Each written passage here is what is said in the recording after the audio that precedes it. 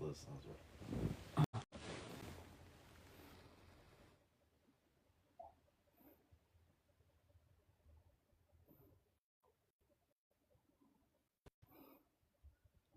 Just be talking, bro. Everybody shut the fuck up. Then stay there. Come saying that we sold you because that's how you think. You see, if this is how you think, that's why we sold you. Let's go back. Okay, let's get back to the prompt. Vibes, introduce yourself and answer the prompt. Yes, you're from.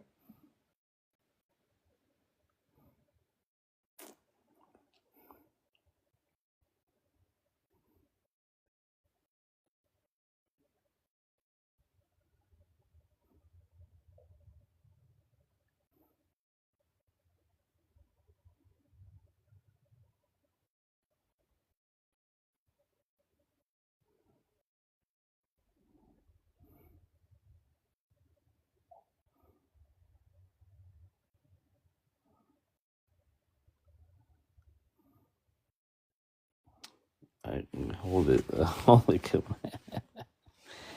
Oh, my brother King. Welcome, brother. Oh,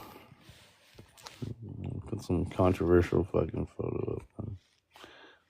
That's what they want. We just ended the other live. I'm sorry, guys. I didn't mean to end it like that. You know. It's okay. I'm gonna.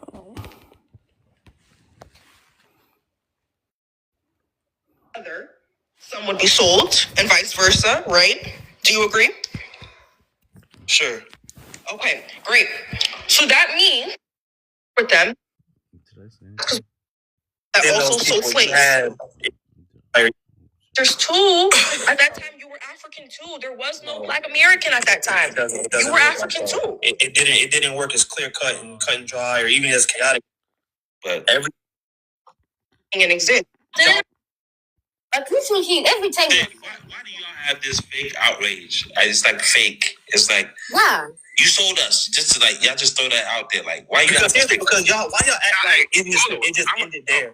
No, I'm gonna just say this. And say it didn't end there because y'all are adding insult to injury by being in America today and then still trying to reap the benefit. Everything.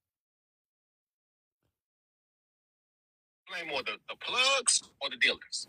Who's more responsible? Oh, it says something. Bro, how did I not connect on that? That's crazy. Hold on. Did I come through on this one? Nah, bro. Oh my god. I called Okay, yeah, I wanna rebel with y'all move out to the suburb. Don't say Nah, let's see. Don't call people out of their name. Oh my god. You don't know how people. Okay. I'm a calm for a minute. Oh my god, this crazy lady. Okay. I got the last of it. Okay. Hold on. Okay, yeah, I wanna rebel with the lady. Don't call people out of their name. You don't know how people. Okay. I'm a calm for a minute. I'm gonna see what he got to say. All right, listen. Vibe, please turn off your mic. Vibe, don't address the mom. It is none of your business. You ask a question, call your mom. Vibe, last time. I won't address the mom. Vibe, last time you were trying to be disrespectful. Okay, you were mentioning his mom. Yeah, let me tell you why. Please mute your mic. Please, you were mentioning his mom. Okay. You should have not mentioned his mom. He called his mom. His mom told you. Yeah, give a fuck about his mom. How about that? Motherfucking Africa. I did not call her African. All right, please mute your mic. Princess, you wanted to talk on top. Let me address that though. So I can apologize, Fendi. Right. Let me. Last time, mute your mic. Princess, talk. No, I was here before her. The only thing I wanted to say, but you already did it, was I didn't want his mom to come on the phone because I didn't want her to get disrespected or open her. I'm not going to let anybody disrespect his mom. So that's what I was trying to say, yeah. Yeah, I'm not going But as to. far as what's his name, whoever brought up that master's degree research, that was hilarious because you could tell you actually didn't even read the whole research paper. You just took out what you wanted from it, so that was hella funny. But yeah, that's all I had. Yeah, to say. I'm reading it now. Don't worry, I'm reading it. I'll present Wait, it. I'll present hold on, Macari. Let's Tony, guys, please tap the live, send your daily at me and follow me, please. Okay, tap the live, send your daily at me and follow me. Tony, Okay. Tony, you can talk. Okay, so I'm 65 years old, and this FBA is about a year old as far as I've seen it. And all these conversations you guys are having seem like have been over and over and over. Whatever you call yourself, you guys are allowing other people to determine what you call yourself. I don't care what you say. When someone see you on the street, they're going to see you as a black person. I don't care where you're from.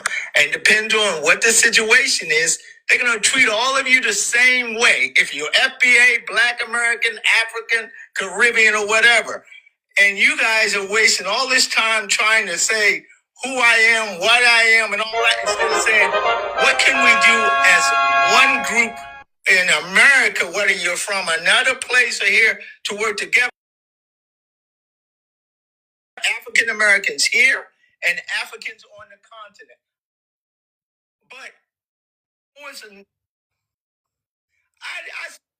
America, we are the name. I know He's still reading. Oh, okay. Who wants to speak? Yeah, but let me apologize, Fendi, because I feel like you guys kind of lied on my name. And I know now you're going to play both sides, Fendi, because you know exactly what I said. I did not say. Listen.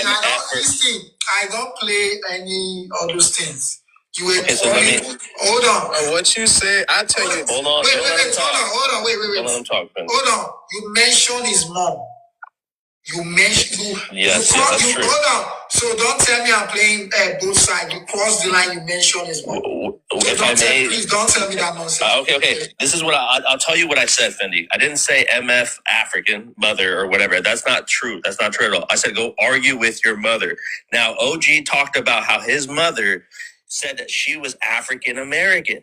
And that he said, well, Mom, I'm FBA. So he was arguing with his mom about their identities. So that's why I said, go argue with your mother about it. She knows she's African American. He said this out of his own words. I never said that. Yes, you did, OG. Let me tell you I what I clipped it. said. I clipped it. Don't play with me. Hold Stop on, it. no, I'm going to tell you what I said. You bitch ass nigga, you bring your mom to fight your fights. Let me finish. I said, for example, right? Nah, man, I'm not done talking, I said, for example, I'm not talking. I'm not done talking. Okay, and that's fine. But I'm gonna clarify what I said for everybody else because you're not gonna paint me out. Stop bringing like I don't know exactly what you said. So what I said was, it's like if a woman, a mother calls themselves African American, and then the child or the son calls themselves FBA. I say, not me, but I'm just giving y'all an example. I literally said that, but you missed that part. Mom never said she was FBA though. She said she's not African. Yeah, she said she Black American. I don't say Black American, so she's not. I don't say I'm FBA. So what's your point? But let y'all tell it. Anybody who ain't African American, they FBA. Let y'all tell it. No, we don't really care. We don't really care. We just trying to understand. That's what we trying to. I only called her because I'm free right now, and I just wanted to prove a point because he said that because he said that my mom calls herself.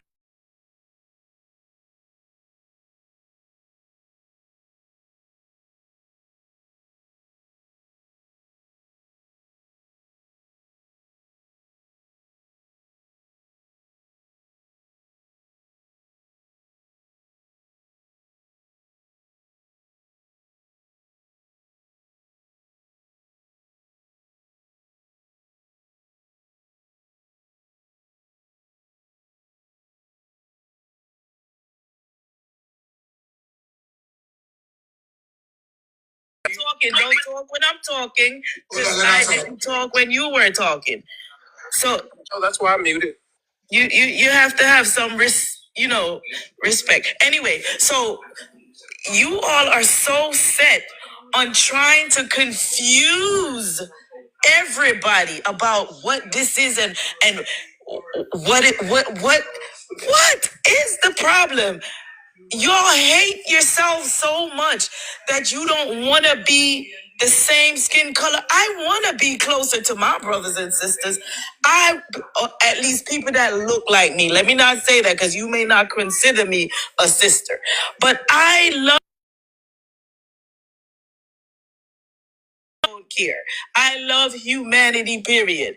But if you don't want me to be a part of you, please walk around with a damn sign saying I'm FBA. And if you're from the Caribbean or black or you're African, don't talk to me. If that's what delineation means, then please, I don't want to be associated with you because you could hurt me because you don't care about me or how I associate or how I assimilated when I came to America. If I rose, if I excelled, it sounds like it's a problem because it seems as if you are holding a grudge because I heard somebody said we're taking away. What are we taking away? We just come here to grow whatever and make ourselves better, and make our community better. At least that's what I thought. I thought all blacks, everybody that looked like me, that's black, dark skinned or whatever that consider themselves a black person. I thought we all were trying to work together. I mean, and earlier you said something about the 20 about the some Africans and some Caribbeans did help.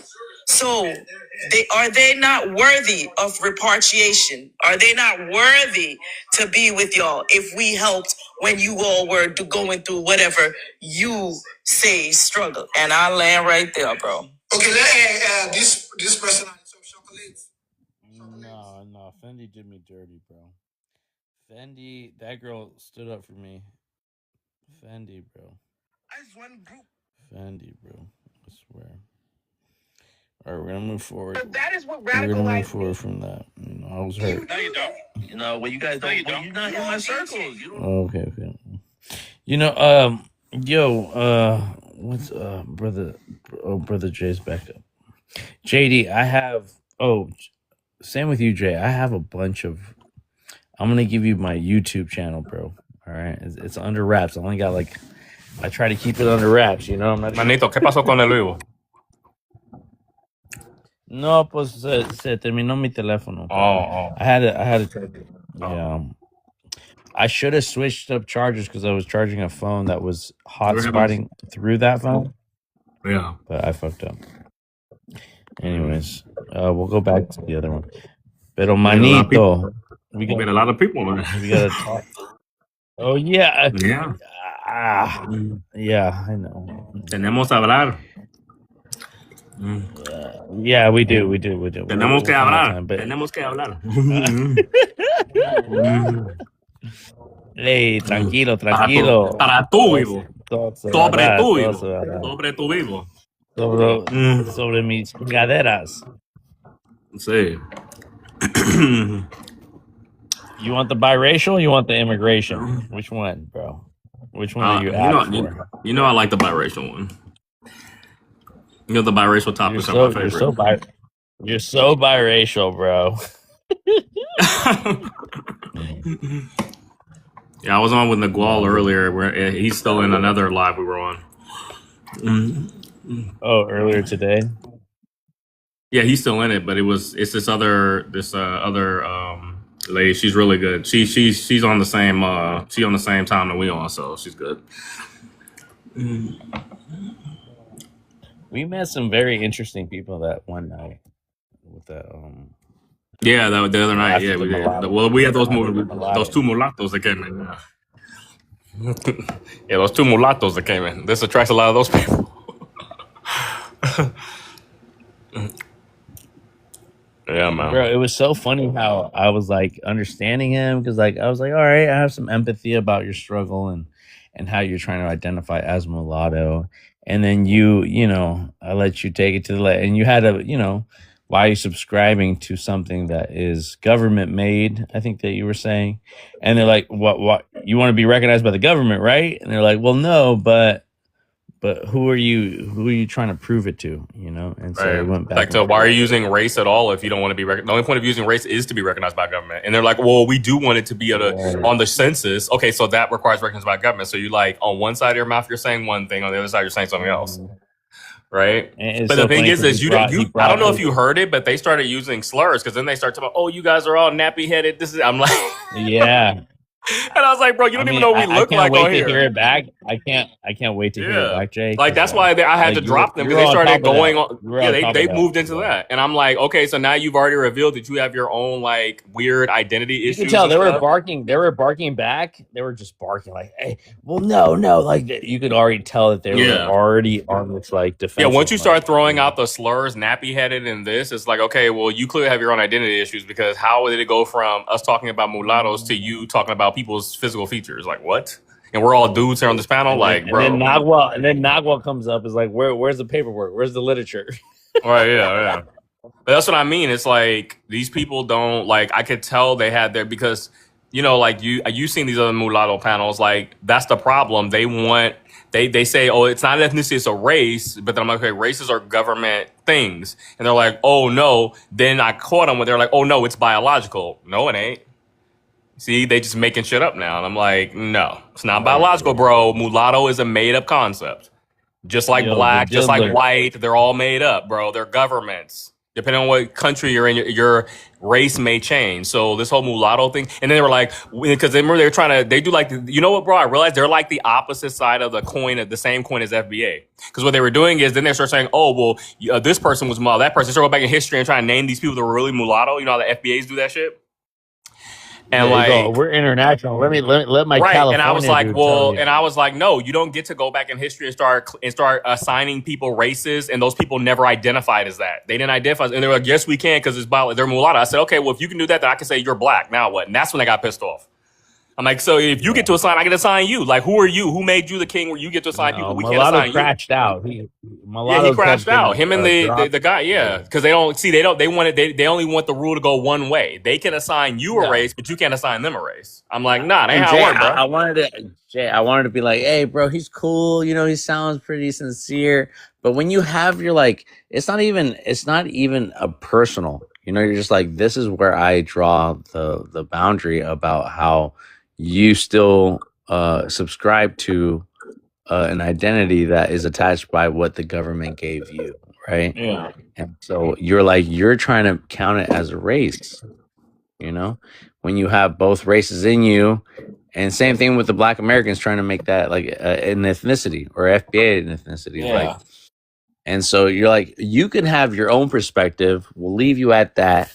Once you start trying to convince other biracial people that they are mulattoes, that's where you're going to go wrong. And going in history and trying to say this person, Malcolm X was a mulatto. This person was like, now they start assigning people who never identified as such. It's like, bro, right? Because see, it's for them. Once you say that is biological, now you're saying it's not even identity. You're saying this is just a description of reality. It's like being a male or a female. It's biological. So you're that whether you identify or not. And I'm like, no, that's false. You feel me? Like you like Jehovah's Witness knocking on my door. Excuse me, what does FBA mean? Foundational Black American. Yeah, it's an acronym.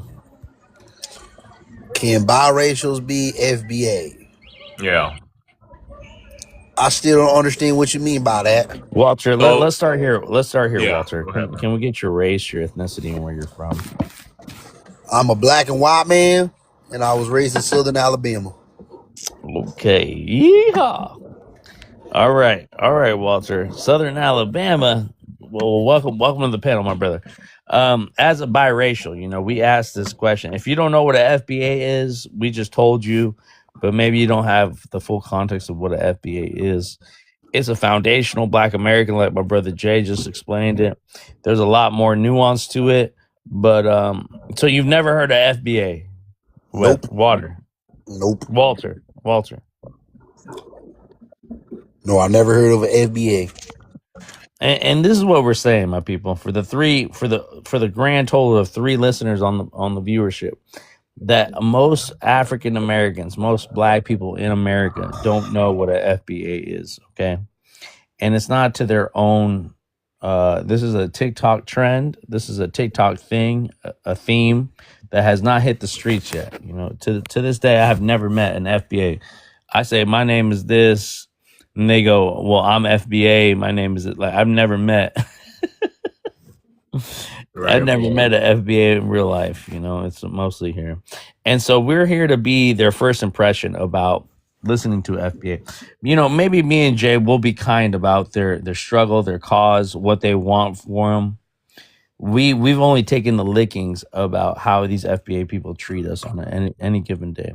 But we're here for the youth. We're here for the elders too. The elders bid on it. You know, the elders couldn't give generational wealth, and I think they're banking on this. They're banking on delineating to the point of separating yourself from the Black diaspora. And saying you have nothing to do with Africa, you're not African. So we're dealing with a lot of brothers and sisters that we know, you know, just like the biracial struggle, right? You know, you might be half black, half white. Where do you belong? Yeah, I was gonna say, bro. I think that a prompt you should do next that would be interesting is it just keep this thing you have, but then remove the biracial word and put the word I. Right, so they can be in any spectrum of the biracial kind of thing. No, I mean white, I in whatever. reference to yourself, and you can have that as the prompt. Well, I can do that still, Jay, because you know people love to ask about you. You know people. Well, Jay, I can play it on this though. Like if you're so willing to interrogate me about the half indigenous, right? You know, I love to interrogate you, brother. Wait, where are you from? What's your father from? You know, they love that. You know, I'm a white man. Wait, you're white? Wait, you're Mexican? But I'm a white man, though. I'm a white man, but I'm also cosplaying as a black man because I sound like them, talk like them, walk like them. Interestingly enough, when the Gual was on last time, they said he was a nappy-headed Negro. He was like, "Oh yeah," he just accepted it. Shut up. They always think with all you're your white. primaries. Well, I find it crazy because they always think you're white. Shut up with all your literature. Yeah, they always think you're white and the Gual is black. It's hilarious, bro. It's so hilarious, bro. Bro, oh my god, Nagual has a post talking about how he's more black than like. Yeah, because they always think he's black. It's hilarious. I love it. I'm like, they always just assume it. We got KY. KY is what's going on, yo? Welcome to the panel, brother. I think I met him through he was doing some ICE, the immigration stuff, right? KY. Yeah, man. I was getting mad at me because I said fuck ICE. Yeah, bro. Fuck ICE. They're like, you not Black American, all right? Yeah, fact. According to Tariq Nasheem, biracials can be FBA because his wife is biracial, and he said when I was up there today, he was like, because I asked him, was his wife Haitian, right? Mind you, on Google, that's what it says. Like it's evidence that his wife might be Haitian. Oh, who said my wife is Haitian? She's not Haitian. If I was dealing with mud pies, I would be proud to say that. I was like, all right, bro. I was like, that's what Google said. Maybe Google lying. I don't know. But then I was like, Jay, I just released a track with him talking to just a couple of days ago. You know, talking about that, right, Jay? Yeah. Let me call him out.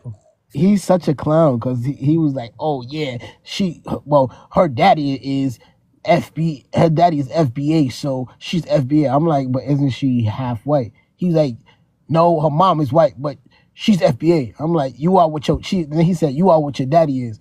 I'm like, come on, man, that means that she's Haitian. He's like, who told y'all she Haitian? Who told? I'm like, go online. Online is saying that. That's not me. Yeah. She's not Haitian. She's not Haitian. We're just like. So is she Haitian or not? He said she not. Online on Google. I mean, like, was she born in Haiti? Is that her? Oh, they said her father. They said her father was. Well, I mean, her father's Haitian. So he said, oh no, she's not. No, she's not. No, she's not. Who's telling y'all this? Who now you gotta lie about my wife, man? I'm like, maybe you're the one getting pimped out because, you know, she probably not telling you something correct. And he caught a whole tantrum fit. You know, he started using his favorite word. He's like, oh man, you sweating out your badussy. I'm like, yo, why you keep saying that? Like, what's up with you? Like, is that what you into? That's like, kind of nah, sus. because he's like, Okay. nah. And when I say, bro, he said that shit about 8 times. I'm like, yo, you Yeah, sure, you sure something? You sure you comfortable with yourself? yeah, that's kind of sus. I'm not gonna Yeah, lie. why you saying that to a next grown man? Exactly.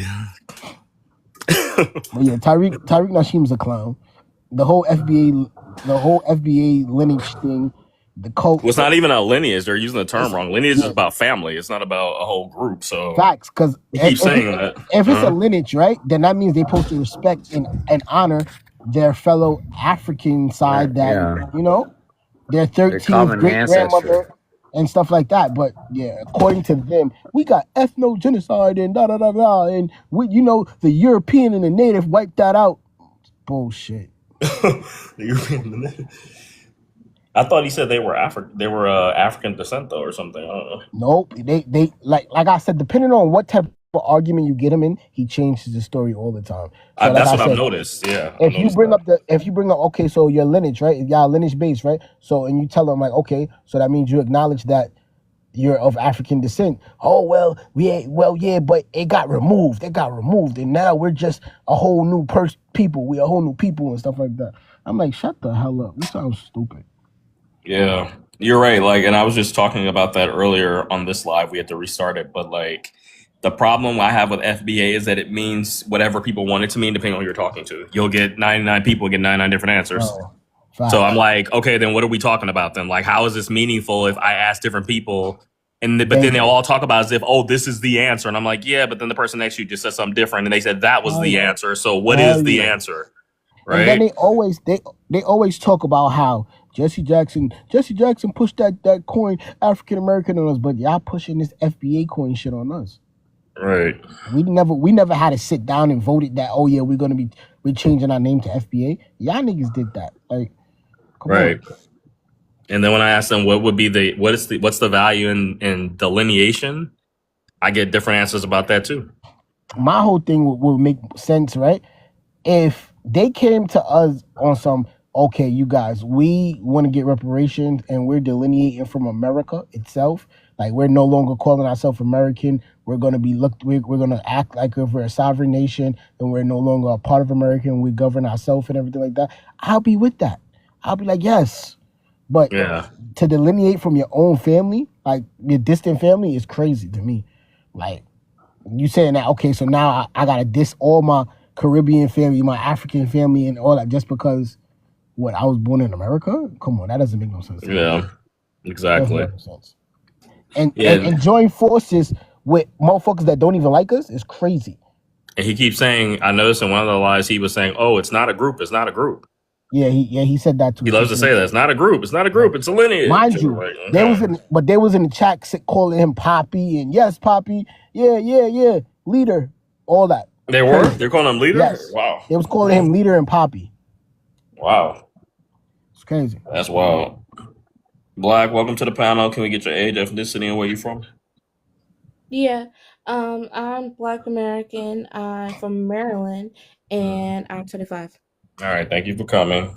Did you wanna address anything that's been said thus far? Yeah, go ahead. Yeah, I was gonna respond to what Kai was saying, because he was saying like, it was like, why am I gonna delineate from my family because just because I was born in America. And you gotta keep in mind that these people, they don't see the Black diaspora, like everyone else in diaspora, as family. They don't see who is these they people? see them as enemies, because like I've been trying to have conversations with these people because I genuinely believe that they're having like an You talking about FBA, Black? You talking about FBA? Yes, I'm sorry. Oh, okay. Yeah, I genuinely believe that they're having like, peak identity crisis, which is like, is like it's kind of structured, throughout like, them deleting our history and stuff. And it's like I feel like this was long coming, right? So I'm not necessarily upset at that. My main issue is that they're mad at the other parts of the Black diaspora for things that Europeans did. That is what I can't get over. Yeah, I agree with that, definitely. I mean, I think the issue is that and we talked about this before, it's this whole like animosity specifically towards, I mean, some of it I can understand because I've been on panels with, this seems to be a lot of West Africans particularly, and I've seen the things they do say about Black Americans, so I can kind of understand some of it, the animus.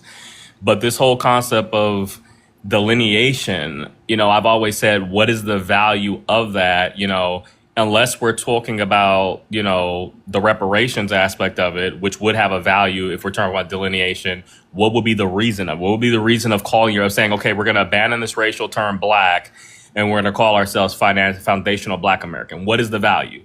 You see, they can never give me an answer because there is no answer. Outside, right? Outside. And I mean, unless I'm getting some money for this, then why would I call myself that? Well, how's that different from just being Black? Right?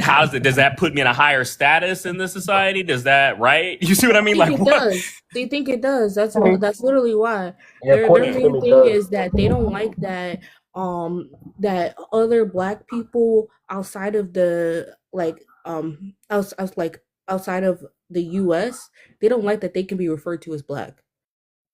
Like that's actually one of their talking points. Yeah. I mean, we've been on this panel where people have actually, like, there was one Somali girl that used to get on here a lot, and they would tell her, she said she was Black American. They'd be like, no, you're not Black American because you're Somali. You're really African. And she's like, literally, she was like, my race was classified in this country as Black, and I'm an American citizen, therefore I'm Black American. That's all I'm saying. And they're like going after her, and she's like, I didn't choose this racial category. When Somali people come here, they are classified racially as Black.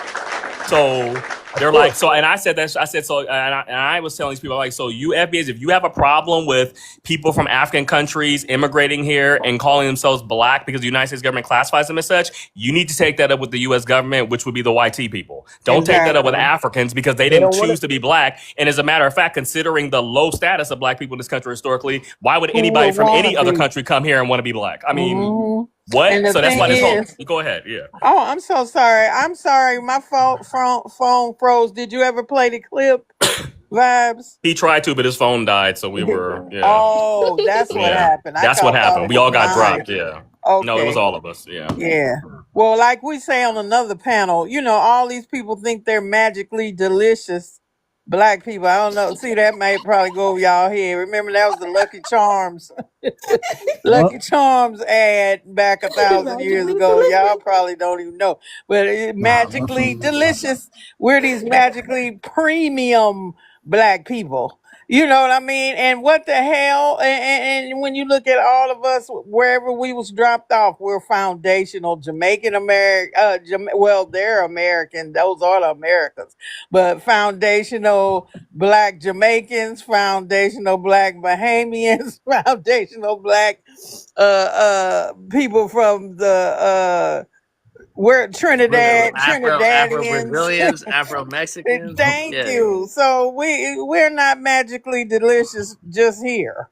Like we the only people went through chattel slavery.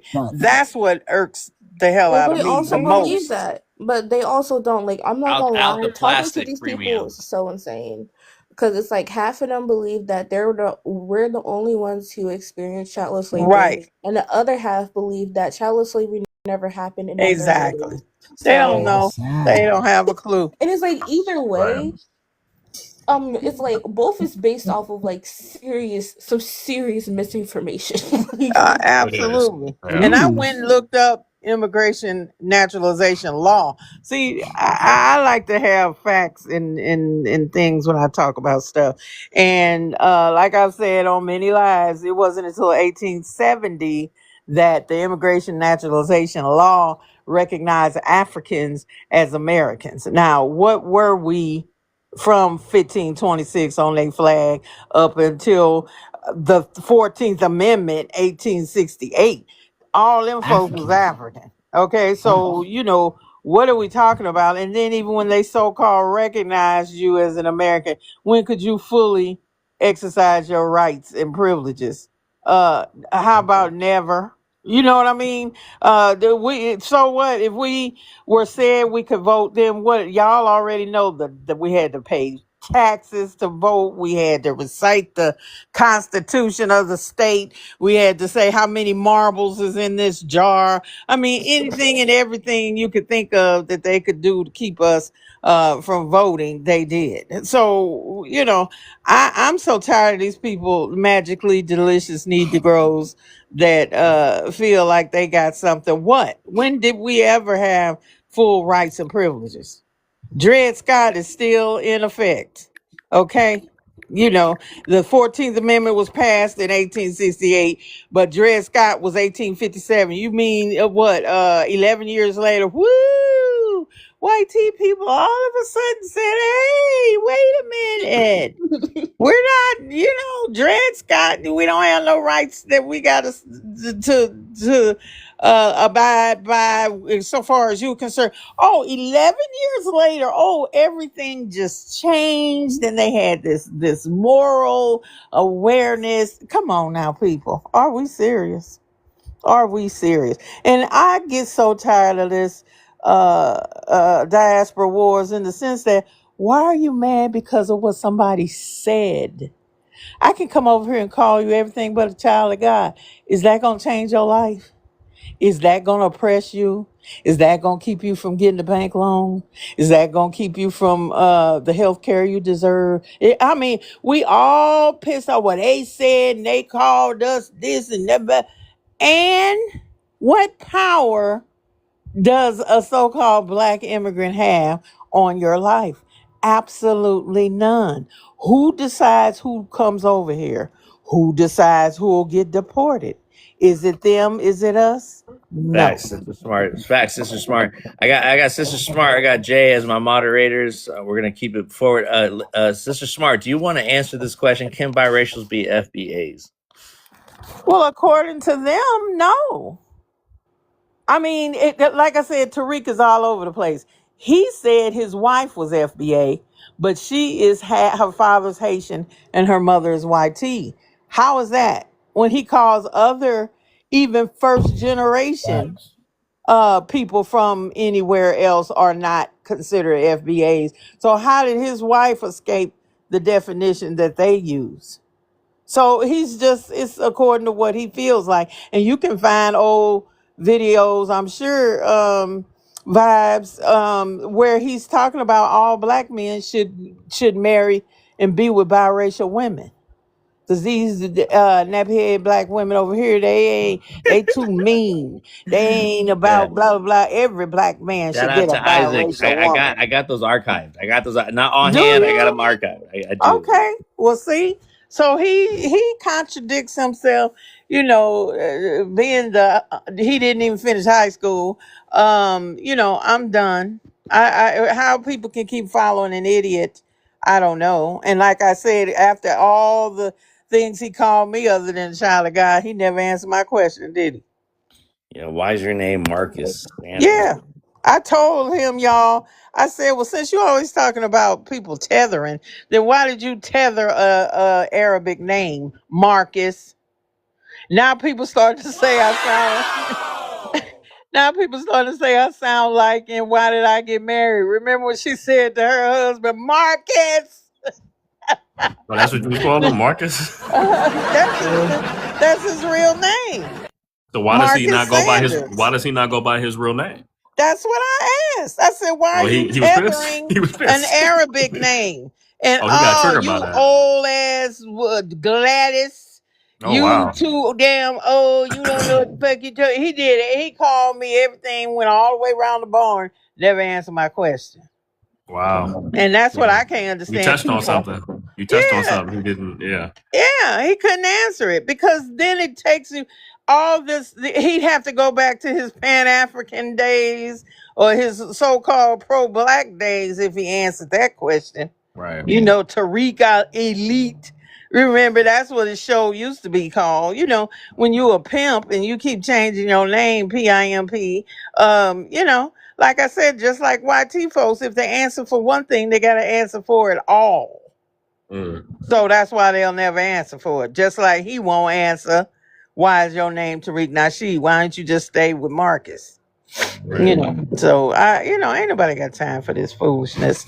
They gonna fizzle out just like everything else. When the power of truth is eternal. When you tell the truth, that's Yeah. gonna Why'd always you be remind there. him of his government name?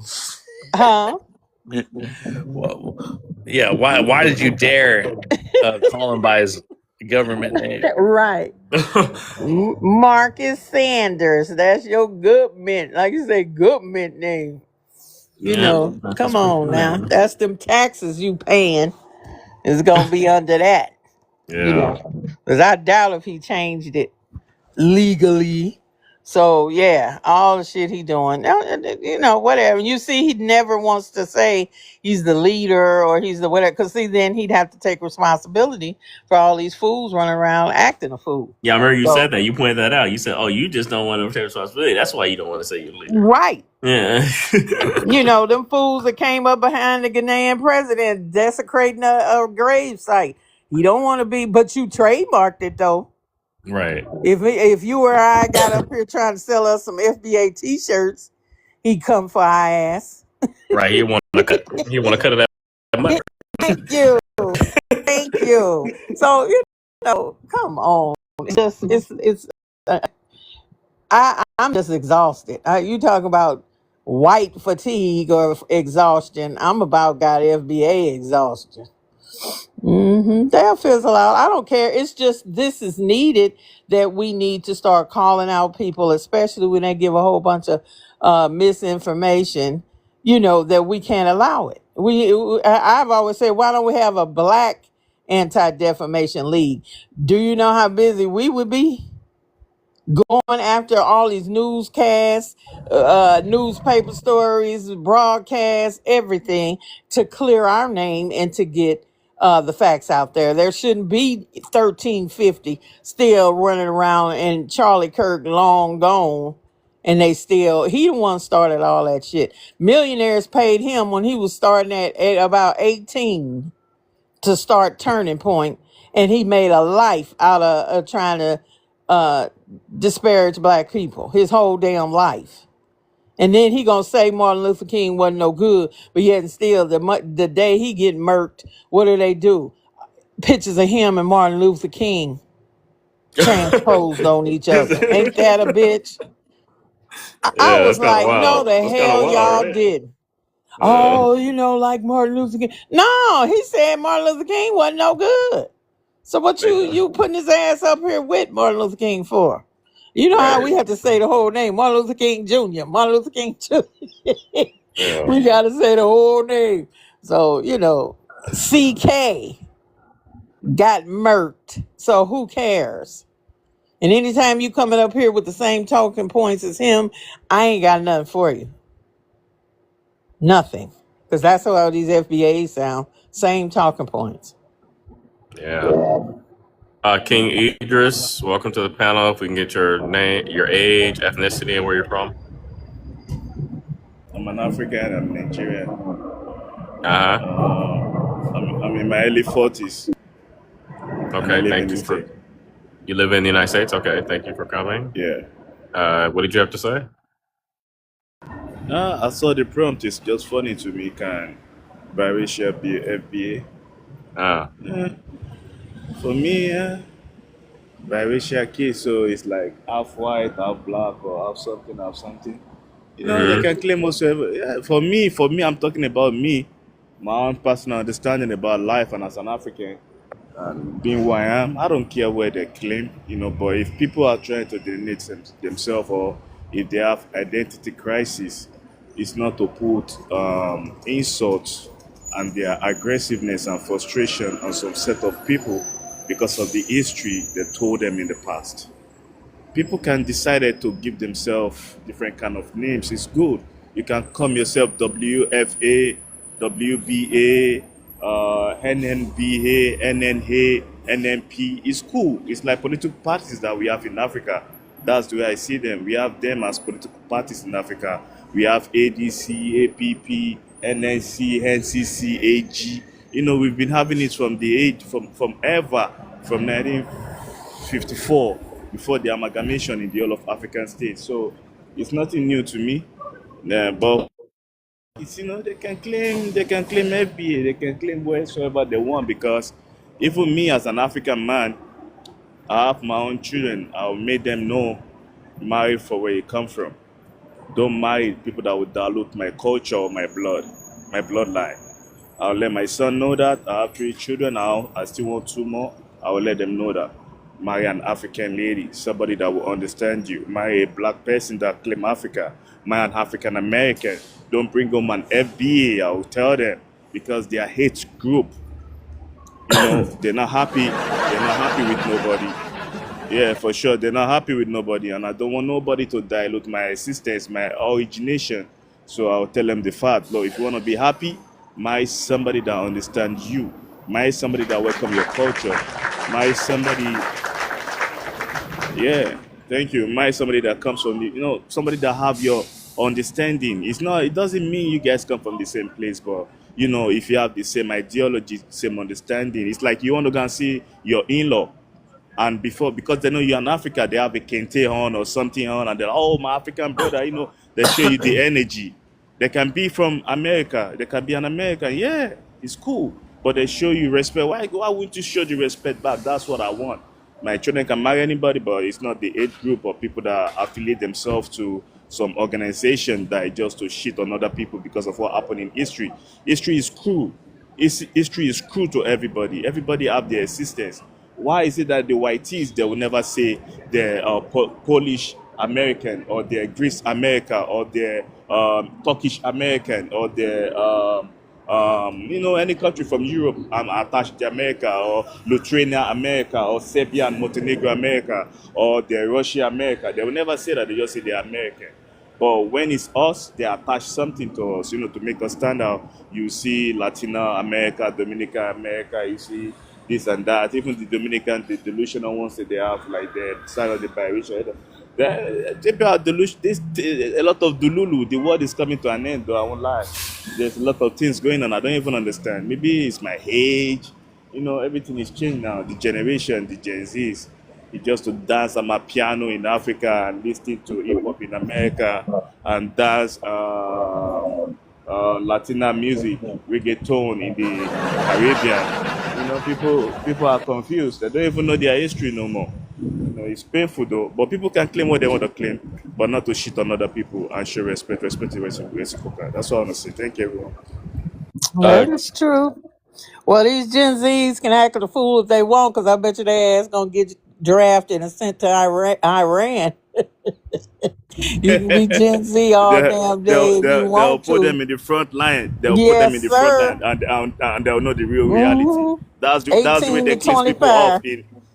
that's hmm where they clean people off in Argentina. That's how they cleanse people off in Argentina. Oh, honey, look, these kids over here is like, they ain't got a clue. Not one clue. And especially if they get drafted. I would love to see how the Army can shape up some of these little Gen Zers. I'd love to see that.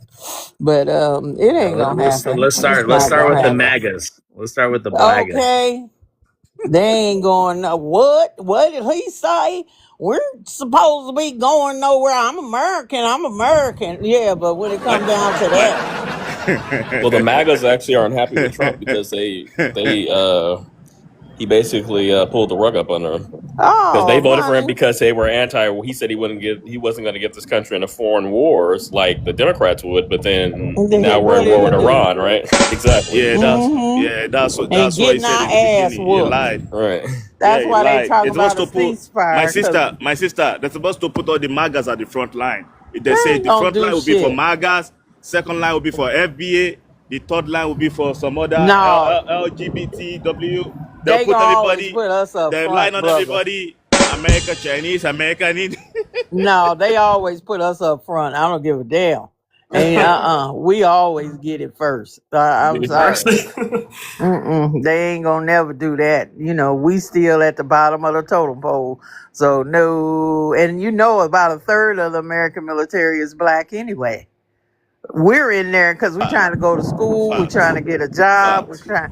Yeah, so it's not. And Malcolm said it 60 some years ago. We'll never win another one on the ground.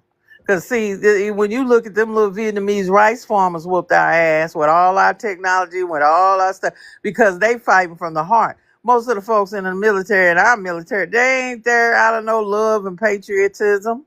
Now, of course, you got a few, but a majority, and I'm speaking for black folks, we in there to get a job, just over broke. Okay? Ain't nobody in there, ooh, I love America. Now, you know we got a few of us that do. It's always one. But, you know, for the most part, that's not why we in there.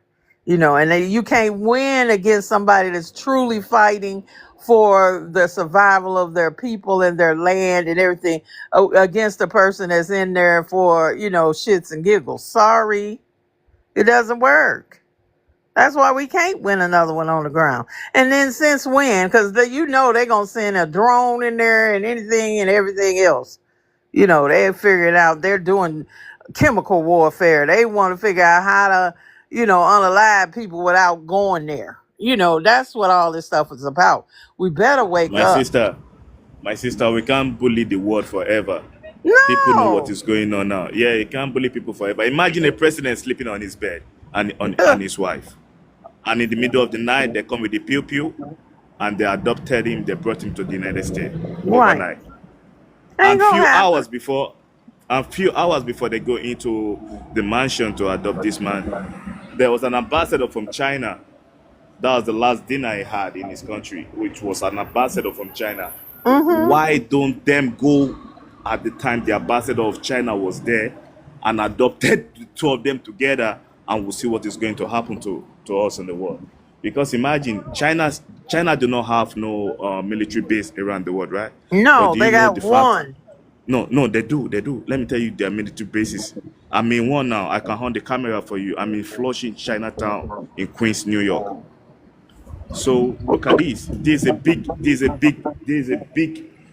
land space close to the waterside, and it belongs to the Chinese people. Yeah. And they have And every Chinatown in every city. So yeah, tell me I'm in if they don't have it, California. and they thank you, and they have some in Mm-hmm. Africa too, in my own Wait a minute. birthplace in Lagos State. Wait, King, are you So saying you that see what I'm Flushing is a Chinese base? Let me on the camera for you. What is this? This is Chinatown. It belongs to the Chinese. You think that's No, I mean I agree. No. I've Well, been we there. got I know them what you're here talking too. about. I know. Yeah. I walk Chinatown, here. Koreatown. Yeah, I've been there. I know. The Yeah. 7 train. I know. Yeah. Yeah. Thank you. Yeah. You're on point, bro. You I know what I'm know. talking about. Well, they That's always You're on talk about point, man. sleeper It's cells and all this mess. You know, if I mean, following your line of thought, you know, technically, if people wanted to hide in plain sight, then there you go. You know, since YT folks so afraid that it's sleeper cells everywhere, you know, and then here, United States got damn near 800 military bases. Most of our budget goes to the military. So what does that tell you? And I'm sorry. I don't Like you even know. said, I don't even know. My sister, I don't even know how somebody from the United States will be fighting and be backing the presidency or whatsoever is going on out here. Will be backing it up, because imagine they're the people that say what happened to the black out here in America is nothing. It's nothing. It's normal. It's supposed to happen. It's not the greatest stuff that ever happened to any humanity on earth. They said it. They stand it out. Of recent, they said it with the Jewish people, with Argentinians, and the black America was to say, I'm FBA, I'm this and that. They said it to you. This is not your country. And right. 123 countries in Europe abstained. They said they don't want to say nothing Yeah. about it. So what was the meaning of that? They accepted it. It's like it's normal thing to happen to They human don't. being. Right. They don't want to be Look at responsible what for happened to their us today. part in it. That's why they Yeah. abstained. It was My sister, let me 53 tell you. countries. Yeah. Thank you. Let me tell you what is going on in Africa. I'm an African. I've never seen any raw material, any raw natural resources once with my eye. I've never seen it because I live in the city. But the whiteys over here in Europe and in America, go check the top families. Go check the Rothschild, all of these Oh families, their yeah. own oil company, they run something in Africa, like the mining company, the oil, the crude company, the The coal company, beers. the Uh-huh. beer company, and we that we live over there, we don't even know what it looks like. We've never even seen it in the classroom before. They even banned history in Africa. Imagine that. Well, I went I to school in Benin remember. Republic. I'm I old studied enough to international have relations been and fighting history. against apartheid. I remember the Soweto riots when the children didn't want to be Thank taught in you. Afrikaans anymore. Thank Like I you. said, all of this, nothing is new under the sun. That's why Been the there, other done delusional that. people too are the South Africans, the Dululu, because they erase their history. They don't let Right, them know what happened in the past. So they right. always argue against blindness because they don't understand what happened in They the should have past. They pushed them in purposely the do, ocean. they don't touch they personally don't want to teach them in schools. In Mm-mm. Nigeria, they banned history because of the Biafran WAR that happened, the civil WAR that happened in Nigeria at the time in 1967 to 70 something 72. I can So believe that. but they banned history in Nigeria. I have to go to another country to go to school because of I want to study international relation and history. I have to go to Benin Republic to study that. They banned it in Nigeria till That's a today. damn shame. Yeah, you can't see somebody come with a certificate from Nigeria as an historian. No, you can be a librarian, not an historian. You can study library and information science, not history, because they don't want you to know about the past. And it's happening not only in Nigeria, even in Ghana. Some Ghanaians don't know their past history. They I believe purposely, that too. because J.K. Rawlings in Ghana came into power. He's the only one that on a life tree president in the African history. And they banned the history. They don't want other tribes to know about it. They never taught it in school. He ruled there for 30 years. He passed away early 2000 or something. And ever since then, a lot of Ghanaians don't even know what happened there. I don't even know that the first person to chase Nigeria out of Ghana, Like before Kwame Nigeria Nkrumah. yeah. Right. Thank you. Even Yeah, Kwame I Nkrumah, you know know what they did? that. You know what they did to Kwame Nkrumah in Ghana? After he ruled for 9 years, they took power from him. They chased him on an exile. He passed away in another country, in Guinea. He was the Yep. second president, but he passed away in Guinea. It took them like 9 to 10 years before another president, Achepong, said they should bring him back to Ghana to bury him. They don't want to pardon him. Imagine the first person that formed the greatest parliament the first parliament in Africa, first cabinet in Africa, the first independent country. So people don't know what happened in the past in Africa. Africa have their history. Look at Liberia. It was being founded by the Black Americans from South Carolina and North Carolina. What they did over there is what brought the Civil War. It's deep. People don't know. Look at Somalia.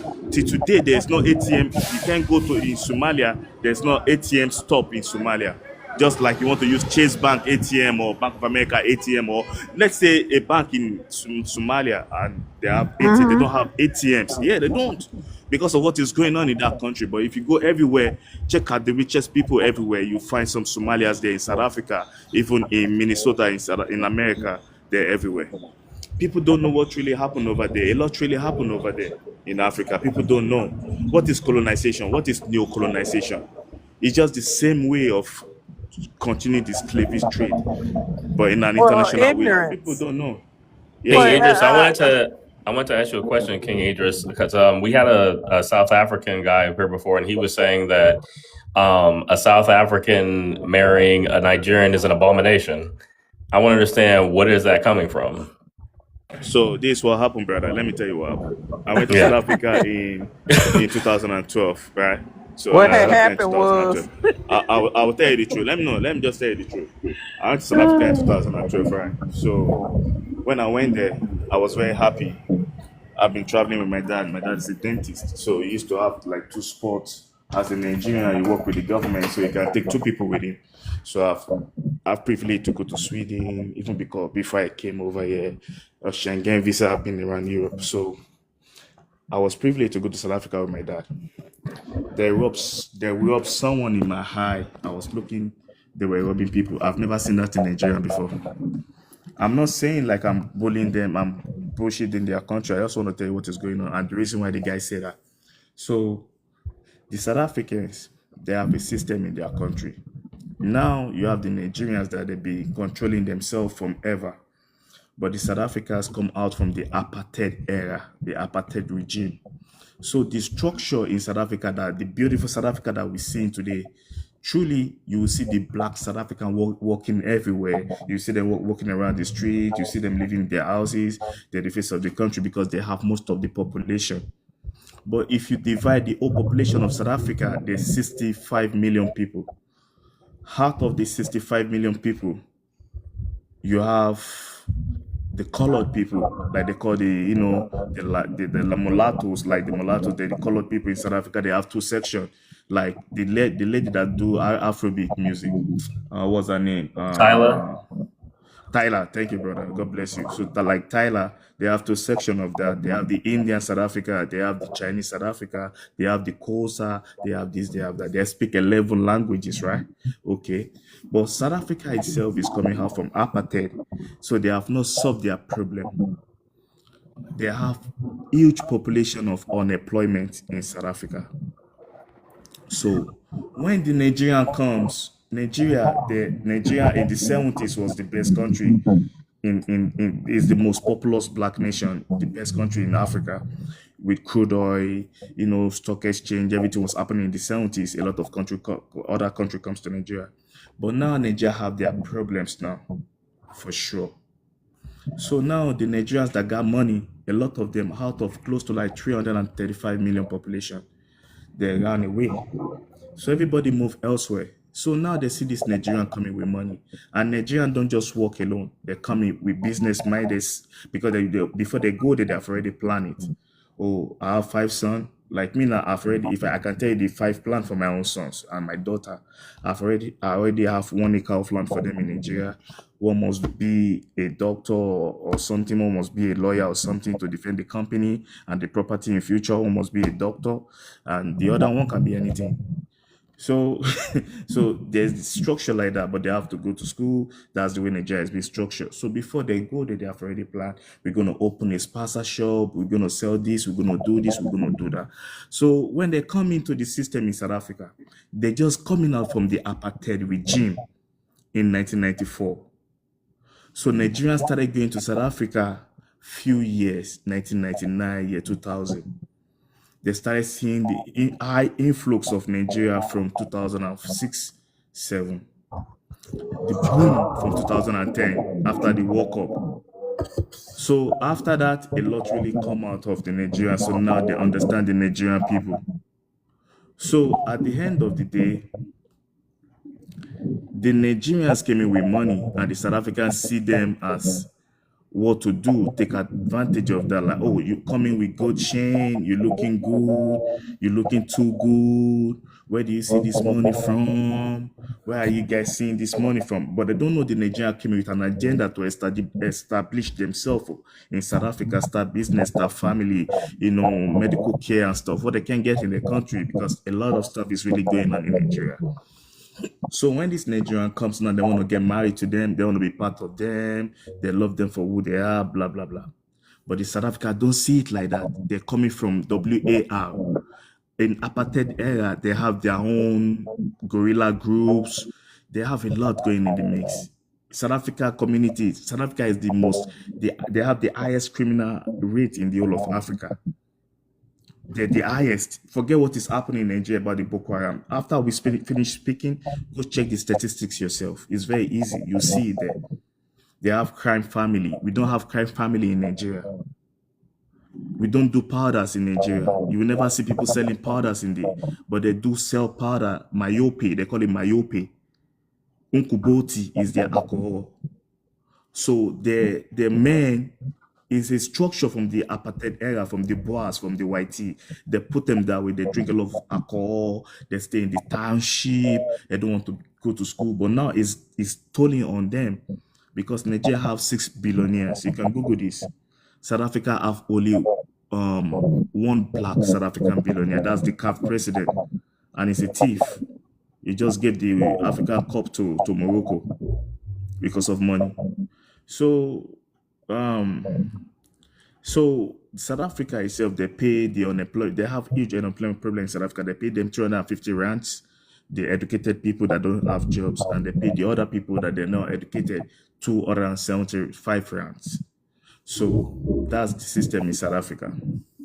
If a Nigerian come to South Africa, we want to get married to South Africans, because I won't lie to you, the most beautiful people in Africa, Nigerian have been misword before. At the Agbani Darego, a Nigerian has been misword before, so we're beautiful too. But one of the most beautiful people in Africa I've seen myself, South Africans are beautiful. I won't lie, they're women.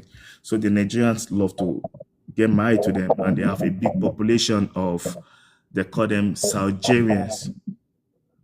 There's the children of the Nigerians from the South Africans in South Africa. They have a lot of population of them, and in Kenya too, and in Tanzania. Because they come with money, they can marry, they have businesses. It's another story for another day, because they have to put a clause to that. The business has to be registered in the wife's names. It doesn't have to be in the husband's name. So in Kenya, they took advantage of that. They unalived their husband, took their husband property. Is something different. But in South Africa, the women in South Africa, because the Nigerian men treat them with love and care, they get married to them and they start living. The South African men don't like it. That way this guy coming from, he just come here, take our women. They don't like it. And if a South African guy asks Nigerian men, if a South African guy has Nigerian a lady out, she's not gonna listen to a South African guy, because she will be in her mind, will be like, you just coming from apartheid. You people have the highest rate of criminal in your community. You used to grape your children. Is in their history. I'm not saying about mouthing them. Go Google about this. I know they have festival in Nigeria. They do a lot of silly stuff too. Things have happened, but this is what's going on. You understand? So now, if they see a Nigerian that just come to make some business, make some money, try something good, he doesn't know what is going on in South Africa. He just come running from Nigeria and maybe with his family. Okay, a boy was on a live a few months ago.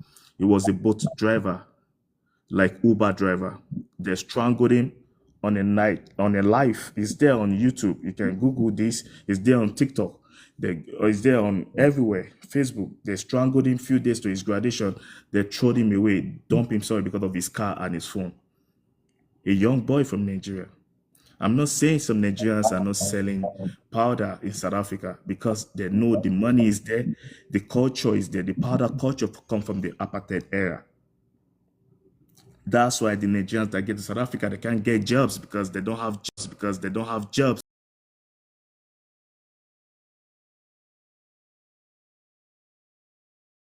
Money. I'm not saying it's good.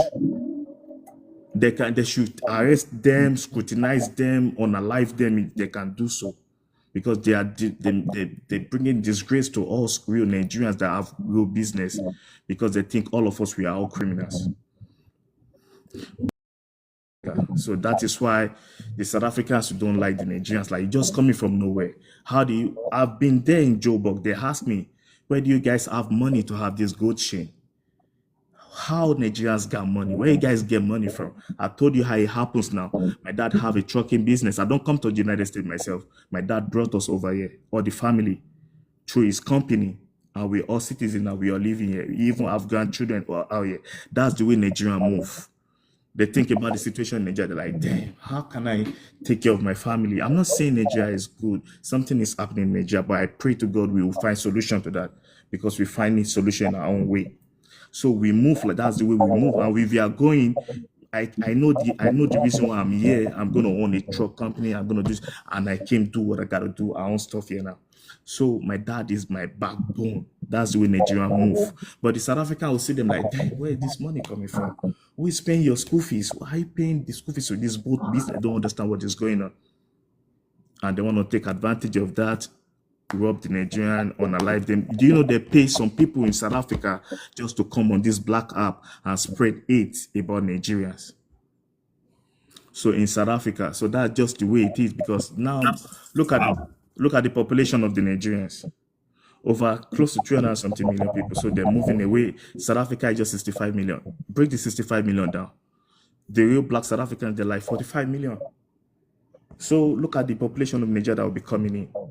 And they have beautiful women, they have good nightlife, the country is beautiful, even that is being controlled by the whiteys. I think their next president would be a white man. So, and they don't say nothing bad in everything that is going there. I can go to anywhere in Nigeria. They have Orania in South Africa. They can't even go to. They can't buy land. They can't do nothing. I sell land to people. I own lands for my family history. They can't do the same. That's why Trump took those farmers out to the United States. So, my people, is deep. I'm not saying Nigerians are angel. There's no how you have that population of people and you have different kind of set of people. We come in different form. We the one that marry outside Africa more than anybody. You see Nigerian, Singaporean, Nigerian, Russian, Nigerian, Japanese, Nigerian. You see us everywhere. Chinese, Nigerian, this, Nigerian, that. But they try to dehumanize people. A Nigerian rapper went for promo in South Africa and was chilling in Joburg drinking coffee with her friend. Her name is Candy Blix, signed to Chocolate City Record. They robbed her in the middle of the street, took her gold chain, took her phone, punched her, chased her down the street, and she saw the cops and she ran to the South African cops. But just because she's a Nigerian, they did nothing about it. And she was saying it's on YouTube, it's everywhere. Like, is it because I'm a Nigerian? And they were just laughing at her. They find pride in dehumanizing Nigeria. It's cool. I went to school in Benin Republic. There's a friend of mine, he's in Chicago now. Just because we celebrate about how Nigeria got the AFCON in 2013, they beat the shit out of this guy. He can't even eat food properly. He was drinking soup. He's in Chicago now with his family. If they unalive him that day, he won't have the privilege he has today. He's a lawyer now. So imagine that. So there's a lot going against Nigerians. They got the population, they got this, they got that. But people will never talk about the good side, how we help people outside the country. I have a company here in New York. I help people just because they are African. I employ them, I connect them. I call them my brother. Once I see them, it clicked to me straight up. I see you because I move around Africa. Maybe because I travel a lot, help me. Maybe it's because I travel a lot, help me.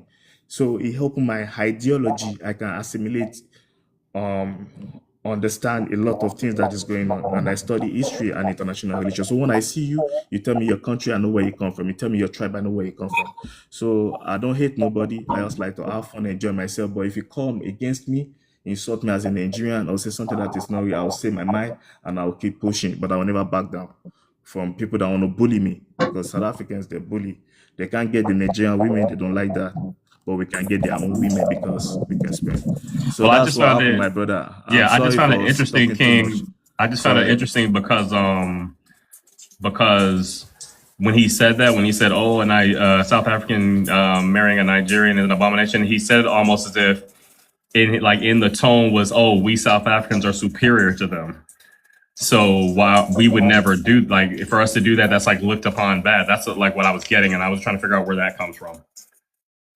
Vibes, what is your ethnic group?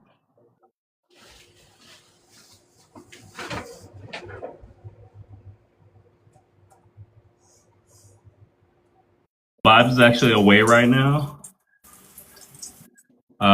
He just came Ja, back to the screen. you were the one who asked that question. Can we get your age, He ethnicity, just where you're from?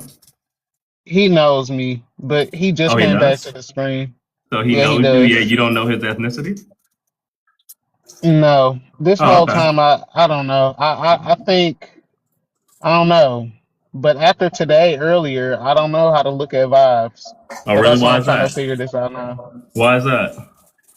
Well, you weren't on the panel earlier. I I really mean, don't want which to panel? Because I was on a rediscuss panel. it. I was on a panel earlier. Which panel are you referring to? His panel. I was on this panel But earlier. So which vibes, panel are are you you referring to? back? I'm sorry. Vibes, are you back? Yeah, I don't think he may have his thing on mute. You're muted, vibes. We just saw your screen move. But did you have something to add to the conversation, or you just had a question for him? No, it was just a question for him, and I was gonna leave. Okay. Well, maybe you should DM him because I don't know if he can even hear you.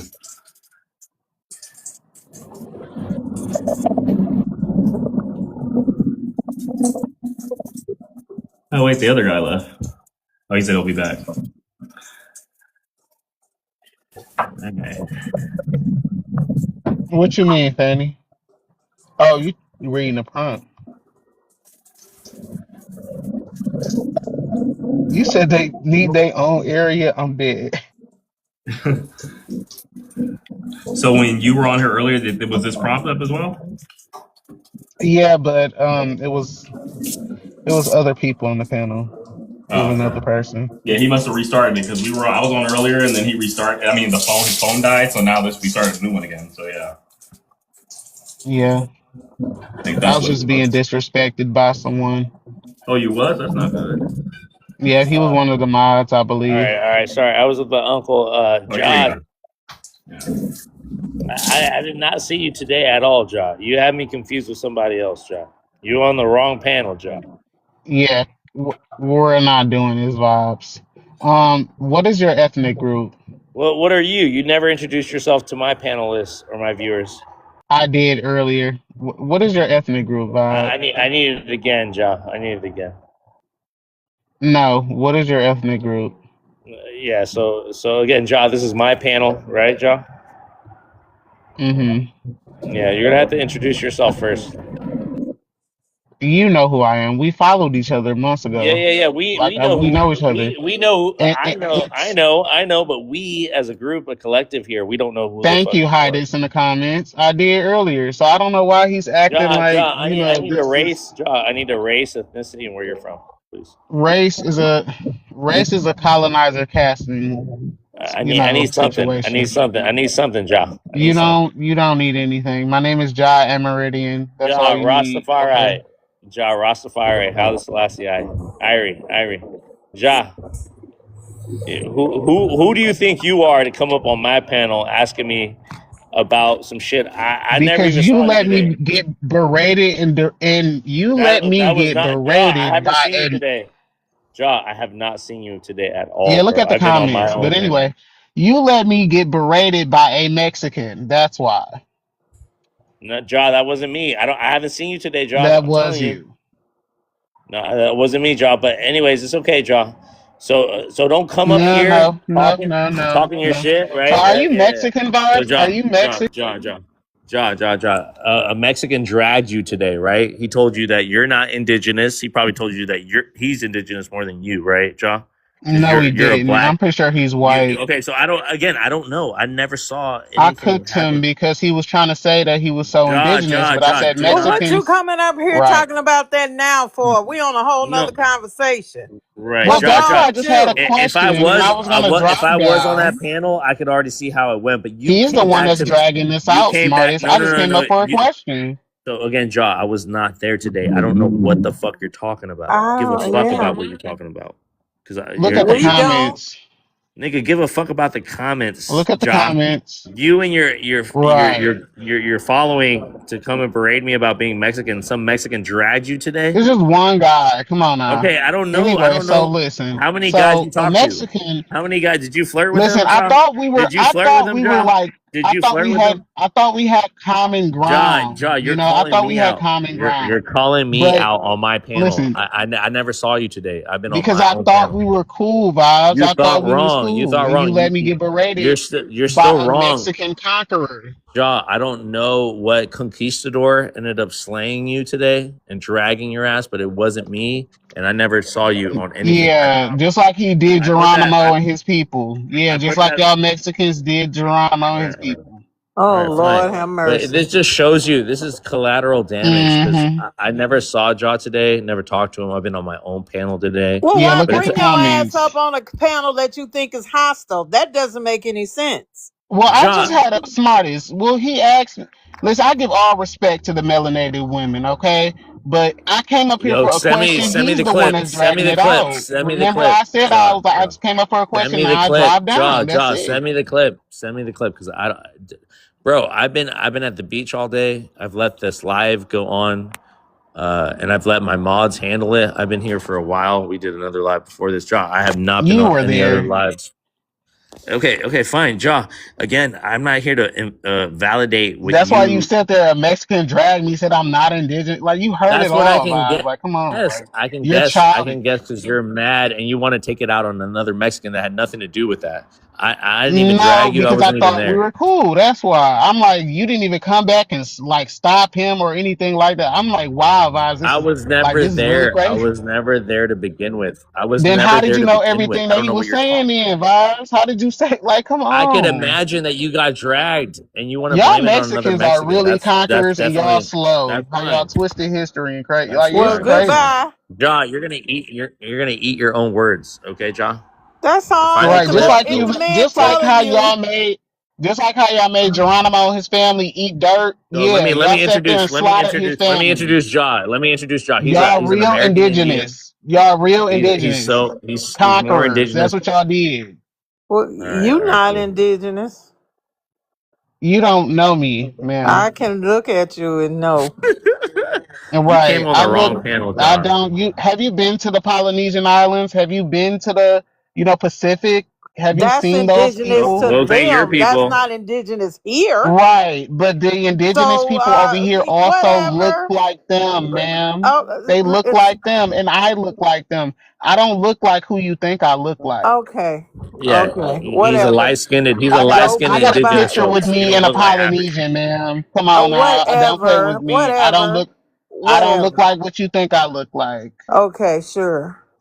I look like Okay. my Aboriginal American ancestors. I got pictures of them. Okay. Being mixed with them don't make you All right, indigenous. Ja. I don't I'm think we're not gonna get anywhere mixed. far. Ja, I'm not Ja. I you. wasn't. Ja, Oh it wasn't yeah. me. Don't come with the smoke on this panel because you will get dragged. Okay, You first and certainly foremost. will. And bro, I was not there. I promise you. I'm just not mixed. Don't I say put I'm that on my mom. mixed. I put that on my mom's. I was not there, Ja. I don't know what you're talking about. So either you accept the man's Hey, it's apology funny or how you people. don't. And No, basically, there's ain't no nobody It's got funny apology. how time Smart. to There's sit the up no first here thing and apology. people say Smart. is argue like, with "Oh, you you Smart. There's mixed no about with what apology. them." somebody I was never said. No, the there. I was original never there. people look like me, ma'am. The original people look like Whatever. me. I They didn't don't look like care. no I don't Mexican. care. I really don't. And they look like your ass too.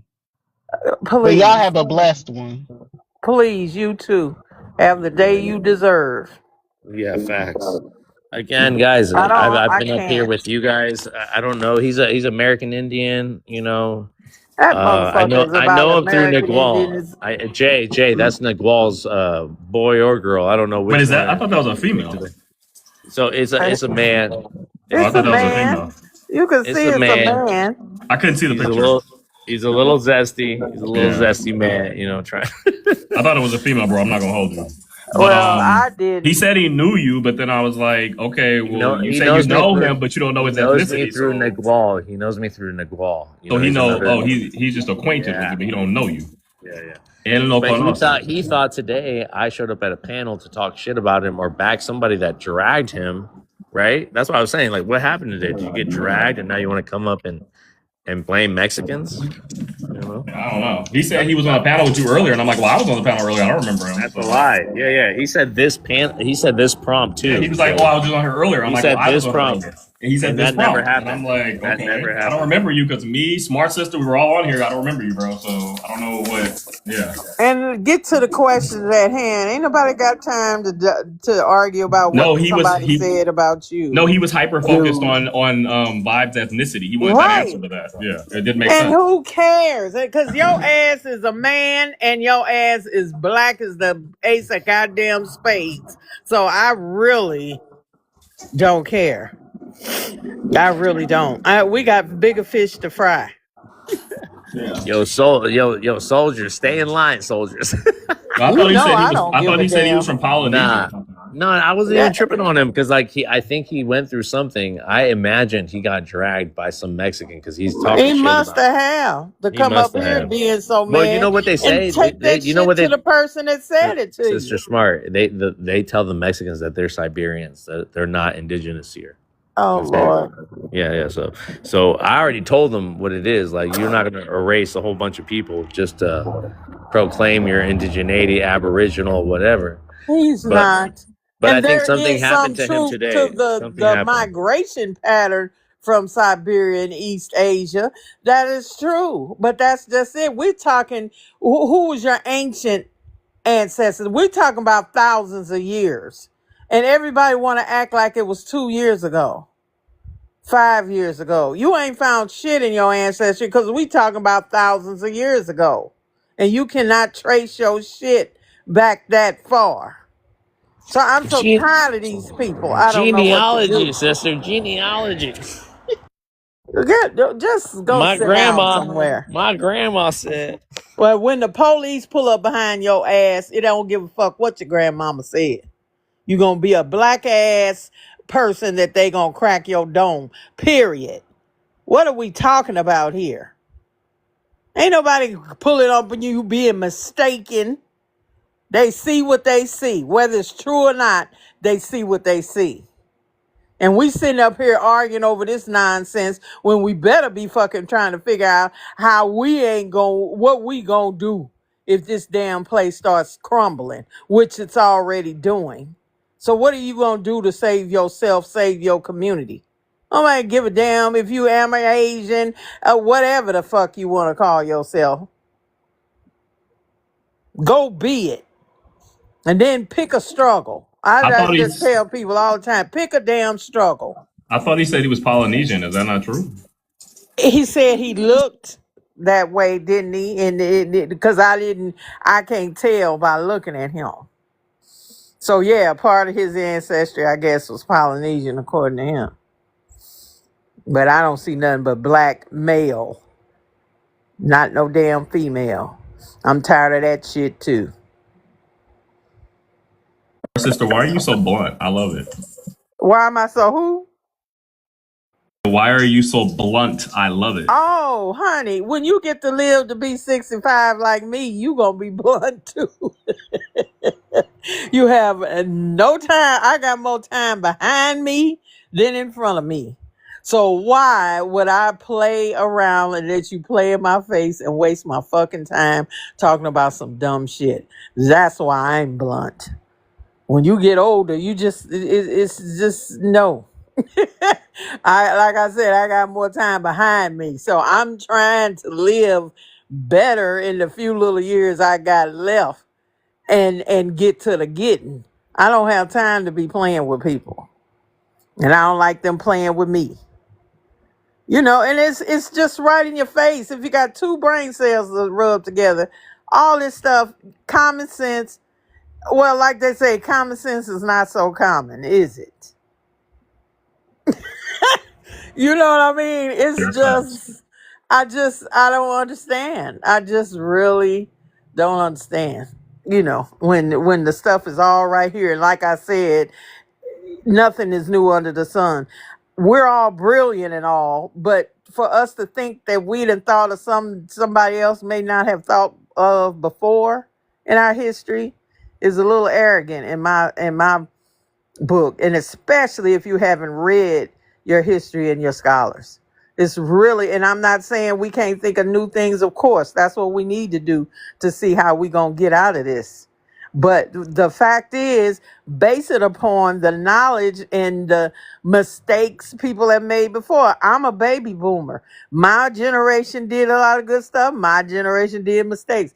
Every generation after me, X, millennials, Gen Z, all of us. We should learn from the generation before. Don't make those same mistakes. Let's do something new and keep learning and keep passing the baton. You know, I'm not one of these old people, well, we did it this way. This is the only way we... No. I'm saying, okay, we did do it a certain way, but I want you to learn. Look at the mistakes we made. Now, y'all take the baton and y'all add to it and y'all fix what we messed up and keep it moving. You right? You know what I'm saying? That's what bothers me with black people. We keep making the same damn mistakes over and over because we don't want to listen. We don't want to learn, you know, and then we spend a whole bunch of time arguing with people that ain't never going to get it.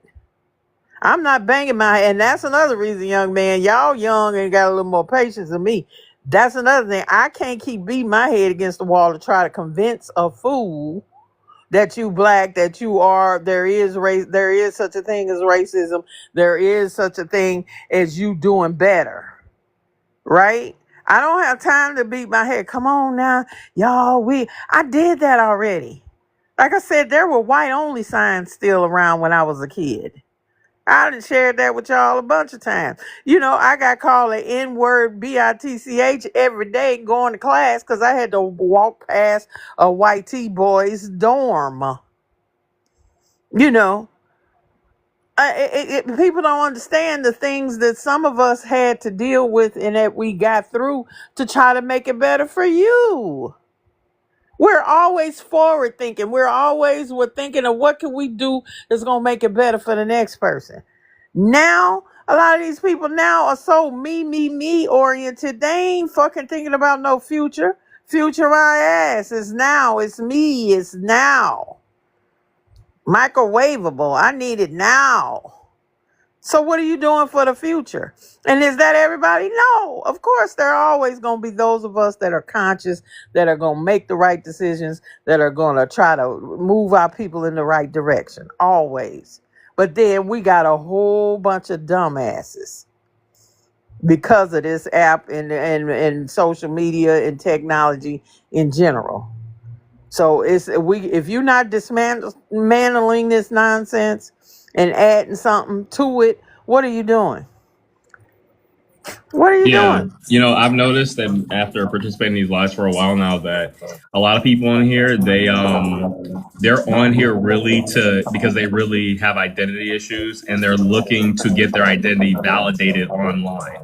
Right. So, and I always tell them, you know, why are you so triggered emotionally by it? Like, you know, even if somebody like me, you know, if somebody tells me, oh, well, you're not really Black American or you're really a tether, this, like, I'm not going to get triggered by it because at the end of the day, I know what I am. And nobody, you know, ain't nobody on the internet about to tell me who I am when, because as far as I'm concerned, your ethnicity is whatever you was raised up in. Right. So nobody can take that away from you. You don't need to identify as it. It simply is. It is. You feel me? So it's like you are who you are. So I don't need to identify. I don't need to say, oh, it's like I don't need to be, you know, find a label for. No, it just simply is. So these people on here, they think somehow, you know, it's like, so they get triggered though because they like, oh, because it's like you said, they like Tyreek with his, you know, I guess Haitian wife, whatever. It's like because they're trying to like be something they're not. Is what it tells me. You see what I mean? So when you put about, we gotta have pride. When did we stop having pride in who we are? Delineate from fucking what? Right. I know my damn history. I know what I'm proud of. Well, that's what I'm saying, right? It's like I don't need to delineate from somebody from Nigeria because I already know what I am and I know what they are. Like we gonna recognize that we clearly were brought up in different places. You right? We don't need to formally say that, or it's just going to be manifest. So that's why I'm like, this whole concept of identity to me is really all a part of this whole. I feel like people today, especially this newer generation, is very much obsessed with labels and identities. And it's insane. Yeah, and they treat it like a religion almost. Right. Like, and are you get a fucking cookie? Yeah, it's like they are you Republican or are you Democrat? Are you black or white or this? Are you FA? It's like they want you to choose a label and then they want to have a story, a narrative behind it, and it's like there are some things you don't need to identify as, they just simply are. If you were raised up in that culture, that is your culture, point blank, period. It's that simple. You don't need to talk about, oh, well, I'm really this and really that. No, you wouldn't need to even say all that. It would just be the case, right? and you're thinking like Neanderthals. They think in dichotomies. Everything's got to be this or that, or tall or short, or fat or skinny. Right. You know, we got to qualify and quantify everything. Right. That's how Europeans think. Yeah, you know? Exactly. Right. And what are we doing? And the bottom line is we still African as fuck. I don't care what nobody says. We still doing all of the same stuff. Yeah, like 2 days ago, we had this prompt on the screen and we had two mulatto people come up and they were arguing for this whole mulatto racial category. Oh, we're really mulatto, Lord. we're not black. And I'm like, well, the government determines what you are. They put in your birth certificate, they put it on somewhere. And they're like, no, it doesn't matter what they say. We know what we are. We're mulatto. And I'm like, was it ethnicity you trying to say? They're like, no, it's a race. I'm like, well, again, your government's going to determine the race. It's not you. You can say whatever the hell you want to say. They go They gonna tell you right which way and treat you accordingly. So what are you talking about? Like you can say that all you mulatto all you want. they just gonna treat you like a nigga. It's that simple. Exactly. I'm sorry. So what do you want? And then they got triggered, and all of a sudden we was all around the panel was nappy headed Negroes, all this other stuff. And I'm like, see, that's how I know y'all got identity issues. Y'all got a problem being black. That's what it is. Y'all like being a nigga. That's what it is. That's what it really It's always the black part. right? It's always the black part. They don't got a problem with the white part.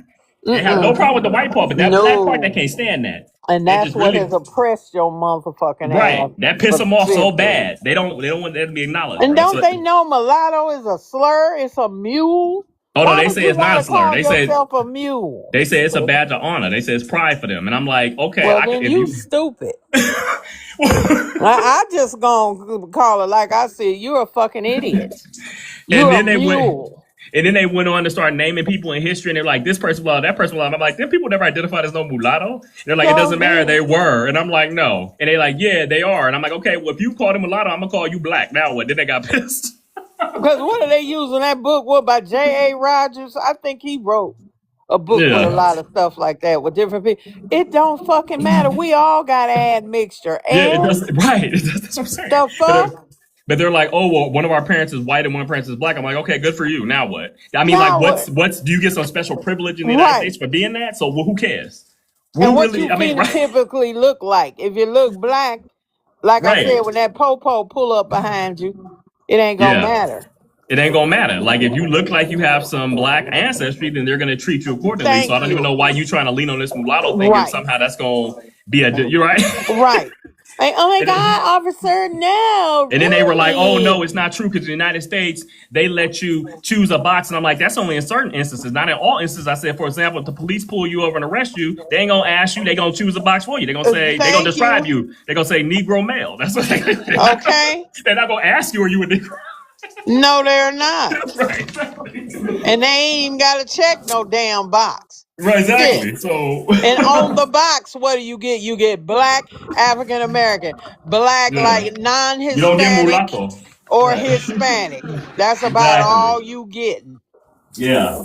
So it's like, and then they were saying, oh, it doesn't matter what the government says. We don't care about the government. But then on the other side of their mouth, they say, oh, well, we're fighting to have the government recognize us on the census. I said, oh, so you do care about what the government says. Exactly. So which one is it? You see what I'm saying? And do it matter? Because they don't give a fuck about your black ass. You're black, whatever. They don't, right? You're a black motherfucker on the census when we get to talking. Exactly. So that's why I just first generation, second generation, don't matter. Whatever, immigrant, whatever. Yeah. No, it's like you said. It's like they don't realize these things we are chosen for us. We just live our lives. We don't. I know nobody woke up and said, I'm gonna identify as black. It's like no. Right. Right. And black is more like a default. It's a default word to recognize our common history, our common culture, our of us. That's all it is. Exactly. That's what it is. Because if I hear one more nigga talking about I ain't a crayon color, I think I'm a puke. You think you a what? What you say? Puke. A puke? What is that? Whatever you want. Oh, okay. Yeah. I'm not a crayon color. Well, YT folks think you are. Right. And it don't matter what they think. It's a matter of who we are in the belly of the beast. Right? So, we're in the belly of the beast. What difference does it make? Exactly. So like all these people, like I said, whether they're whether it's a black person, a white person, FBA, I've noticed a similar type of like pattern where they want to somebody got the mic up too loud. I can hear myself echo. But I'm hearing I noticed a similar type of pattern where it's like we're talking about like it's like they have this, they're trying to search for their identity, whatever, they have identity issues. Right. So they wanna lean heavily on this, and then in order to do that, they have to quote unquote delineate and they have to start talking about who's out of the group. But then the problem is that it's not a legal concept, it's not a government concept. So who the fuck are you to just say it? Who are you to king? Well, you're not the king. You can say it, and then somebody, like I said, I go somebody else who claim it, and they're gonna say it's a different criteria. So who are any of y'all? Who cares what y'all think? Is only the problem when it's black and another race. Amerasians, an Asian and a white person, or Asian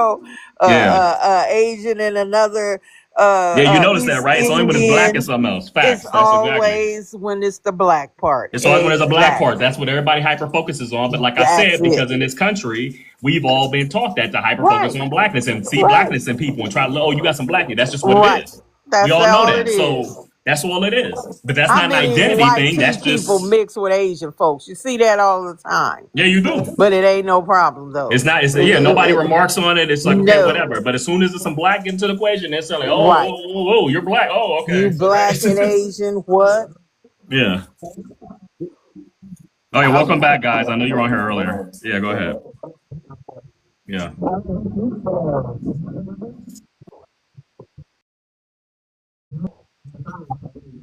Absolutely.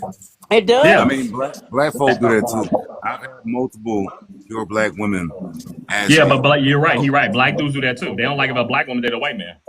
No, I'm not even saying the dudes. I'm saying women too. Like women do. Yeah. No, but I've noticed that in general with whether it's white dudes do it because they see you as, oh, well, you want to be with black people, so they don't want to fuck with you.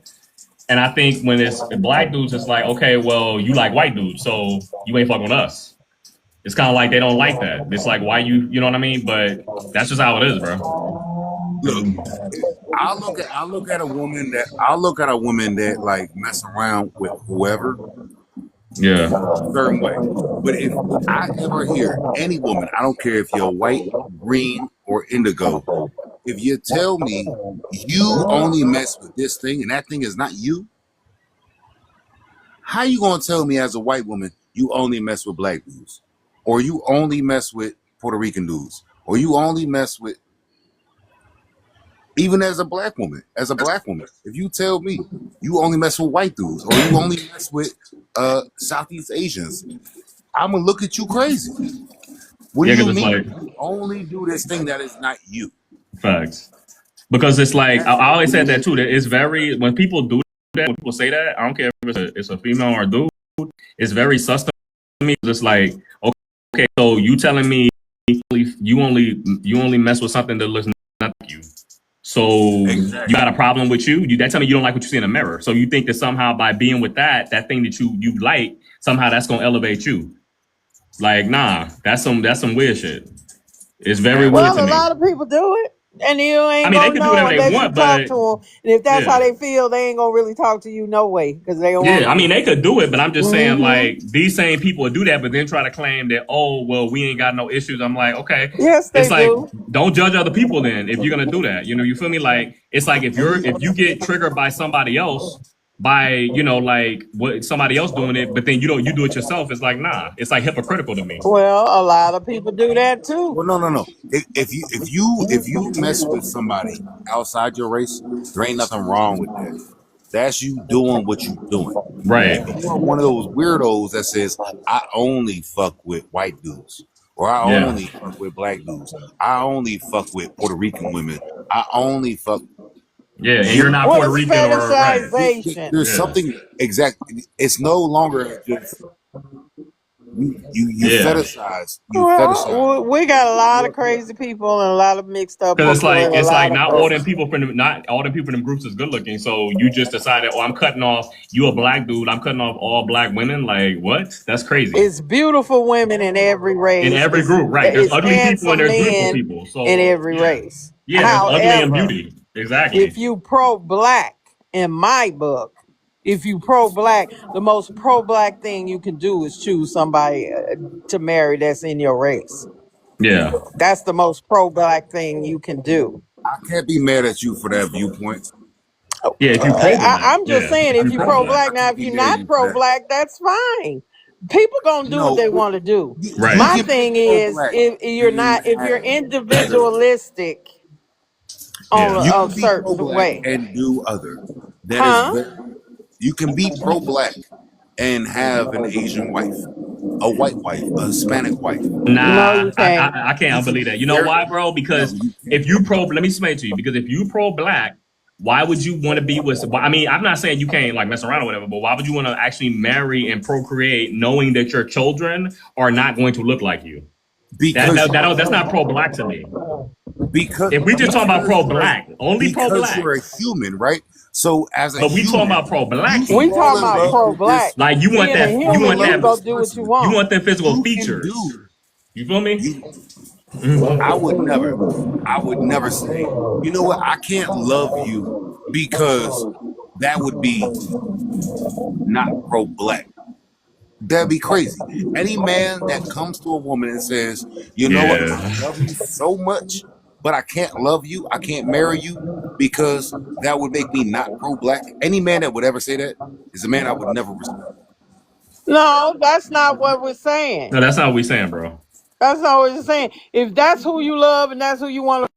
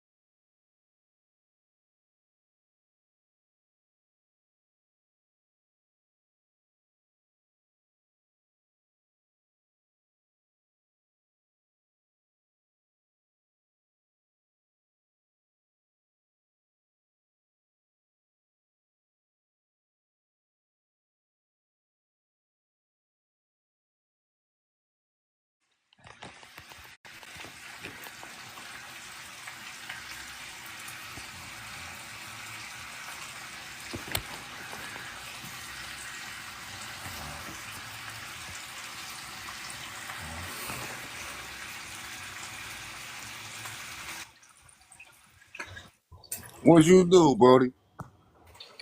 I'm cooking for fam right now. Give me a second. Can you run this? Am I still my?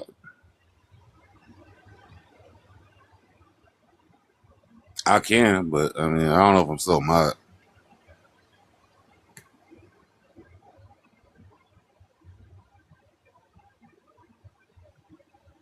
Oh shit! Get to know your tools. All right, probably should do that. Huh?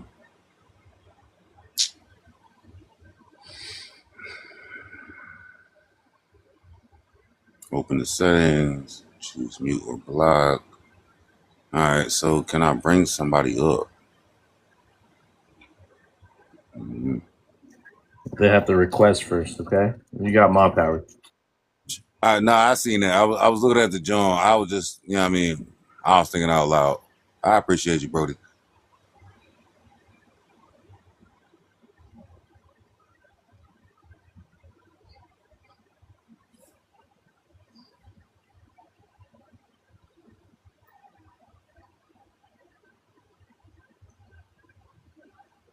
Oh. Wait, I just clicked on it. Oh, okay. That makes sense.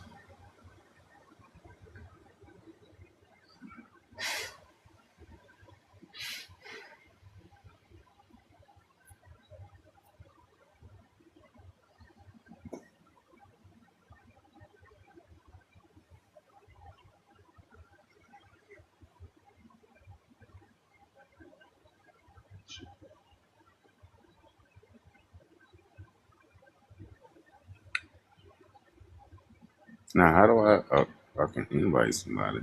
No, only y'all.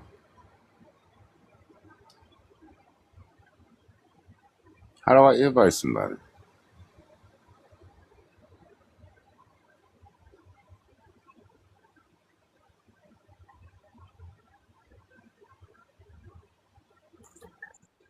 All right, can start with the question, brother. Go on. The floor is yours. Nigga, we not about to sit here, me and you, and say the same Just thing me we and gonna you. say. It's personal. It's personal. I love it, but all right, switch it up for me. Switch it up for me. Can you do that? But what do you want? Another prompt? Is that what you're saying? Yeah, cause I mean, well, we already done did this like 7 times. What the fuck? All right, that's disgusting. That's fucking disgusting. I don't like that at all. From slave catchers to ICE informants, Name system, new labels. No dogs, Negroes, Mexicans. That's the oh my god, that's too much on there. I support ICE. How you feel about me saying that? What do you support? What do you support, brother? I support the fact that You support ICE? Do you support ICE? That's what I said. Yeah. Nah, you didn't say all that. You didn't say you. Yes, I did. That's the first. That's You literally what I support said. you support licking that boot? That's what you support. No, I don't. No, that's fucking disgusting. Okay. No, I don't. No, not that. That's fucking terrible. So what's terrible about it though? First of all, the image is fucking grosser than shit. Okay. But yeah. So when I say I support ICE, I say I support every country has their walls. And when I say walls, I mean borders. Every country has borders. Every country enforces their borders. Every country says this is how you come in. When it comes to America, it's always like, oh, you know what? Y'all should make exceptions for literally everybody. Well, how the fuck I'm making exceptions for everybody? No. I'm going to do like everybody else do, and I'm going to have these rules in place. People come in, even the people that finesse the system come in. Now, if you coming in and you just like straight up, just like, hey man, I got in, but I ain't pay for the joint at the door. It's like, come on now. Get the fuck up out of here. So you're okay with 17 unalivings this year, 36 last year. 2 Black Americans that got unalived through ICE, right? Black Americans, not immigrants, right? I'm sorry. Why are you specifically saying Black Americans? How do you identify? I identify predominantly Black, and I identify as mixed. All right. But when you say, oh, these people did this thing, and you specifically point out the Black Americans instead of saying Americans. So that's where I come to when I say the ICE issue. We make a distinction. We make a distinction about what Americans I'm talking about. I'm not talking about all just the broad category of American. I'm talking to these Black Americans about them supporting ICE. So what about the white Americans that died? What about them? That's what I'm saying. Why are you specifically saying the Black ones? Because I don't give a fuck who it was when it comes down to the aspect of shit happened. Now, if you run me down the case and you showed me, oh, these motherfuckers was wilding out, absolutely. Fuck that dude up. Take him off the map. He shouldn't be. Yeah. But if it's just like I seen the white lady who tried to run over the dude, and they felt so justified and so entitled in their engagement with those agents. And it was like, you know what? If this was a police interaction and not an ICE interaction on any random day, you would have got shot the fuck up the same way.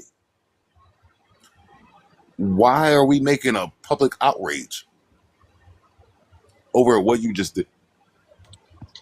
You're the one throwing a tantrum because you see an FBA licking boots. Well, no. I'm not throwing a tantrum.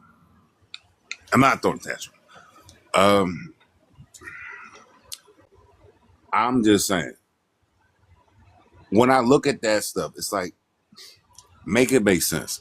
If you want clean money, you want clean money. If you're not, you're not. Now, yes, people should be deported who did not come into the country legally. That is a fact. That I mean, it runs with law. But how you do stuff, yes, that matters. That matters a lot. And that was more so what I was pointing to when I was saying that. So when I said, I don't even know about the specific cases that you were talking about. I brought up this specific case with a white woman. One, this white woman was taken out by ICE. So it's not like, oh, they did this because she was whatever. No. But also, on top of that, I'm saying this woman, if she was having any interaction with any other law enforcement, it would have happened the same way. Do you have any criticism of ICE about the unalivings, about the detention, the no oversight? Like, is there anything that concerns you?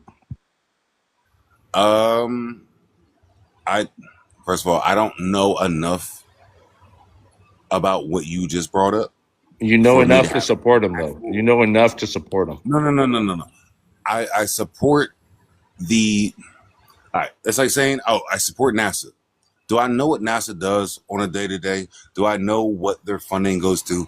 No. The overall thing, yes, I support NASA. So when you look at ICE, okay, that's immigration enforcement. Okay, I support that because that's something that should be supported.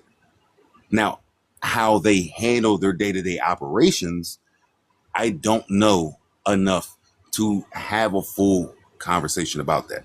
Yeah. So you have enough information to go ahead and support something that you don't know 100% about what you're supporting.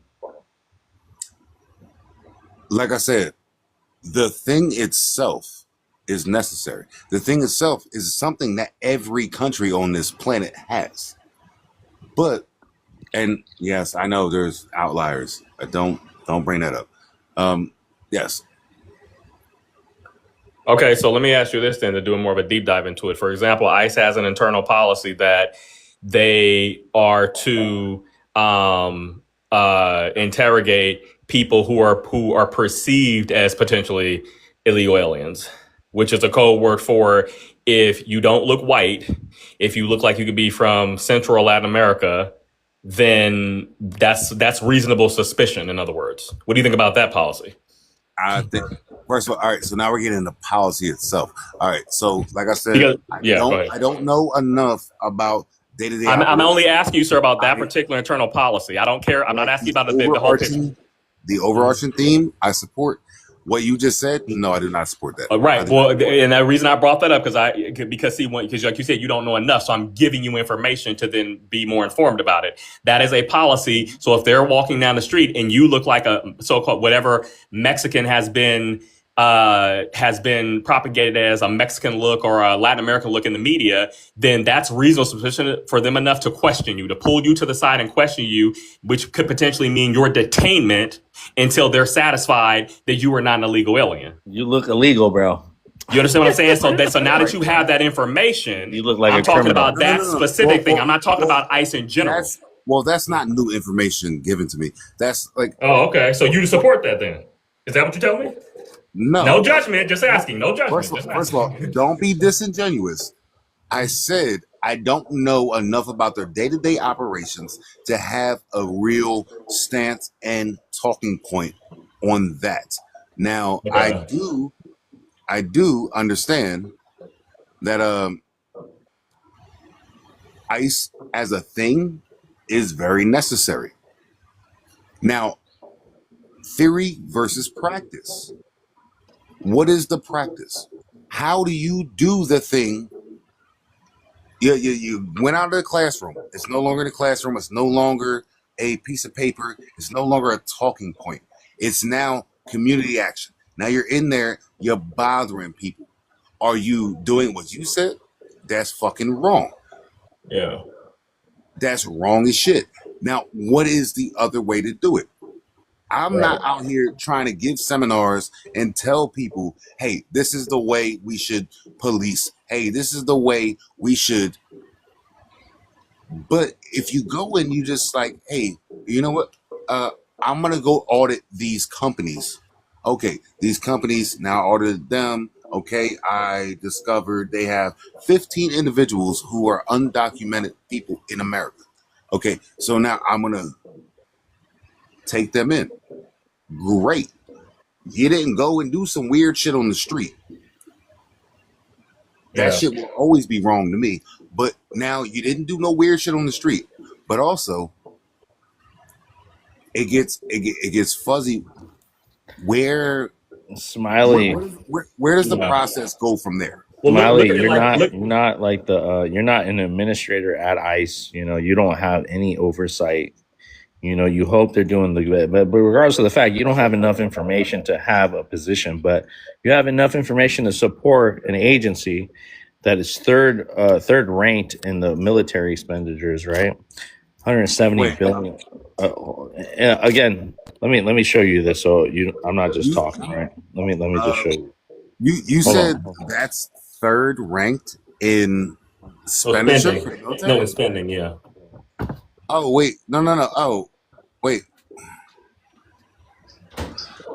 Oh, you're not saying in our budget. You're saying as opposed to others' budgets. Okay. Yeah. No, well, our no, budget no. too, because it's not 977 billion. This is military spending. We have it in one agency. You see United States up there? Yeah, no, absolutely. Yeah, so we have more in that ICE agency than we do have in whole country's military spending. Which is crazy. Right, that is crazy. America needs to like fortify its borders and all, do all that fun stuff, right? But the way it is done needs to be done correctly. What correctly looks like, it could be a million different things. It's not rounding people up when they're taking their fucking kids to school. I know that. Yeah. That's bad. That's terrible. I mean, an example I can give of something that's analogous would be when the NYPD for many years, they had a practice called stop and frisk. Yeah, which came from Los Angeles. And, I can say, okay, well, I support the NYPD because we do need police officers, obviously, and I know those people, I'm a city worker, so I know those people are just regular people doing their job. But at the same time, there's ways to police. Stop and frisk, I totally don't agree with because it's very similar to the ICE method. Oh, if reasonable suspicion could be somebody just being black or Hispanic in a certain area, right? It's like, so we're going to pull you over just because you look like that. It's like, there's no, right? You could be minding your business, coming home from work, but you look, right? You see what I mean? I will say that is close, but I don't think that's equal. I don't think that's equal. You know what? I don't think that's equal. Who'd you vote for? You don't think it's a good analogy? Who'd you vote for, Smiley? No, I don't think that's a good analogy. If you were to say, I know why you said it, and I agree with you. Only because of that policy, but yeah. No. Like, all right. So I don't agree with most of what happens in policing. A lot of the times, it's some bad shit, but I do agree that we need police. And I said that. That's why I said I support the NYPD. I don't say, I down with police. Right. But but as I said, there's different ways to police is the point. And you know what? We agree on that. Yeah. But what you said was, as far as, listen, I may be wrong, but the way I interpreted what you said was you were trying to trap me up saying, oh, well, hey, do you agree with these people, even though they're doing this thing? Oh, okay. No, I was trying to, because I know you just said that you don't support these, when I mentioned specific policies, you don't support that. So no, I wasn't trying to say you support that. No, it wasn't a gotcha or trying to like a trick question or anything. No.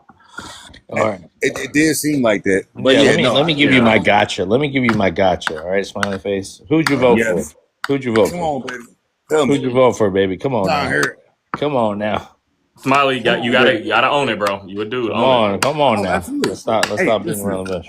Did you vote for Donald J. Trump? Why'd you vote that way? Is it because you thought this Ain't policy? nothing wrong with it. Yeah. Did you think this policy was going to follow through the way you just need your position, my brother? Wait, what are you saying?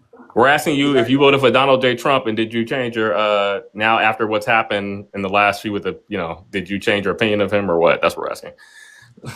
No, I did not vote for Donald J. Trump, and if I did, I would be sitting here like, you know what? This one ignorant motherfucker. So this is the policy. This is the policy, though. The highlights are fucking fabulous. Yeah. I'll tell you that. The highlights are fucking fabulous. So what other representative had this policy about,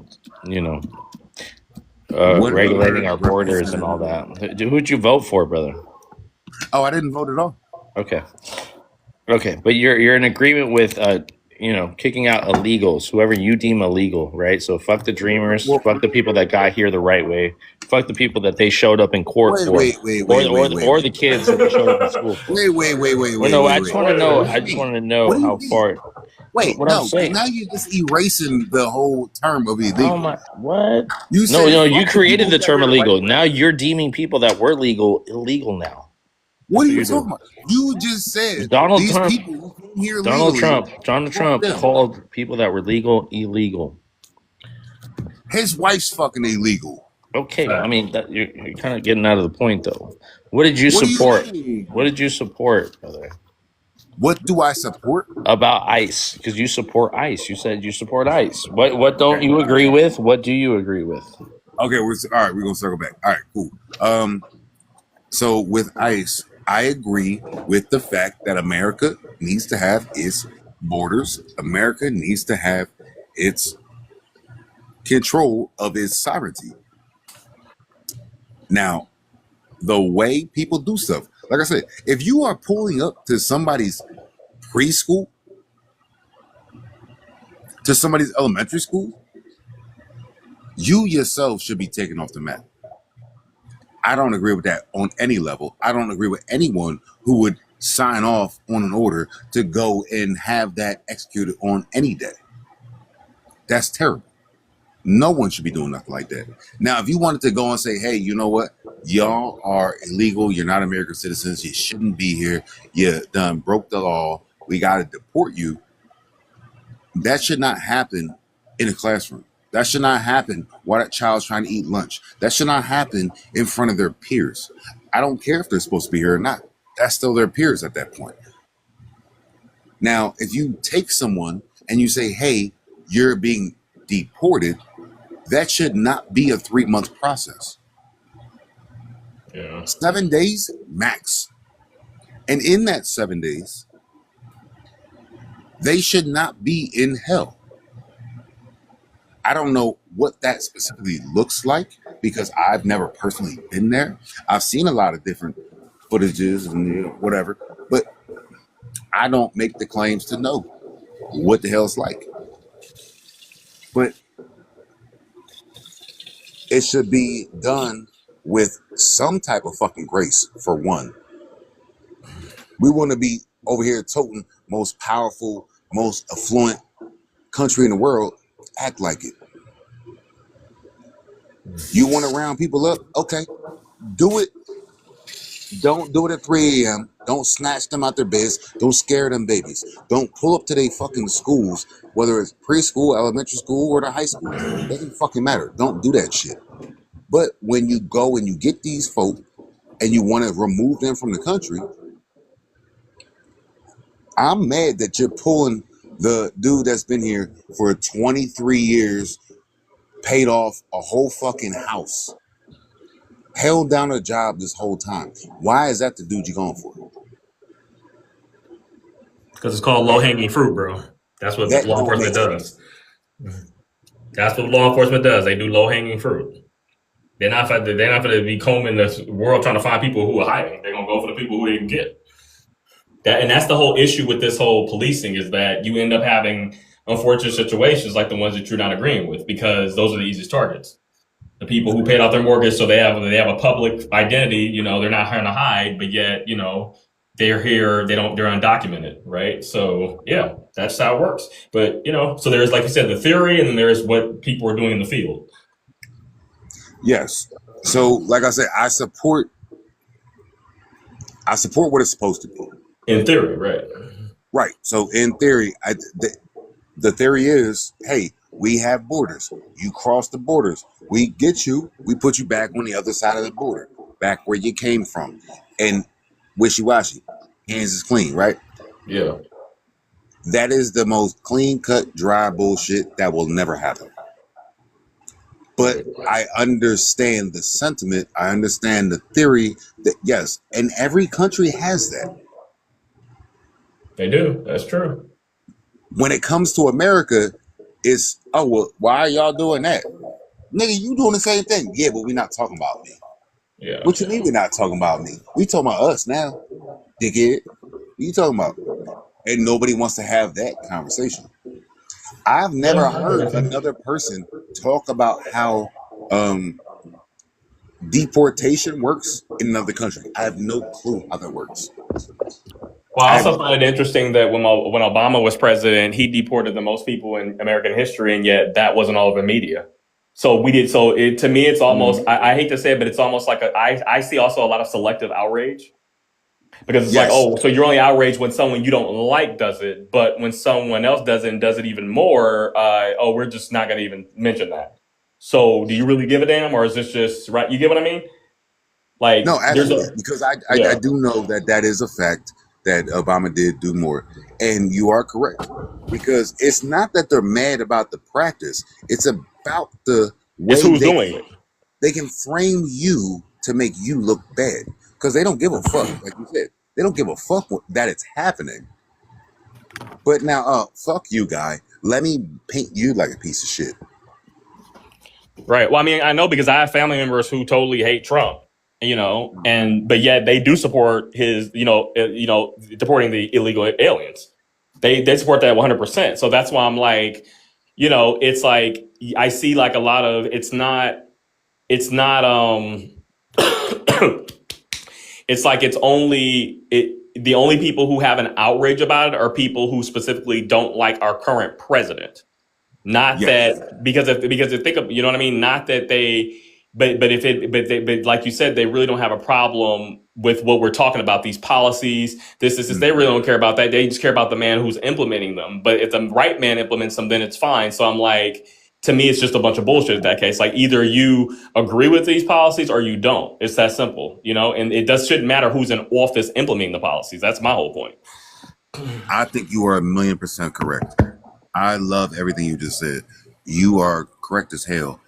So like when Obama was running for president, I can't tell you how many people said, oh, I'm voting for him. Why? Because we got to have our first black president. Right.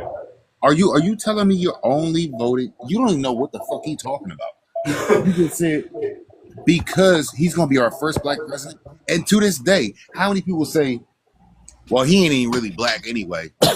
They say that now. Yeah, now he's not FBA, right? That's what I'm saying. He's not even black anyway. Yeah. Like, what the fuck?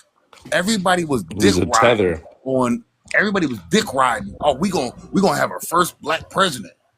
And people did the same thing for Kamala Harris. She had to paint herself as a black American to get popularity, even though she's not black American. She's Jamaican and was raised by her South Indian mother. She has no connection to Black America whatsoever. Do you know how many races that woman done claimed? FBA still have a long way to go to get an FBA. Done 5 different ethnicities. Maybe it was 4. I might be lying. It might be 4. That woman done claimed 4 different ethnicities. Yeah, she was like Indian, and then she was a whole bunch Irish. There's a whole bunch of different. She did whatever worked. She did whatever made it sound good. It's that ethnogenesis, Jay. And then these people stand behind her like, you know what? Yeah, this is going to be our first black female president. Yeah, Madam President. Like, that's why, like, when people started voting for Hillary, it was like, okay, they want a woman to be the president. They don't give a fuck that she's a terrorist. They just care about she's a woman. They just want her to be the president because she ain't got a dick. Right. Like, what are you doing?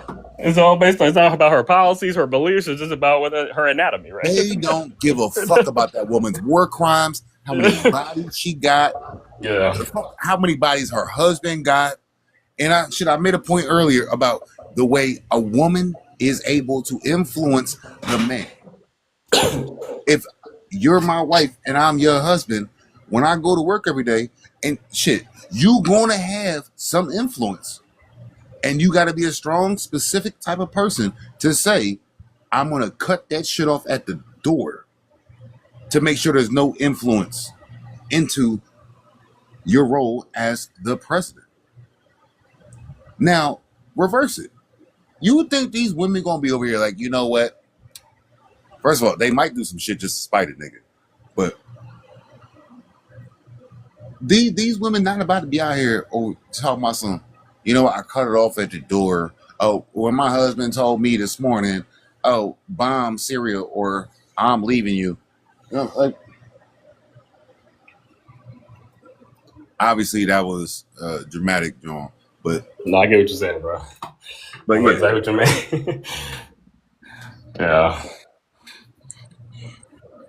Yeah, those leadership roles with females, yeah, it's a little interesting. I hate that people think that women have not had a seat of power throughout history. They may not have been the face of the power, but they have always been sitting right there with the power. Yep.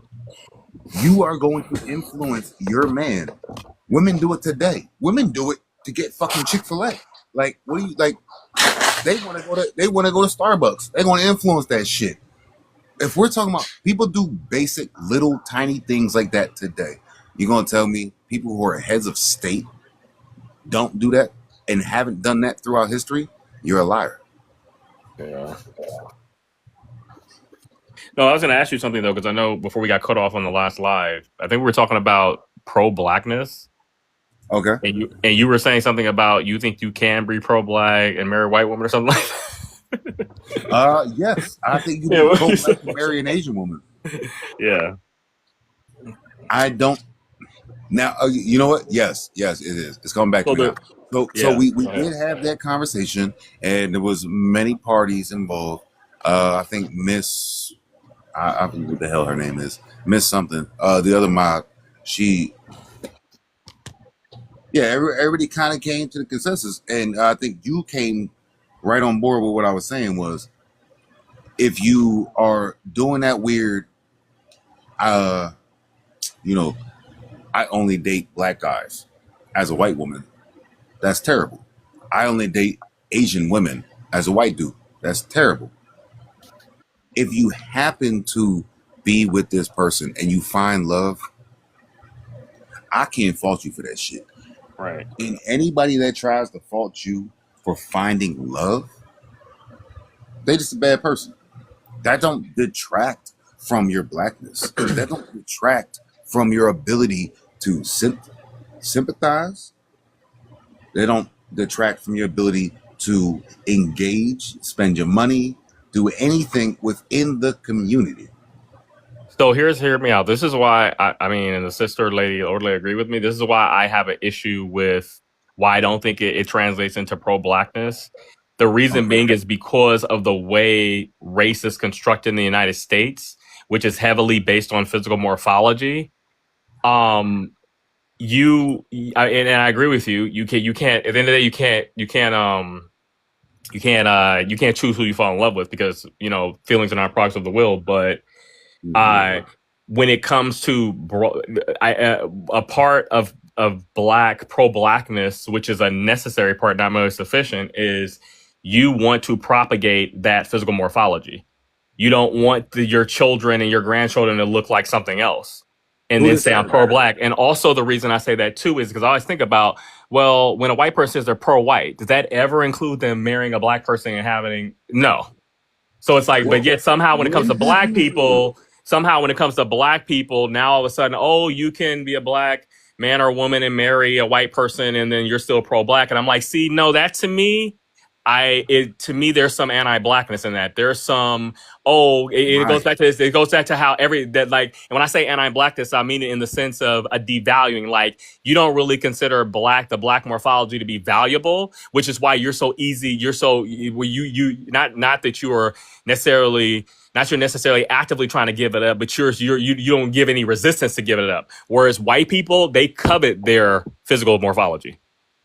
You see what I mean? That's why if you notice, whiteness in this country has always been positioned as pure, and blackness is a taint to it. So therefore, I've noticed that it seems like amongst black people, you can still be pro-black but marry a white woman because blackness being black ain't really that valuable anywhere in this country. But the opposite isn't true. And that's my issue with that. That's all I'm saying. I remember when I was in college years ago, and this was when Obama was running for president the first time, and my professor, she was a black woman, and it was in my African American studies class, and she said the only reason she would vote for Obama is because he married a black woman. Had he married a white woman, she would have nothing to do with him, because she wouldn't consider him pro-black, because she like, how are you a man? You claim to be pro. I mean, first of all, because he, father's Kenyan, mother is a white woman, so he has no connection to black America, but you claiming you're black, but yet you be with a white woman. She even found that suspicious. Like, it's like, no. Because at the end of the day, I don't know if you ever heard this story of two white men on a train in the 1870s, and they were talking about racism. And this white man was trying to claim, I'm not racist, I'm anti-racist, and this. And the other white man, he was point blank. He said, "Would you let your daughter marry a Negro?" And he said, "Oh, absolutely not." Okay, so then what does that all mean then? But see what I mean? It's like when you get down to the nitty gritty, then you find out the truth. So that's my issue with that. To me, it's more revealing than anything if you say you're a pro-black man or a pro-black woman and then you marry a white person. To me, it's like, or anybody who's non-black. I mean, physically morphology, they look nothing like a black person. Then it's like, yeah, I don't know. Like I said, it can happen because you can fall in love with anybody. But I'm like, if I'm starting to see a pattern, bro, I'm like, I ain't buying it. I understand where you're coming from. Malcolm X actually brought that up in his autobiography, if you ever read it, about how his mother was very, very light-skinned, almost like a white woman. His father was very black. Autobiography, no. Yeah, in his autobiography, he said that his father was a pro-black guy because he was a Garveyist. And he said, but he always found it kind of paradoxical because his mother, she was like basically a white presenting black woman. And he said, yeah, I was funny. My father was very dark, very pro-black, but yet he married this woman who doesn't look black at all. You see what I'm saying? He even found out weird as a kid because children, they notice shit. I disagree with you. And one thing I would like to say on top of the whole disagreement, I like that we're able to be respectful folk that have different ideas, and this is a great medium. Well, yeah, we're just opining, bro. We're not. When it's used correctly, but I like that we're able to do that. But yes, I do disagree with you. No, that's fine. I'm not trying. You know what it is? Because I'm not trying to convince you. It's not like I'm not.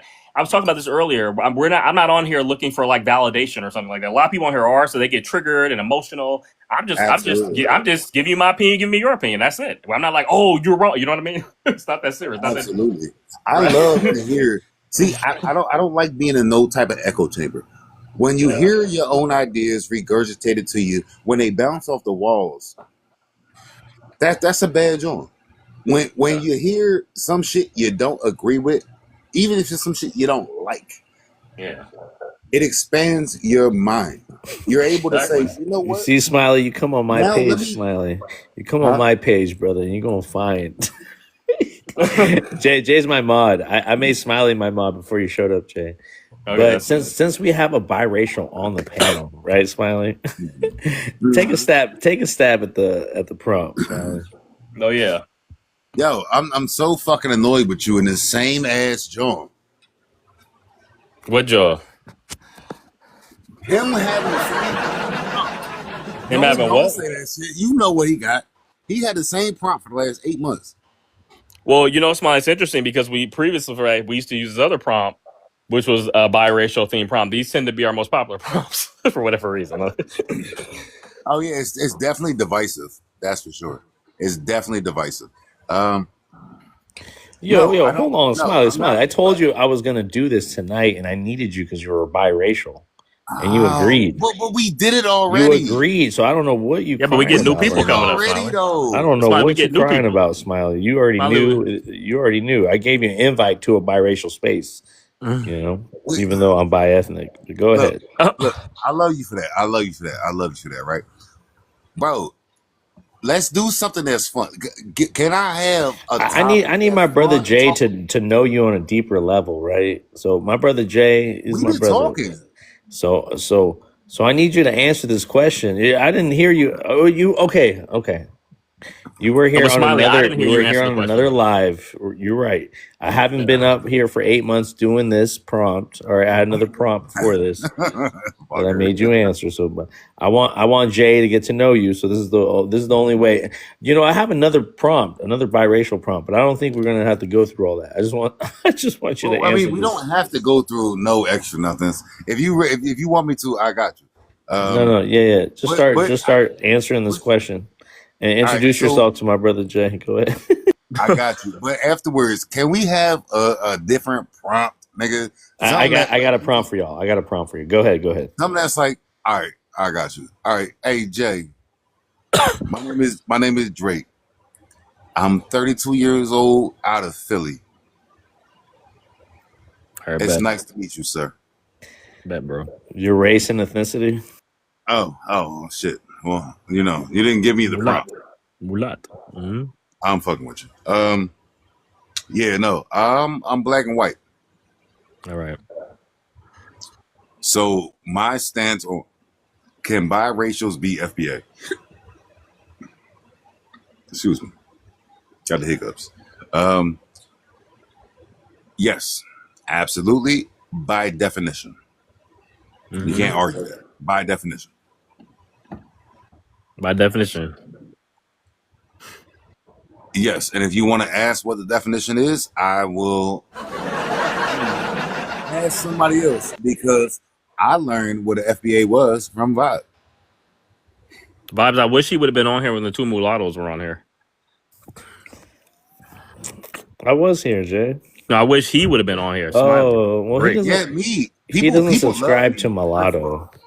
Smiley, have you been on the mulatto panels? I don't think so. There's a few groups, and these people, they would include you, I guess, among them. No, I mean, yeah, like that's cool and all.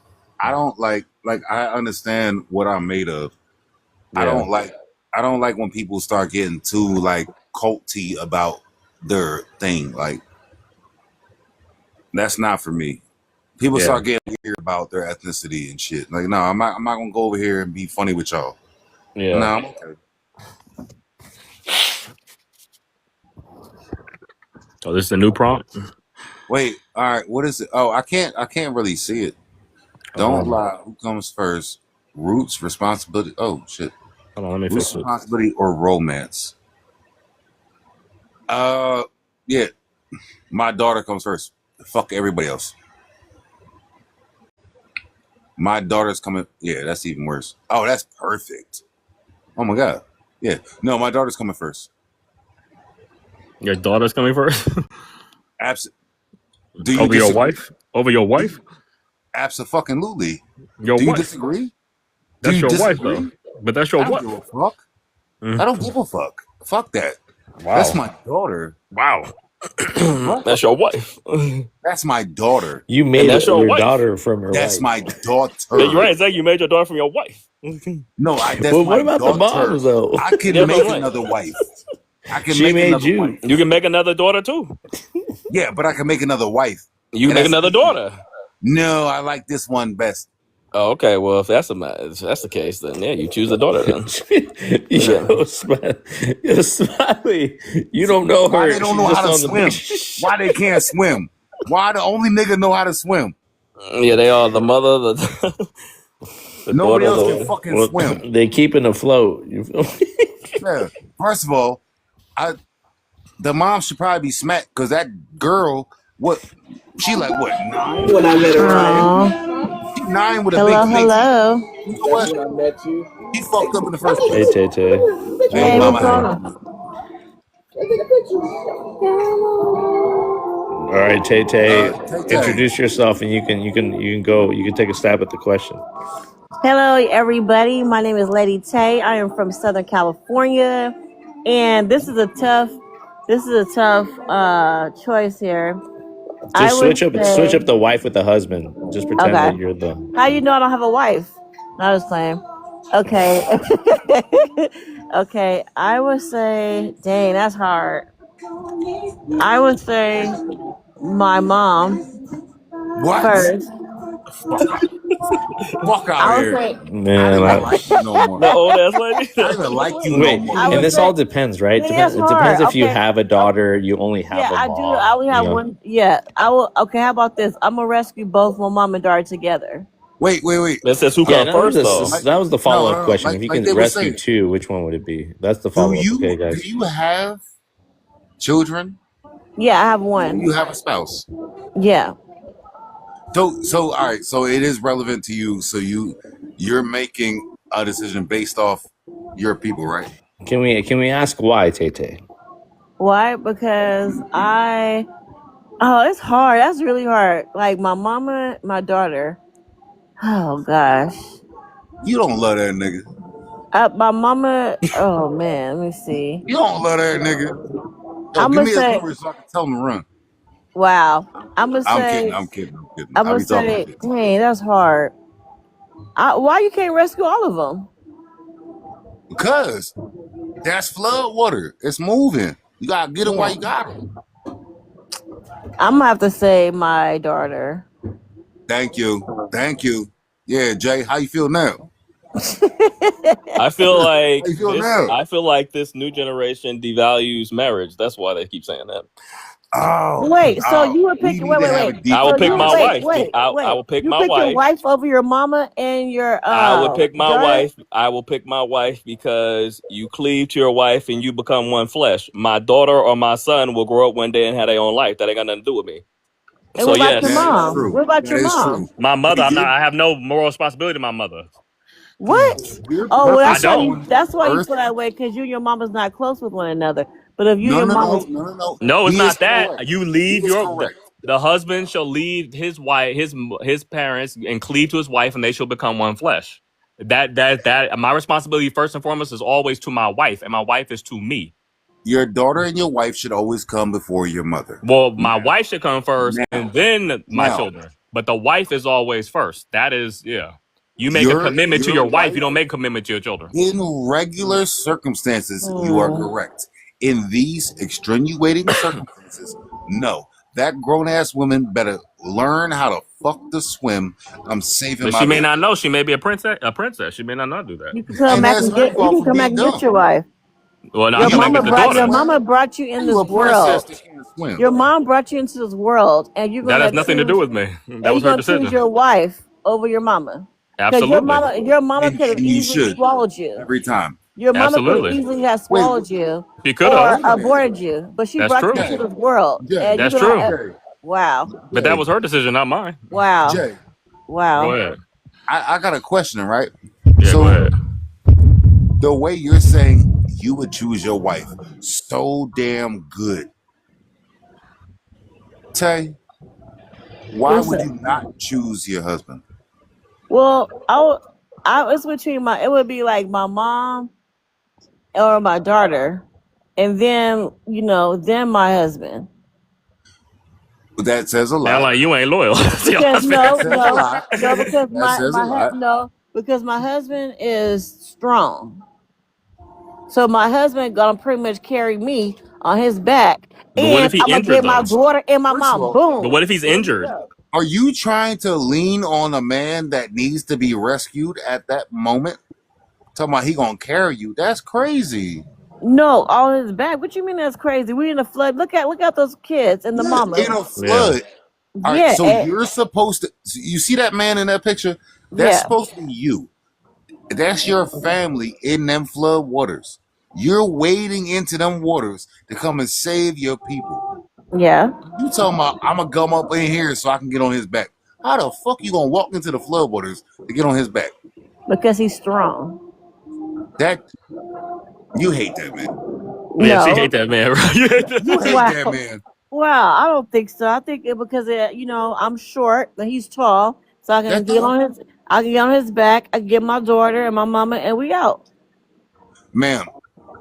The Yeah. prompt is who are you snatching out them waters?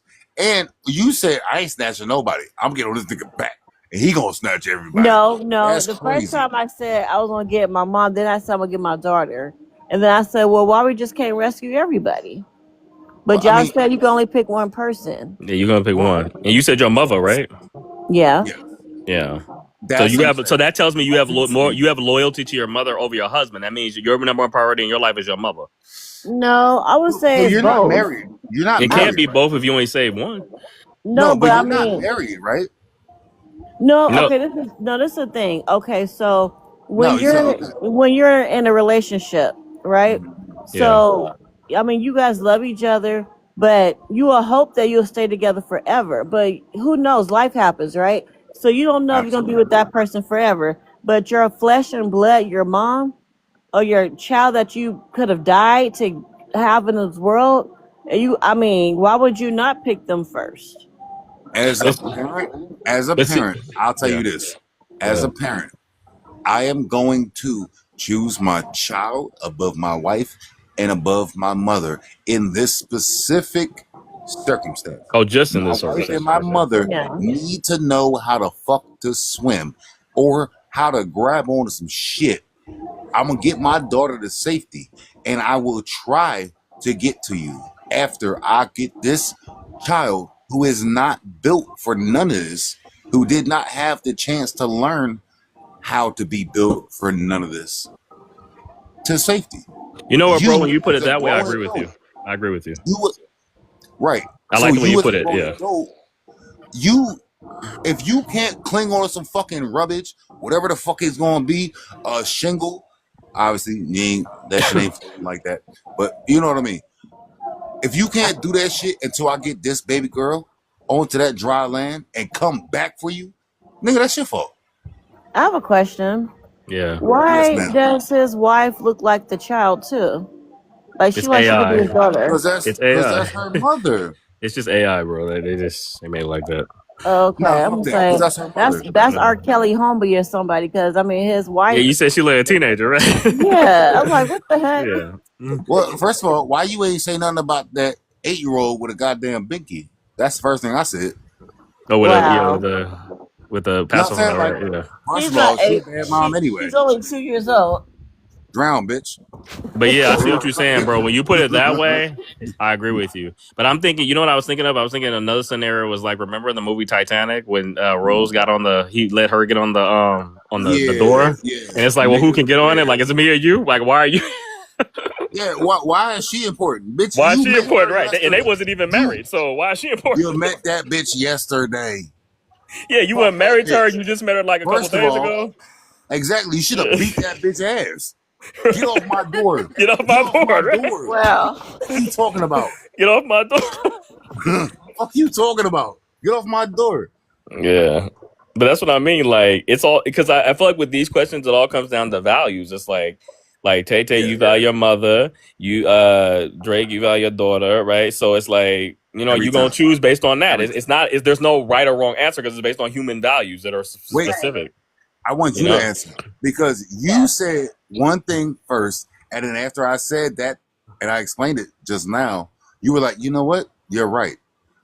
You know why? Because I was thinking After wife. Because you know why I agree with you later. Because then I was thinking about the type of wife that I would have would be like, yeah, you know, save our child first. Then you know, I don't think she would be like, oh no, save me, because that'd be kind of wild, right? Like, listen, if I saved a woman and that woman was like, oh, thank God, fuck that. Yeah, like fuck the baby, I'd be like, nah, that listen, ain't right. bitch, I don't want you no more than that. Like, what? Yeah, What? because it would say something about her, right? Exactly. So, yeah, I had to think about it more. But you're right. Yeah. And if she said, "Hey, thank you for saving me," yeah, what's she gonna say after that? Yeah, what's she gonna say after that? Right. Exactly. Well, you done fucked up. You done left our baby to die. You know what? I'm gonna go fuck Fred. Or let's who say, like, you saved her, but then she said, you know what? I can't believe you just let our daughter drown, and then she breaks up with you. Then you be like, Right. oh, damn. First of all, right. she is getting the most mean, nasty fucking shock put into the ocean. You're going back. You're going back. You're going back. You gonna throw her back in there, bro? But she knows You're how to going back. swim. I don't give so a she'll come fuck. back and taste shit. Listen, call me an asshole all you like. I don't care. I don't care. You're going back. Yeah.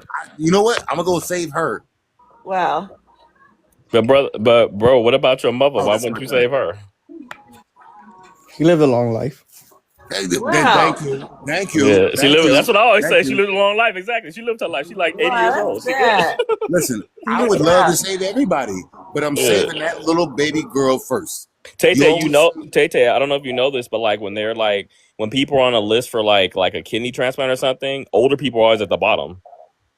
Yeah, because what the fuck are they That's doing? Because they're not Right. Got 6 prioritized. They're months considered anyway. non-priority, exactly, because they're considered old. They rather have a like a 9-year-old child, a child on the list higher than them. They feel like that's a higher priority than a person who's 70 years old. I get it, but it's sad. Yeah. I love That's a the little Well, I mean, utilitarian. Jay, I That's love the a fact that you start adding in these things that are adding value to certain individuals in the prompt, and you still ain't like, yeah, I'm gonna go do this. Now you still just talking shit, but you just swaying people's minds. I love it. That's very. Sal, did you want to answer the prompt? oh, so Would you I say guess in first? my head, it's really just based on the most vulnerable and likely to survive or Uh-huh. unlikely to survive in this case. Don't piss me off, Sal. Don't piss I was me like, off. my daughter is the most unlikely to survive if she isn't saved quickly. So daughter first, then Yeah. wife, Thank you. Fucking and then thank after that point, mom probably isn't surviving, so might as well go home. She not survived. Say go home is crazy. You know what? Plan We the gonna funeral. wash our hands I got in this things to do. river. It's expensive nowadays. Yeah, You know how much Things a to do. I coffin love is? that. No, that's true. you know what, Jay? Who said daughter?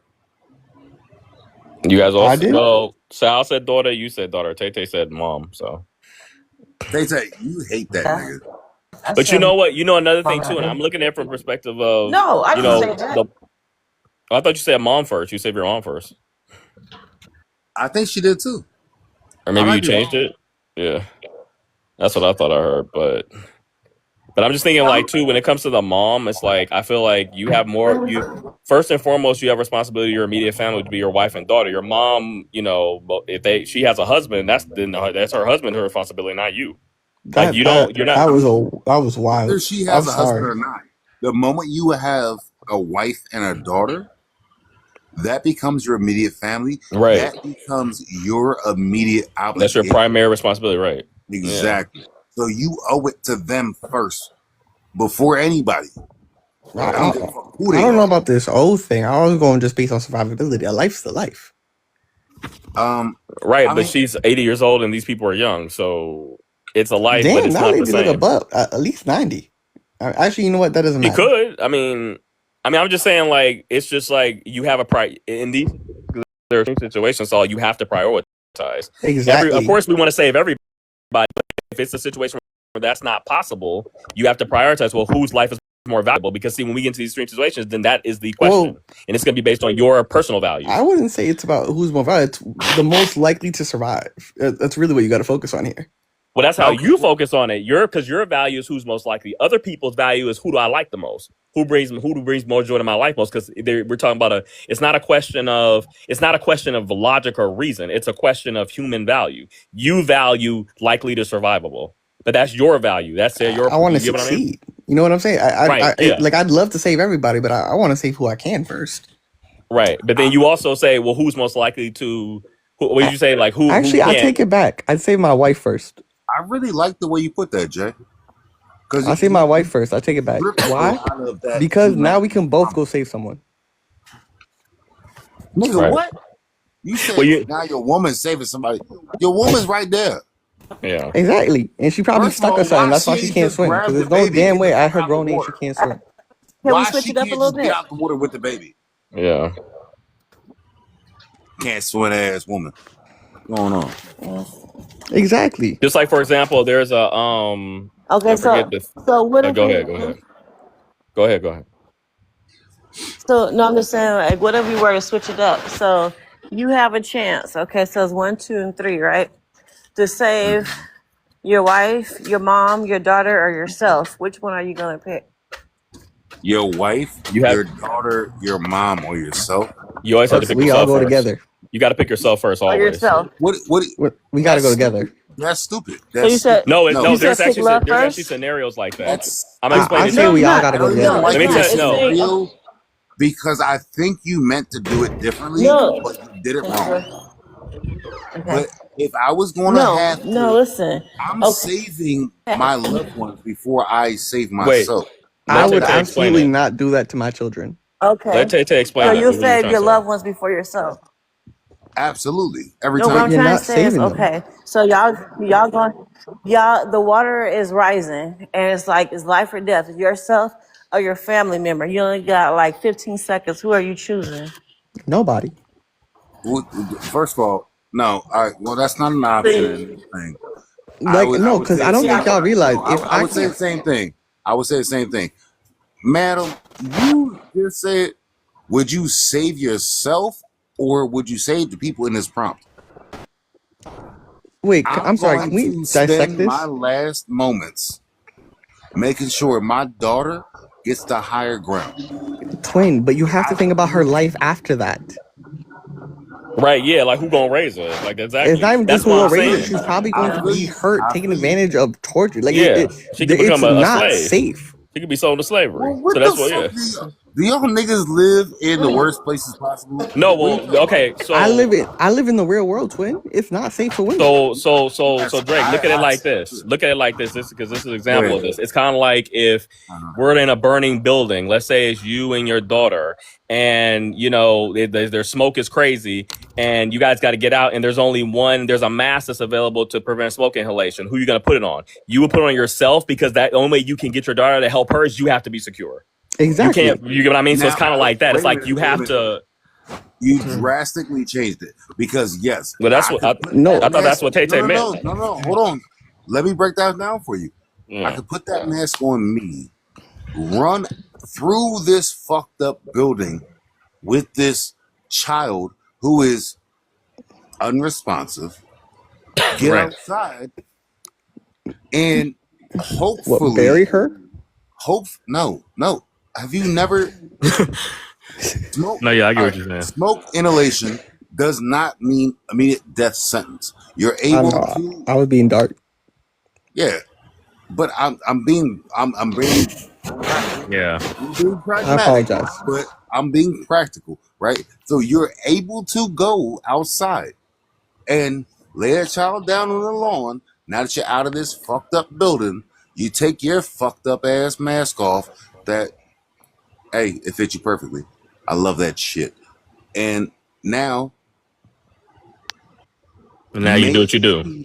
Now you get a burger. Maybe that child lives. So in this situation, right? Yeah. Where are you going outside of this? So now, like, all right. So say this a 5-story, a 25-story complex, whether it's a hotel or whatever the fuck it may be, behind this man, right? You get your daughter. Them two women better learn how to fuck to swim. You get that little baby, you get her the fuck out of there. Yes, I understand where you came from, where you said, oh, look, this child's probably gonna die. What's she gonna do afterwards? This ain't Noah's flood.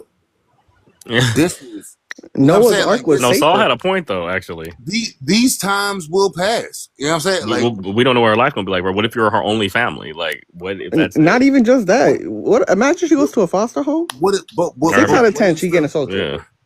Okay, why do you immediately think that she's going to be getting assaulted somewhere? Because I'd rather my daughter Because not that's die. 1 out of 3 are likely to be assaulted. I'm going with the odds It's here. just probabilities. And it has a lot to do with vulnerability and the lack of having someone to show them what confidence and awareness is. Do So you if you know don't have the someone that can show probability of a them man being assaulted genuine is? care and sincerity, then Do you know yeah. what the probability of a man being assaulted is? It's higher than a woman. I know you just I pulled mean, that what out type of of assault are fortune we cookie. talking about? If we're talking about I some know you type of pulled that out assaults, of women fortune are higher. cookie.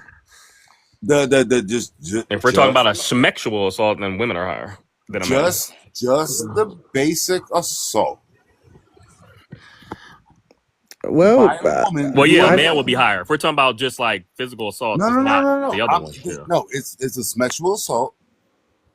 You, It is higher for men, which is crazy, right? you're saying it's Isn't it higher just for because men. isn't it That's just what because it's When you break it underreported? down.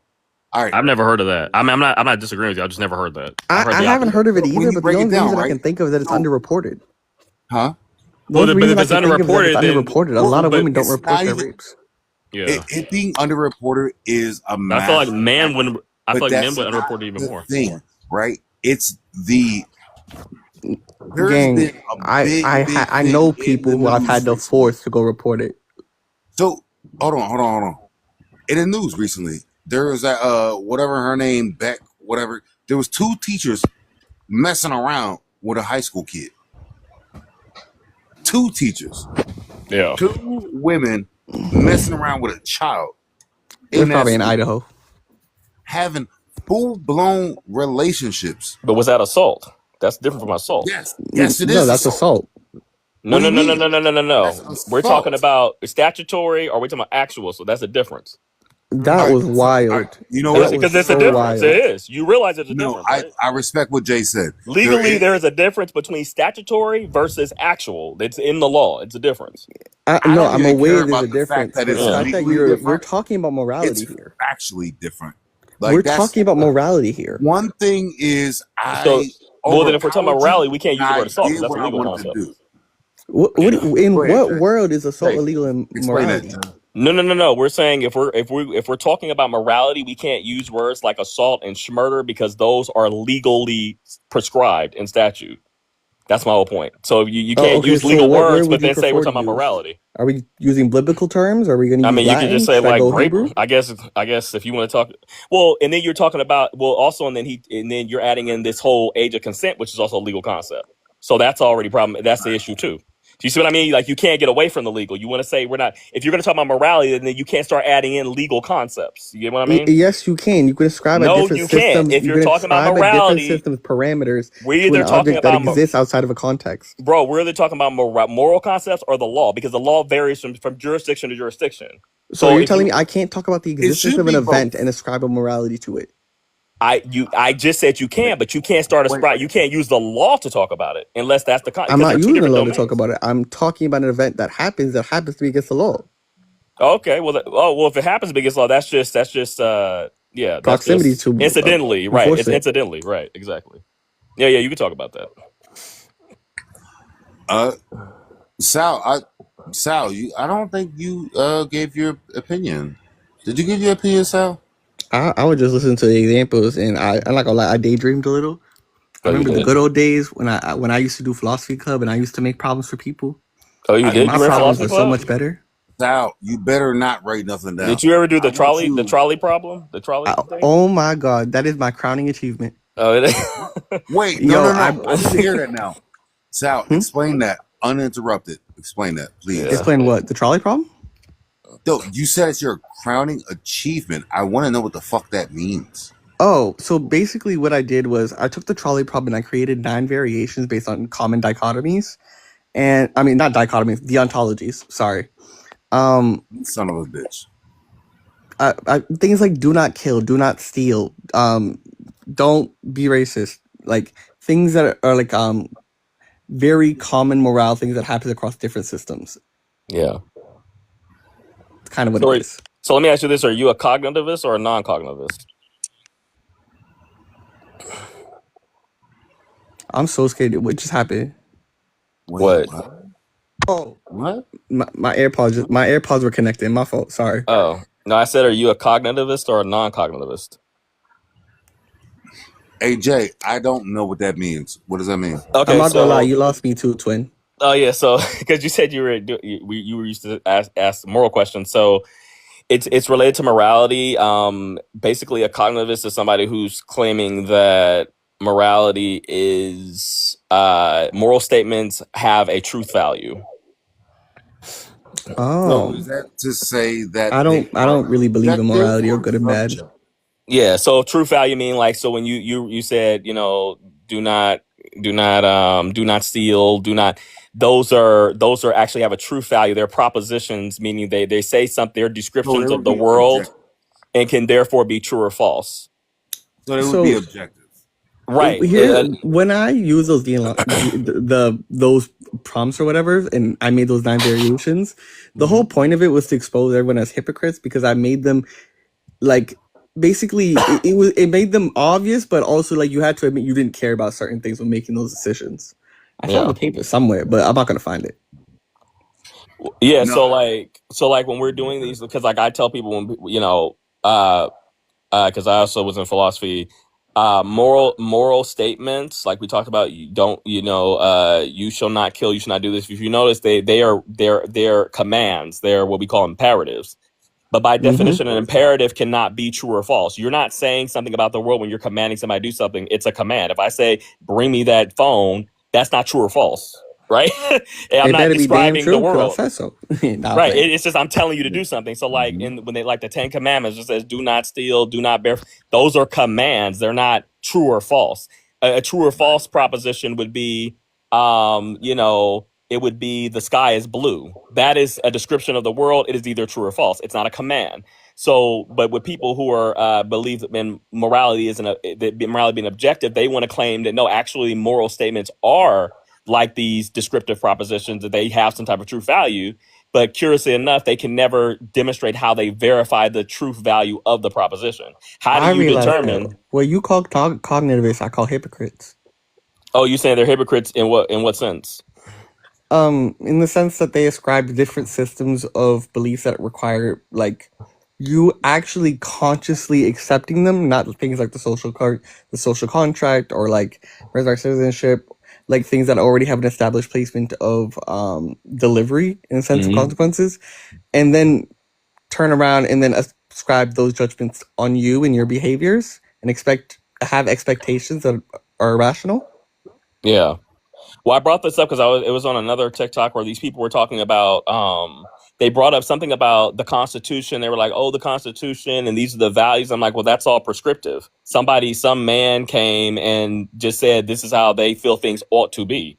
So what do you know what I mean? It's like it's in another country, another man or a woman may decide this is how it ought to be. So you're not pointing to anything objective. You're pointing still to something subjective. It's relative to a very specific person or group of people You're deciding nicer how they than feel. me. I would have said leave your imaginary friend out of this.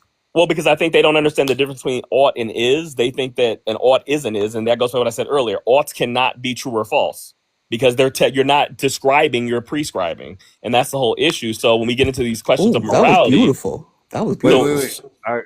So That was fire. That was a zoned bar. out for a minute. I came back in on alt. You just missed a bar. What happened? He just said you're not describing, you're prescribing when you give a command and try to behave like it's an explanation. That was a rough summarization, but it was beautiful. what they'll do is they'll frame they'll frame the statement to make it look like it's descriptive, but it's not. So, for example, the statement "slavery is wrong." Now, if you just look at it, you may think it has a true value, but when you think about it, what they're really saying is boo for slavery. Wait, it is not true or false. It's expressing a value. Did you say boo? You know what? Yeah, One of boo my is in biggest like boo, things like that I they're used booing to people. troll people with What was the word used? I don't like. I said boo, B-O-O, like boo, like that's what they're saying. Oh, it's just an boo emotional. for It's an emotional. It's an emotional. It's like just an emotional outburst. It's like when you say slavery is wrong, you're saying boo for slavery. It's not. You're not saying anything that's true or false. You're expressing your own values. You're saying that's bad. I don't like that. That's displeasing to me. You're not saying anything that's true or false, though. It's still relative to you and how you feel about it. Another person may say yay for it. So. You know what I mean? So it's because it's a moral statement. It doesn't have a true value, but people try to present it as if it is, and it doesn't. I love that so much. My favorite thing is like I'll ask people when people say something is good or bad. I'll ask them. I'll be like, "Yo, no, what should define good right now?" And most of the time, they can't do it without ascribing it to a context. Huh? You be doing that shit on a random Thursday. I know you do. I love making people challenge their belief in God. It's one of my favorite pastimes. I know you do. What do you mean, like the arguments for the existence of God? Is that what you're like? I talking like about? the look of lostness that comes when a Catholic realizes that they can't like cognitively understand why they believe something. Well, the issue is that a lot of times these people who they treat religious propositions. Now, religious propositions are propositions. The problem is that they're non-falsifiable, which means by definition there is no evidence that can be presented to prove them or disprove them. Right. Yes. So with that being said, you have a situation in where, but yet they try to present them as if somehow the problem with is from an ontological perspective, if you cannot, the only way you can only demonstrate existence through induction. Yet all of these religious statements are presented as deductive statements, but you cannot do it through deduction because deduction is analytic. It doesn't tell you anything about the world. Period. If I Actually, yo, I if got a joke for you after this. My fault. if I say, for example, all bachelors are single men, that is a deductive statement. It is true. It is absolutely true only because of the definition of the words, right? I can sit Whoa, in my armchair and I can determine that. I don't need to go outside and look at anything. However, if I say the moon is made of green cheese, in order to verify that, I would have to actually go to the moon to figure that out. That is the bro, difference I between feel like you're inductive setting me up for statements. the joke. That's the difference between an inductive statement versus a deductive statement. But again, these religious people mix that shit up and they think that somehow they can make a deductive statement that somehow holds the true value of induction. But the problem is induction is based on probabilities and deduction is absolutely true every time.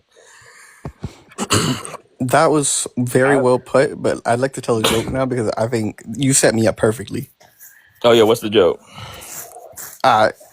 Long story short, basically, I had a neighbor who moved in, right?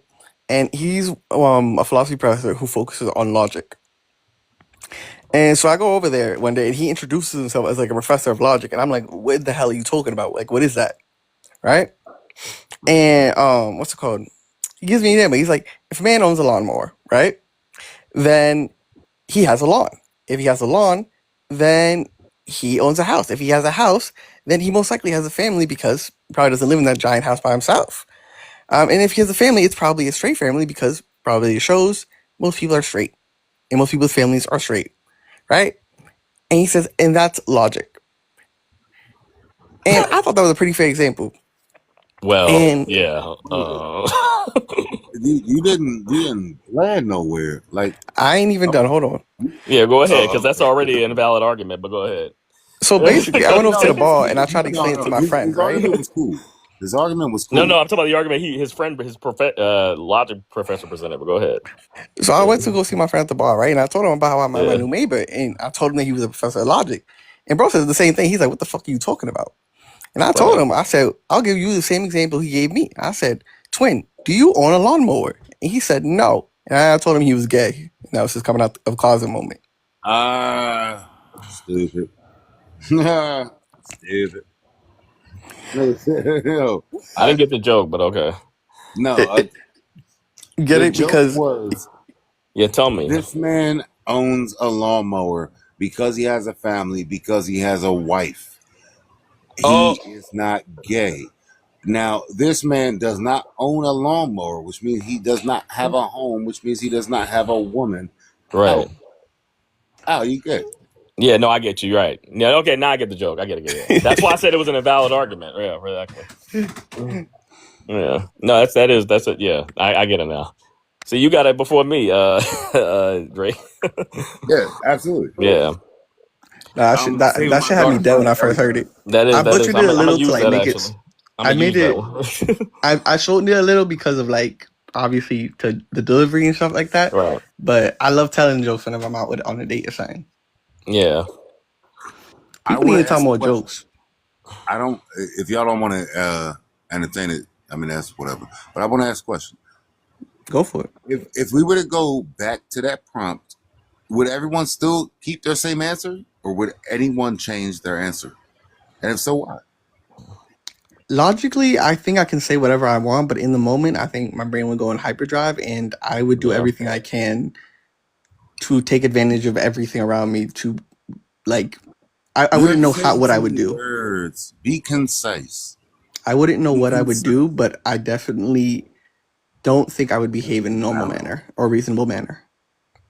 All right, you saying you don't know what you would do is a very reasonable thing to say, because I hate when people think that they just know how they act in fucked up situations.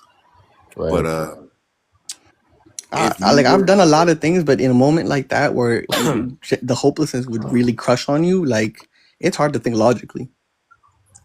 Jay, would you change your answer? No, I would keep the answer that I had.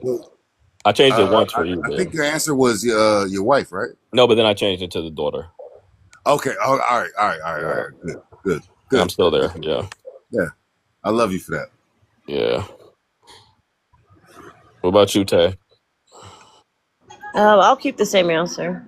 The same answer? What was your answer again? My answer was my daughter. Okay. Good. So yeah, see, we all came to the same conclusion. So I mean, all we're showing is we have similar values. It still is not a true or false statement, right? That doesn't mean therefore it's true. That's what people jump to. Therefore this must be true. It's no, it means we just all have the same values. And funny enough, people who have the same values tend to associate with each other. People tend to associate around similar values. To culminate in certain areas. Yeah, you tend to associate people who have similar values, right? Because you just get along versus people who are totally different from you. You're like, right? But that still doesn't mean we're saying anything that's true. That's my whole point. It's like you cannot. These statements are not me saying I would save the girl, my daughter, my mother. It's not saying anything about the world. It's saying something about me. Right. Yes. And you can't project yourself onto the world and say, well, if I would save my daughter, that means that is the correct answer and everybody else is wrong. It's like, no. My favorite thing in the world is seeing people do those things. The world is wrong. If the world don't agree with me in that moment, the world is wrong. The world is wrong.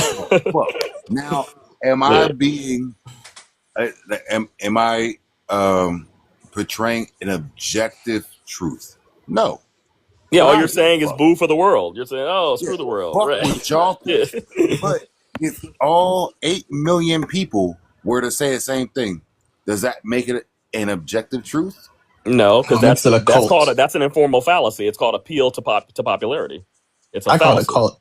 No. I'm not saying that these people are saying it because the next person said it. I'm saying this is what every human decided. Right. It's a cult. No. You can't say it's a cult because when you have animals, right? Think of any animal that is mad protected of their child. Not a goddamn kangaroo because they loosen their pouch and drop their baby and run away. We're not doing shit like that. We talking about animals that would literally die before they allow their offspring to be in that situation. So if that was a human thing, and every human said that, would that change it?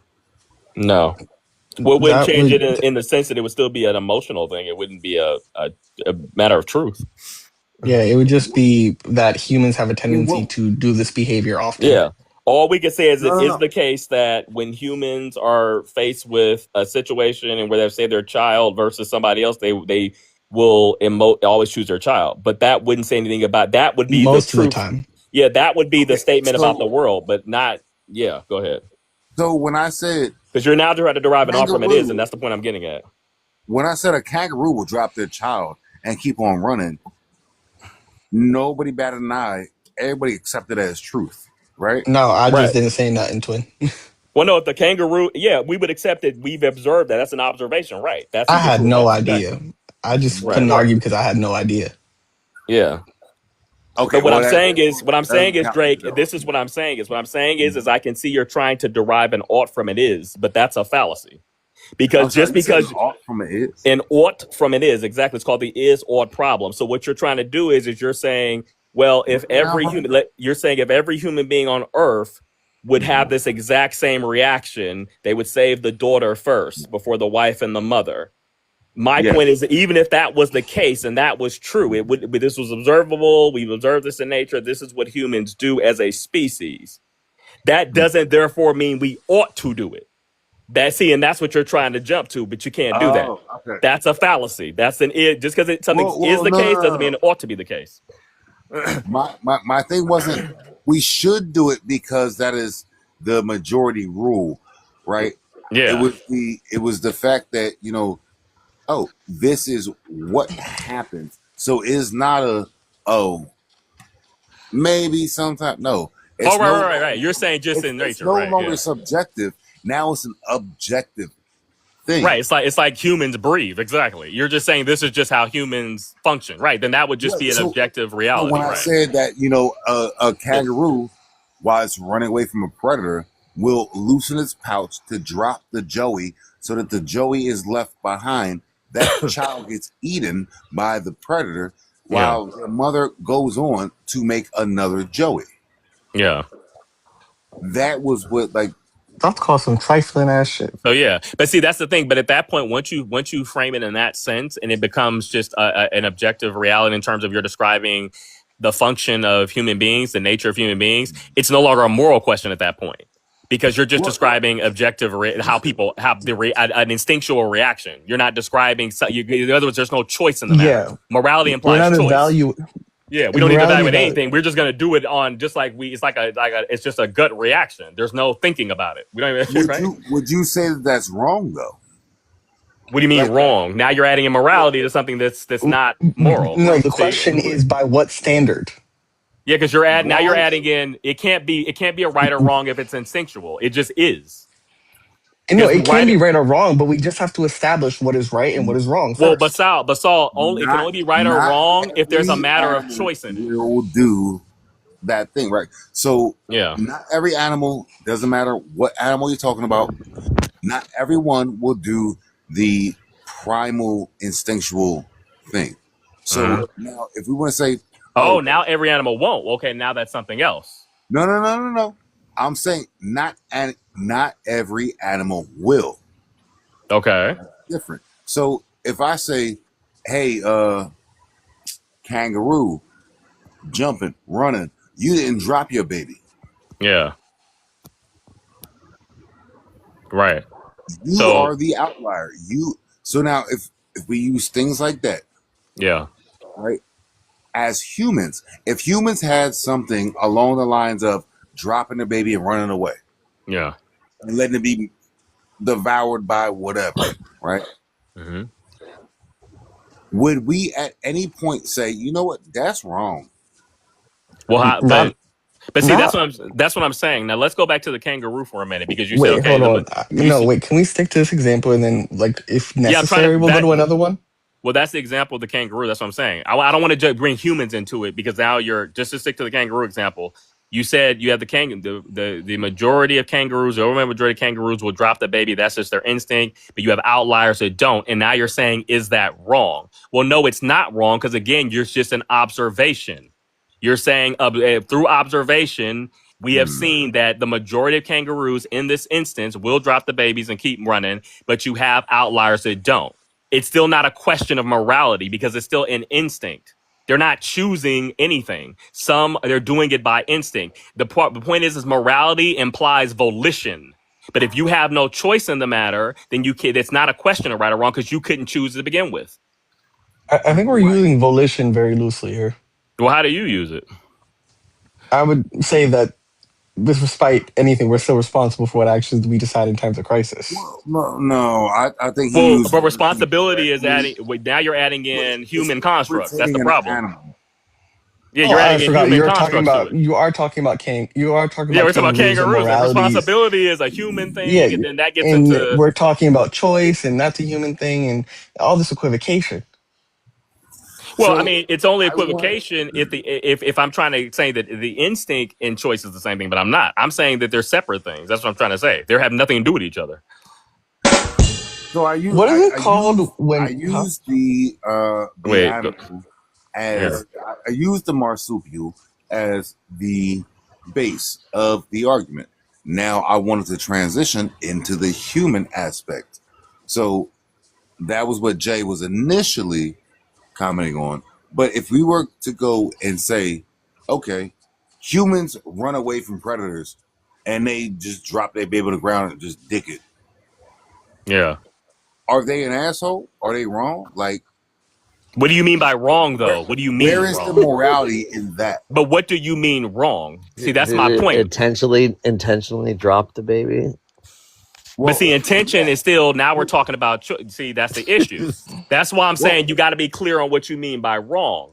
Do you mean they ought not do that? Is that what you're trying to say? I mean, that is not the Christian thing to do. He kind of set up the question to be that answer. Every kangaroo that drops their Joey knows they're doing that. They do it. And but intention and knowing are two different things, bro. That's the point. It's not even intention and knowing. We still have to agree on a system to evaluate. Yeah. That's why we should stick to humans and not talk about animals, because first of all, we don't know the operation of animals' minds and what are their motivations for things. So I don't even like to do that because to me it creates this false like anthropomorphization. Oh, the animal did it because of this. They try to add human to care. You don't know what that animal is actually the motivation Jay, why they're you're doing the one who wait, actually no. No, he brought it up. I didn't bring it up. I brought it up. You're right. My fault. I don't like to right even now. do that. I don't like the analogies with animals because it's like, no, we're humans. We have all we can ask humans what their motivations are and things. So, but yeah, it's like humans are a little bit more complex as we do certain things for multiple reasons. Right.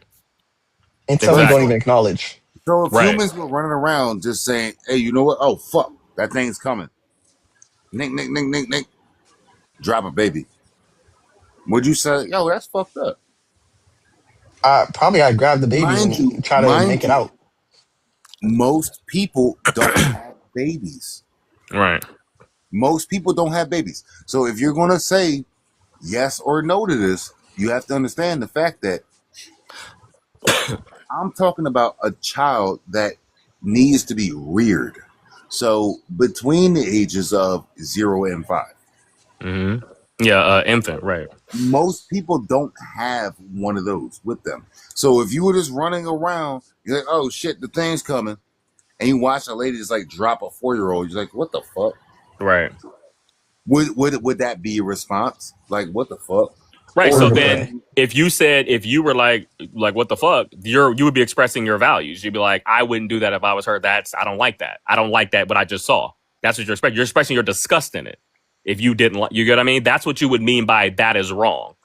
But that's just you. Not everyone is going to have that same reaction is my point. Because it's not a matter of truth. It's a matter of, yeah. That's why I asked. Yeah. Because you as a adult male, especially a single male, a male without children, I'm not saying that's your reality, but if that is, you know what I mean, adult male, single male, running from the predator. And you're like, oh, ain't that a bitch? And you gonna keep dicking it. Why would you not? You ain't stopping and doing, maybe you do. Maybe you can do a front flip and, kick that shit in the face. Who knows? I don't know what's chasing you. But yeah, I'm saying you look over and see, oh, that lady said, nope, that's extra weight. I can get farther with less. Right. Would you? Oh, that's absolutely true. It's a stranger. Would you, as a, I don't even want to say a man in that situation. Would you, as a passive observer who is seeing that, would you see that and say, oh, that's wrong? I would. No. I would say I would be disgusted by it. She just dropped her baby. Like, I'm like, what are you doing? She just dropped her. Oh, my fault. And just kept running. Yeah, I would personally. But that's still not a matter of truth. That's a matter of my emotional reaction to what I just observed. I think it would be an irrational behavior. So if that because I'd be like, what is she doing? Exactly. So I equated it to kangaroos dropping their joeys, right? So if that was a thing that humans did, predators are coming. Oh my God, let me drop this 4-year-old. Yeah. That 4-year-old's getting tore up. But see, my problem is you keep going from instincts to non-instincts. My problem is that if you're talking about, that's what I'm saying, you can't be bringing animals into this because they operate differently. We're talking about humans. Humans do not instinctually just drop their babies, bro. So if you want to talk about human instincts, give me an example of actually a human instinct, because that's not realistic. Humans don't just do that naturally. Well, I was doing that for the sake of morality, right? So, are you morally obligated to say, you know what, that's fucked up, or are you over here saying, you know what, that's just how it is. Fuck that baby, and you keep going digging it. Well, first of all, I believe in moral obligation. Let me give him a succinct answer. You and your go ahead, Saul. The 4 folks, y'all know. Do y'all go and stand around that baby? Yeah, now you're asking something else. But go ahead, Saul. What? Give me. He just flipped the question like 6 times. So I'm about to try to give an answer to each one. All right. So here are the different kinds of morals. Right. There's virtue ethics, deontology, consequentialism, under like utilitarianism, care ethic, contractualism, right-based, egoism, and divine command. Right. Mm-hmm. And people tend to mix all of these up like all the time. Actually, we just kind of equivocate a lot. Right. So which one are we discussing when we're talking about this baby being dropped? Listen, you tell me. Well, we're asking you because you presented the. You're the one asking a question. You just didn't specify morality. No, but what does that sound? Exactly. Well, okay, let me explain it About like this. morality. Under virtue ethics, that would be considered wrong. Under deontology, that would also be considered wrong. Under consequentialism, it would be considered right. Under care ethics, that would be considered wrong. Under contractualism, that would be considered right. Under rights-based, that would be considered wrong. Under egoism, that would be considered right. Under divine command, Depends on the God. it could be anything. Because it depends on the God, exactly. It's relative to the God. Depends on what your imaginary friend said. Right. Okay. So what I was saying didn't need all 7 of those. It just needed. What would you say if the average person was, if that was the average experience? That's why I equated it to the kangaroos with the dropping of the joeys. It was if that was the average experience, where does sorry, I was wrong. Wait, Twin, can I establish a premise and where I feel like this disconnect is happening? Morality only exists within sets of communities and rules and just agreed upon contractual obligations. Otherwise, in moments of emergency, moments of panic, moments of lack, in poverty, like whatever, morality no longer has the hold that it would normally have. People pretend that it does, but it just doesn't. I think you're wrong with that.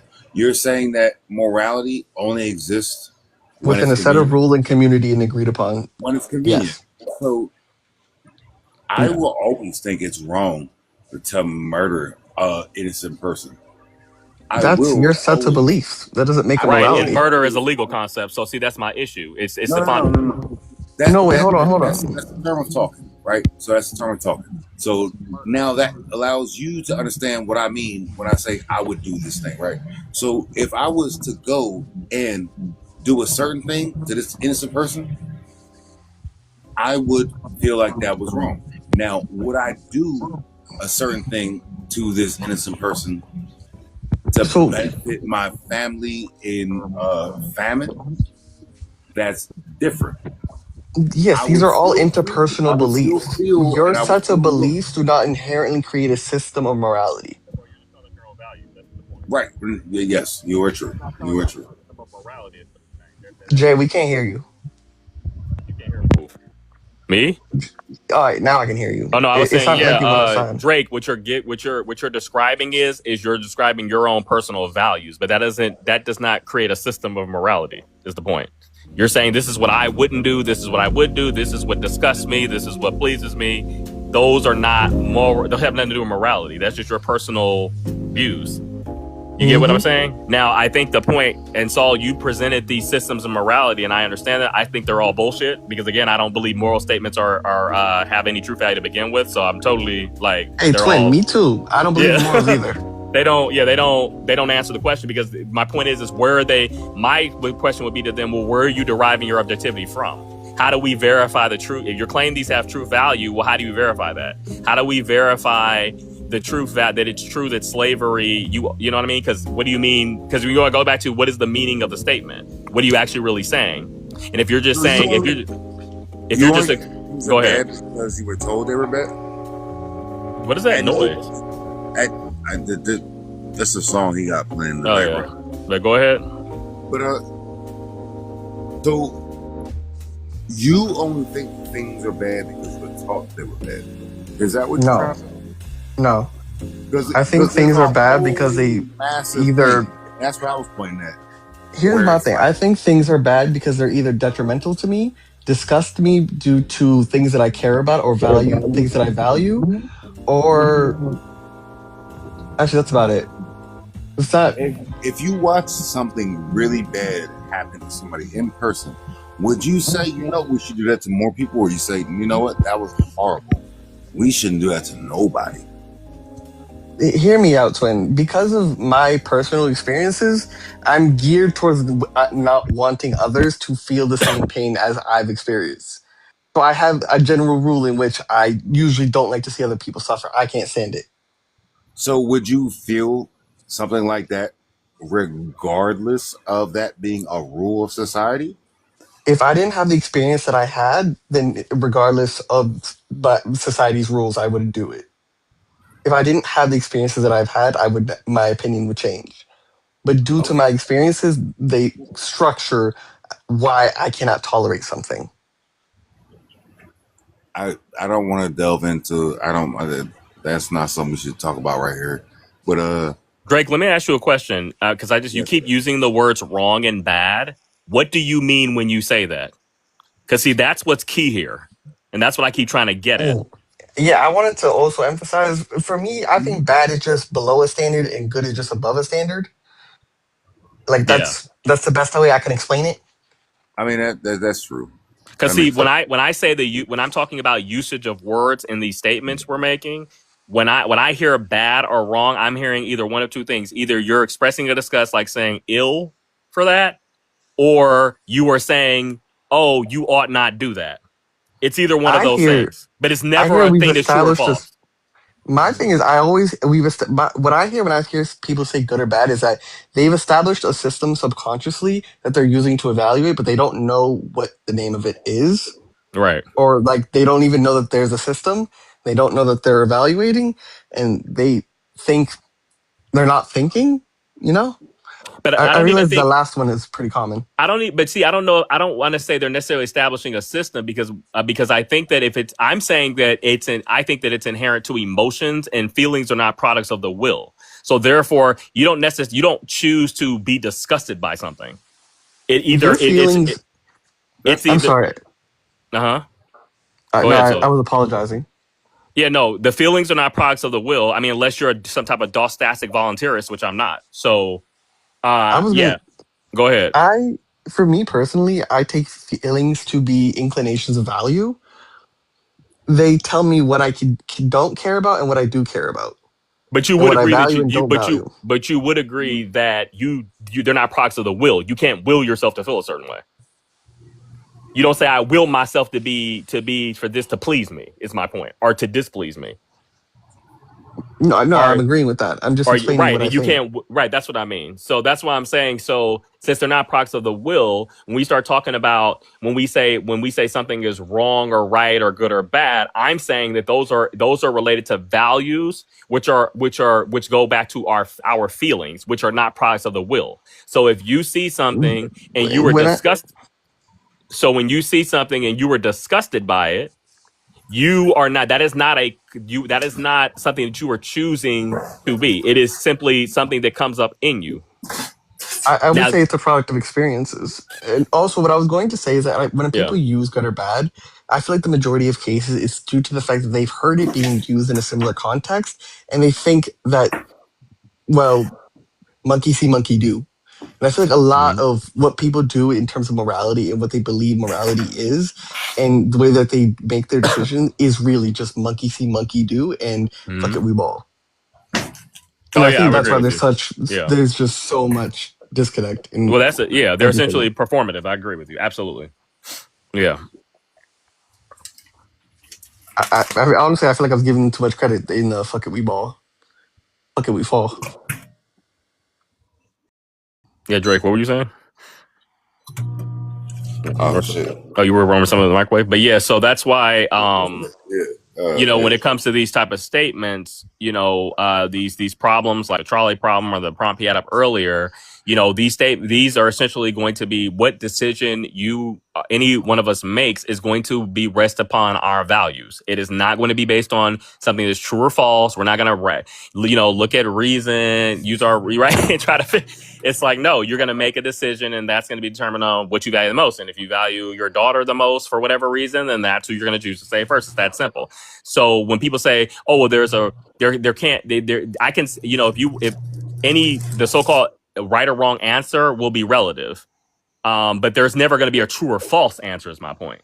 It's not a matter of true or false, and that's the point I'm trying to make. It could be true or false if we agreed upon a standard. But won't be true. But guess what won't be true or false? The standard. The standard will still be relative. But you are right. That's right. But you are right. Now that's interesting because I talk about that. You are right because that's like the concept of a game. In a game, we agree on the rules. And once we agree on those rules, they do become objective. But that's only because we've all agreed on a standard. But that standard itself is still relative, because another group may come and agree and have a different standard, right? See, that's what people make the mistake. They think that somehow their standard is somehow the world standard.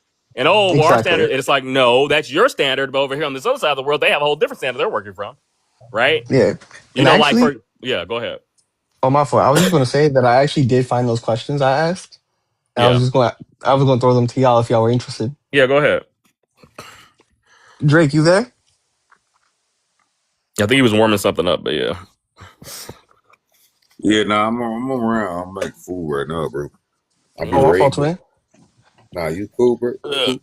I'm listening. I'm just not engaging right now. I'm trying to get this shit on. For sure. So first question was, do you pull the lever in the classic 5v1 problem? Like you got 5 people on one side, one on the other. Like, do you pull the lever and kill 1 person instead of 5? I would yeah, the one person I would they gotta go. That's what I would do. Damn, you just murdering 1 person. All But right. I want to say the 5 people. It's 5 people versus 1. I'm gonna say one. So he's Those 5 5 other people people. died in an accident. You just decided to murder someone. You pull the lever to kill the president to save 5 workers? Well, see, that's the problem. You keep using murder, and I keep saying that's a legal concept. So be careful. I killed. I didn't murder. That's a distinction. I said murder because you going to jail, twin. Do Well, you pull the lever you to don't kill know the what I'm president? doing because you don't know that jurisdiction's the definition of murder. It could be manslaughter. So that's what I'm saying. You got to be careful with your words. You're using them too loosely. That's why I be very clear about words and usages. I killed 1 person to save 5 people. Murder is a conclusion. That's a totally different concept. You're right. I am not judge, jury, nor executioner. Yeah, murder is a different I thing. am a fortune teller on Sundays, though. Yeah. But yeah, so somebody else gonna. But yeah, so what's the other question? What was the other one? It's basically the same question, except now that the 1 person has the identity of the president, and the other one and the other 5 people are just maintenance workers. Oh, they'll be a maintenance worker. So then they say what you would do? Yeah, are you going to let the maintenance workers die, or are you going to kill the president? What do you? Yeah, we don't use that word to say unalive because TikTok. Oh, my fault. But yeah, I would unalive. Yeah, unalive the president, the 1 person. Yeah. I feel like that question was a lot better in freaking 2020. You know? Oh yeah, right, yeah. That it was a lot more. Because people be like, "Oh yeah, the debatable. president." Yeah, right. Exactly. Yeah. See, And that's here's all another their one now. values because it's all about their values, right? Yeah. Yeah. Now the second one is that there's actually 1 person on both sides, but one of them is a criminal and the other one's a politician. Interesting.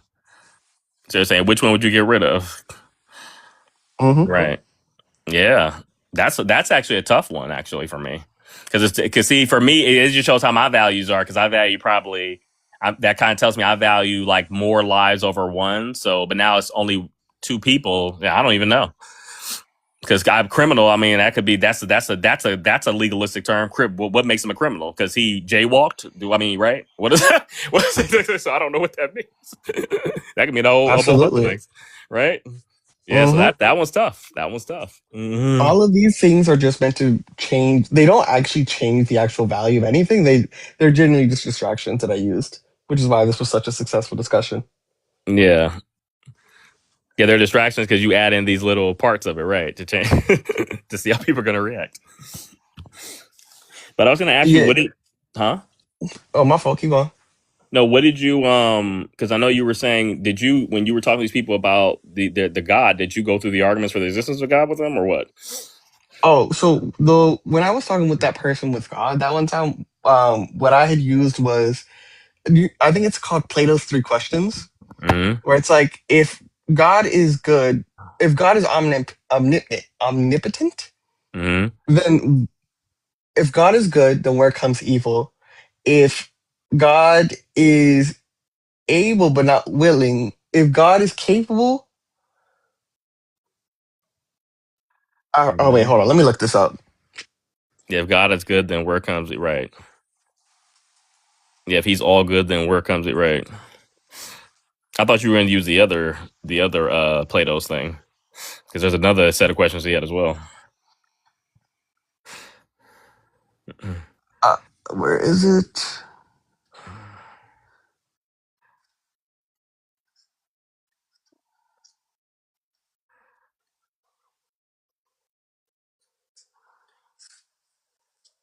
Was it not Plato?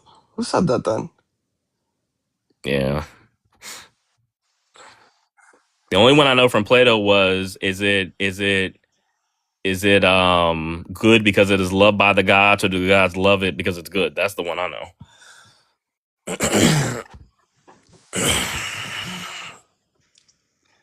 I got it. It was Epicurus. Sorry. I'm just saying all those Greek people are saying. Is God willing to prevent evil but not able? Then he is not omnipotent. Is he able but not willing? Then he is malevolent. Is he both able and willing? Then whence comes evil? Is he neither able nor willing? Then why call him God? And what did they say to that?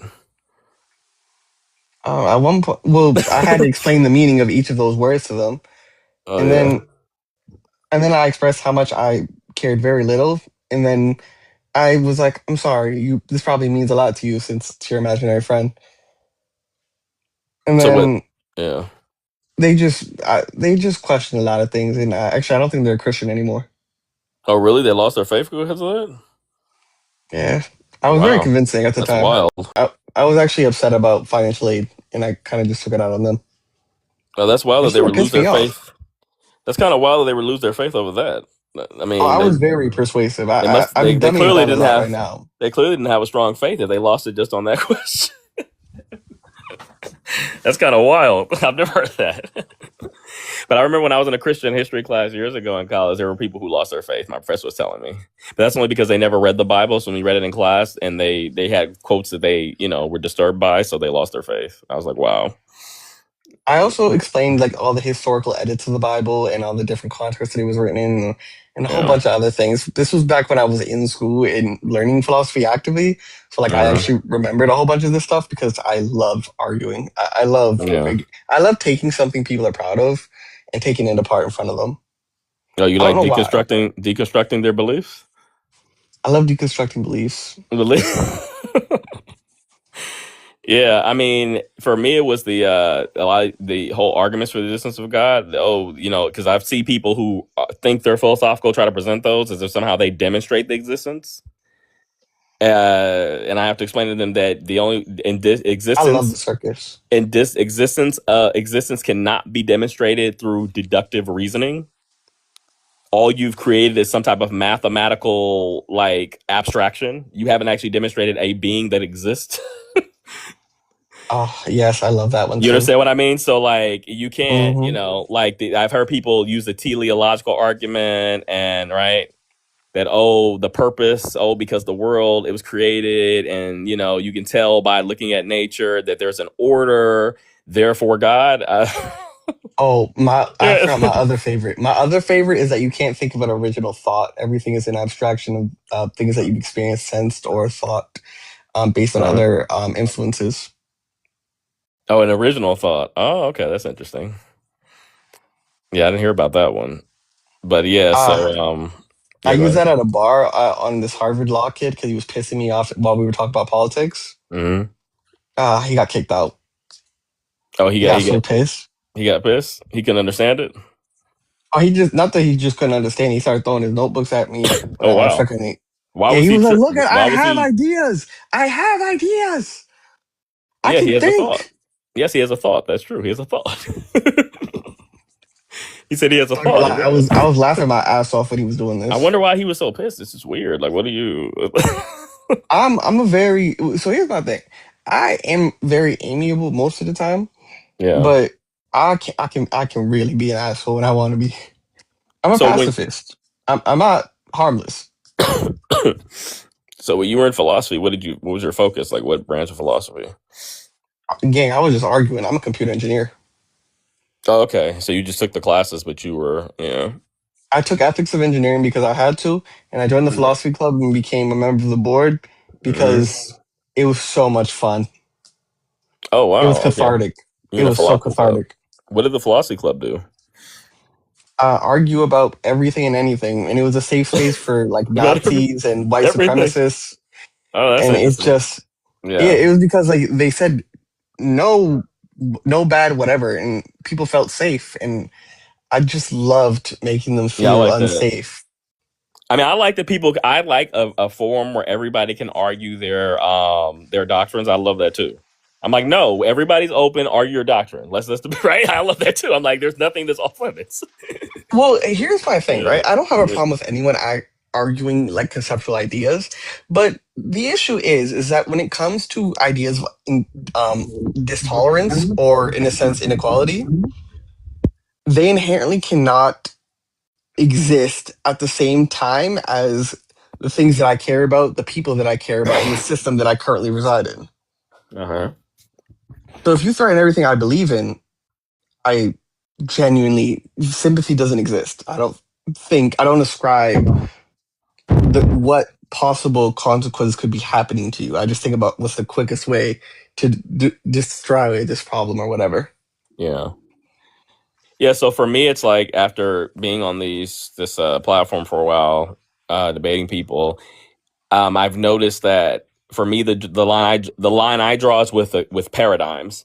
If you are working from a very different paradigm than I am, then we'll never. There's no point in us having a conversation because we're talking past each other. Because your entire worldview is contingent upon axioms that I am convinced are false.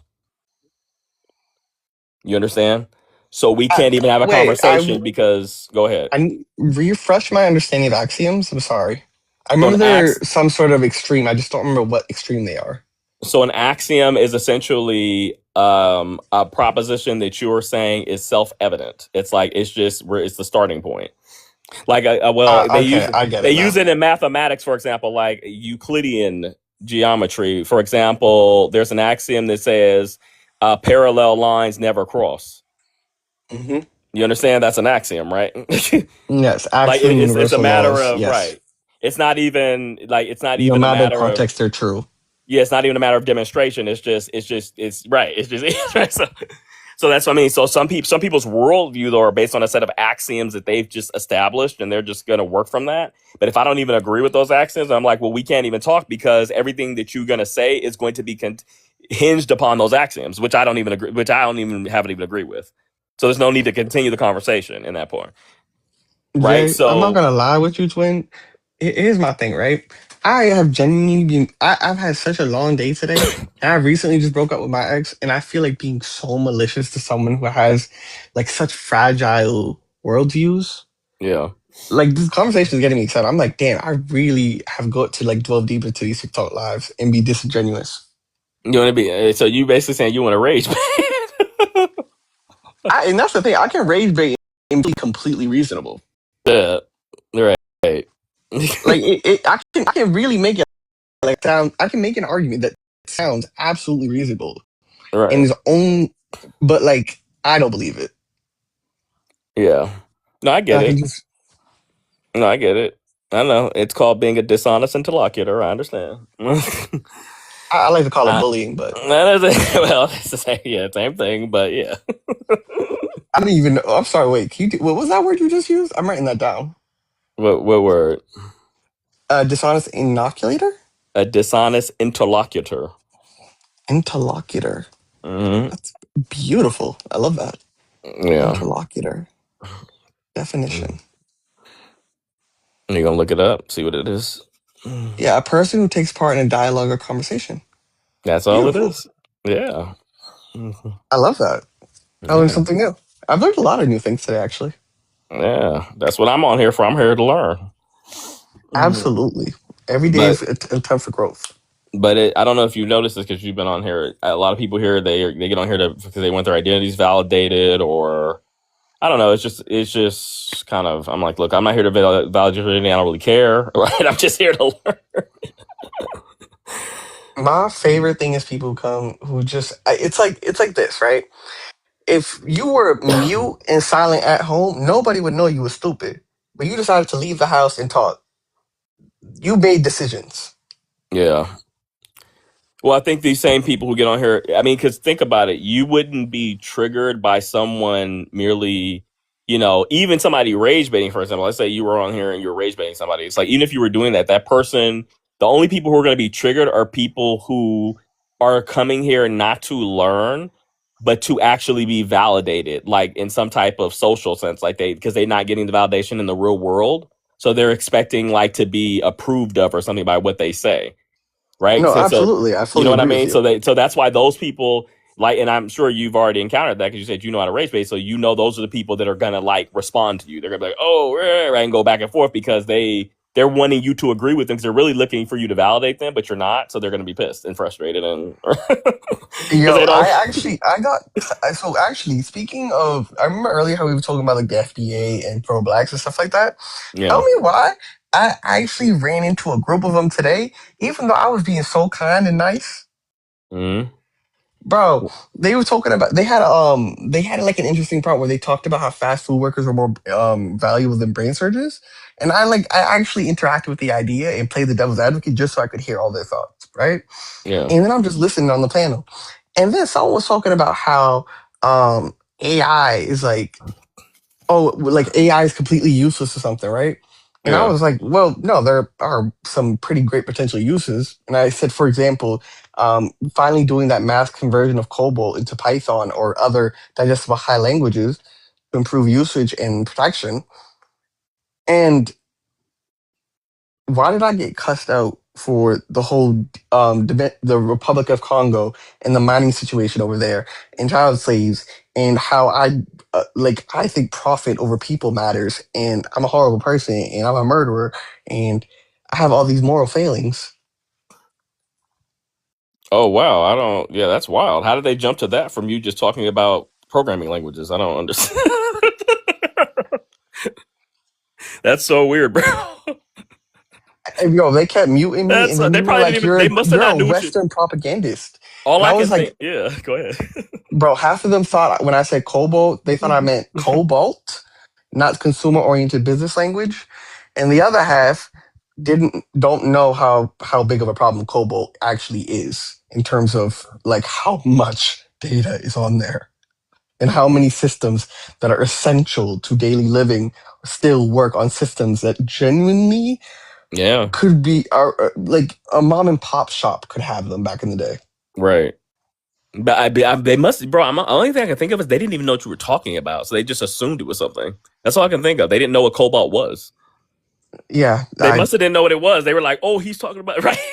I'm like, what does that have So to one do? of them was like, "My mom is a programmer and she knows COBOL." And I said, "I'm proud of her." You're like, But cool. Yeah.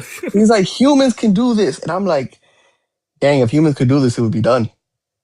I mean, humans could do it, but you would have required hundreds of thousands of people to be processing all these transactions, credit card transactions every hour, every minute, right? It would take It's not hours. even just that. It's like the fact is that we would have to shut down these systems for the length of time that a human would be required to do these things. Exactly. You know how long And it would take? we genuinely can't do that. Yeah, like where are we gonna have the building to house all these humans to process all these things by the hour? I mean, it's like they don't realize a lot of these things are antiquated. Cobalt has been out for what, like 60 years.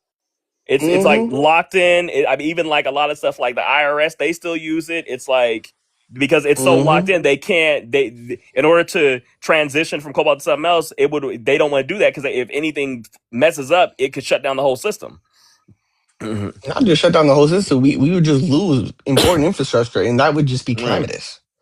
And yeah, it's like right. And they're just like, it's not that important. Humans can do it. And I'm like, twin. Yeah, they have no idea what they're talking about. Twin, you have no idea like what in the world I'm talking about. Yeah, they don't know I what you're couldn't talking even about. say that. I just apologized and I said I'm sorry. Yeah. See, you were dealing with people who just experience. you were just dealing with people who were completely ignorant of what you were saying, bro. They had no idea what you're talking about. Because once they were talking about you're a globe, I'm like, what? Western propagandist? What are you talking about? Like, what the hell? I'll say, first of all, I have no relation to Voice of America, Voice of Africa, Voice of Asia, or any other American propaganda system. Right. Yeah, that's so weird. Yeah, man. No, some of these people, I wish I could say it was weird, but it was just sad. They go on a tangent about stuff, and it's like, what are you? They were so passionate too. That was the thing that really got me, right? It's one thing to be wrong; it's another to be loud and wrong, and that's the issue. Yeah, yeah, like they say it with a full chest. Exactly. You're like, wait, what? Like you're really? They said this shit like they was really finna go on a crusade. Yeah, crusade against you. You're talking about cobalt. Like, no, we don't need cobalt. We can have people. Like, what the hell? I said important infrastructure. They said it's not that deep, and I said twin. Yeah. I said I genuinely told them I was like, I'm not even going to be antagonistic. I'm willing to dissect and go and like look up sources for each and every single point that we've discussed here. Yeah. And Yeah, they one of my absolutely said I was being disingenuous. one of my boys on here, me and him, we have lives occasionally because you have to say a lot of people do that when it comes to science. They treat scientific theories as religious doctrines. In other words, they treat them as they're non-falsifiable. And they try to argue that somehow, oh, this is just like a non-falsifiable thing and there's nothing you can say that would ever disprove it. And I'm like, well, if that's the case, it's not even science at that point. No, Like, my favorite thing to say is just random things that can, because I feel like they have a script at this point, right? Like Yeah. they've genuinely they've thought out this entire conversation from top to bottom. And if I start going by the conversation that he's planned out, he's dragging me down to his level and starting a mud fight. I'm not gonna win that. Gotta confuse him. Gotta throw in a wrench or two. You said you ever confuse them? You gotta confuse them. Gotta throw in a wrench or two. They already don't know what the hell they're talking about. Oh, when it comes to right, yeah. Well, I think you say like you're right. A lot of times they'll just repeat some. You can tell they're repeating what they heard, and they haven't really did a deep dive into what they're talking about the topic. So they only know it on a surface level. So somebody who they're coming to that, well, a lot of people do this. Like I've had people on the slide, they start wanting to talk about Christianity, and I'm like, look, I was a history major. Christianity was my specialty. You don't want to go there. I'm not going to even have the conversation with you because there's so much you don't know. I'm not going to have a conversation with somebody who only knows on a surface level. It's just ridiculous. It's a waste of my fucking time. And I I'm think not even there's a gonna lot. lie to you, twin. Like the minute you Yeah. said that, I'm looking at you like I just struck gold. I have so much to learn from you. Yeah, because there's a lot of, especially these Oh my God, I'm Christian excited. apologists on TikTok. They don't really know. I don't care whether they're Roman Catholic, Protestant. It doesn't matter. Most of them only know their religion on a very superficial level, and then they'll try to have prompts on here about doctrines, and they have no idea what they're talking about. And I'm like, you have no idea. Like, so it's like Jay, for me, it's not. I don't even talk to them because I'm like, you guys are just like I got on a few. And I started bringing up concepts, and they were like, "Wait, what is that?" And I'm like, "Okay, so you're Roman Catholic, but you don't know this. So what are you talking about? So why are you even on here trying to teach people anything? You have no idea what you're talking about." It's like it's just stupid to me at that point. It's like these people, but they again because they're seeking some type of validation for their new identity as a Christian or product, Baptist, whatever they are. That's what I realized. It's really for them about identity and having some type of social club around this identity, as opposed to actual genuine knowledge of what they're actually joining. And that's my issue with it. no, I fully agree with you. It's just I think the only thing I think where we differ is my issue with it comes from a place of like I derive joy from seeing stupid things be taken away from stupid people. Like play stupid games, you Yeah. get stupid prizes. Like it Yeah. just feels it's cathartic for me. It's good. And I think, and I feel like, you genuinely come from a place of like of justice, and I feel like we would do wonders together. I'd love to work with you. Well, I think for me, I come from a place of I just want I don't like people bullshitting. I actually want to learn because I don't know everything. You don't know everything. There's a lot of things we don't know that we can learn from. I'm like, hey, I'm gonna use that. Like you brought up that joke. I never heard that joke. I'm gonna use that. Like I want to learn. And one thing I fucking hate are somebody who doesn't know what they're talking about. Because in philosophy, there's truth tellers, liars, and bullshitters. Do you know the difference? I thought the saying was there's Yeah. lies, damn lies, and statistics. Mark Twain. Yeah. It's like truth tellers know the truth, bullshitters and liars also know the truth, but they choose to, not tell it. And bullshitters are people who pretend they know the truth. They know nothing about what they're talking about. And those are the worst. They're worse than liars because they don't even know what they're talking about. I can engage with a liar because I'm like, okay, I know you're lying, but you really know what I'm talking about. You just, for whatever reason, are trying to be deceptive. But a bullshitter, they want to sit here. Those people you talk about with a full chest and try to talk about something and they have no idea what they're talking about. You're like, I'm not going to engage with you because you're stupid. You're ignorant. You don't know what you're saying. You get what I mean? They just make up shit because they're really here to be validated. It's really some type of personality contest for them. And I'm like, I don't care about you. This is the internet. I don't know you and don't care to know you. So what are you, right? Like, what are you doing? Like, it's just like, bro, it's a mess. Yeah, I think we would be perfect together, like working together. I think we could do a double act. Yeah, it's like it's just these. What topics interest you? Anything. Anything really? Genuinely, as long as it's actually like tangible. Yeah. Yeah, I don't. As a rule, I don't engage in topics that I don't know anything about. Exactly. I tend to just listen at that point. Yeah, at that point I'll listen. Like, yeah, you're right. I'll go on to like a live and just listen if they're talking about something that like I'm like I have no idea about that. I'm like, okay, let me just learn or something if I find it interesting. But if it's something I know about, then I'm like, yeah, Or I'll just Google it. Actually, Google is free. You just Google you Google it. I start showing my camera mid conversation. I love you start doing Googling? that. I can tell when somebody's Googling though. I've said a few things and then somebody will be like, wait, and then it'll come back. I'm like, you just Google. Yo, I'll say it. I'll be like, yo, I don't know. Hold on, give me a second. I'm about to go look. Yeah, let me go look. Right, but at least you're honest about it. You're like, let me go look. But some people try to pretend like they knew all along, and then you'll be like, and then they'll Google it and then come back like, oh, I'll be like, bro, you just Googled that. I remember about a year ago, I had an argument with a guy, and he was on here, and we were talking about something related to this prompt, but it turned into we were talking about he was trying to argue with me about a simple mathematical, like he didn't know a very basic mathematical rule. We were talking about somebody being 50%. You know, if you have something that's 50, a pie, right, and you have 50% of the pie.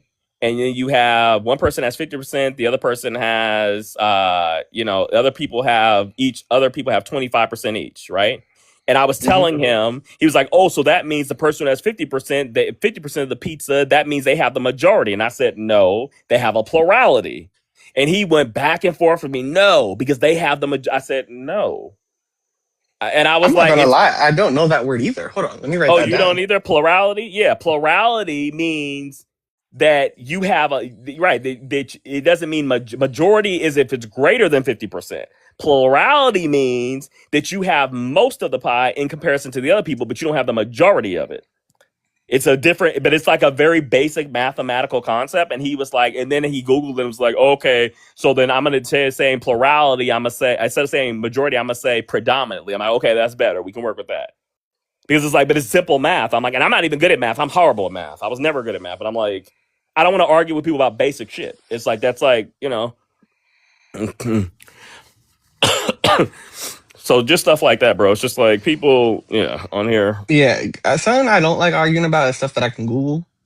Yeah, like that. It's that simple Google search because it's so basic. So I'm like, why am I going back and forth with somebody over this shit? And they're totally wrong.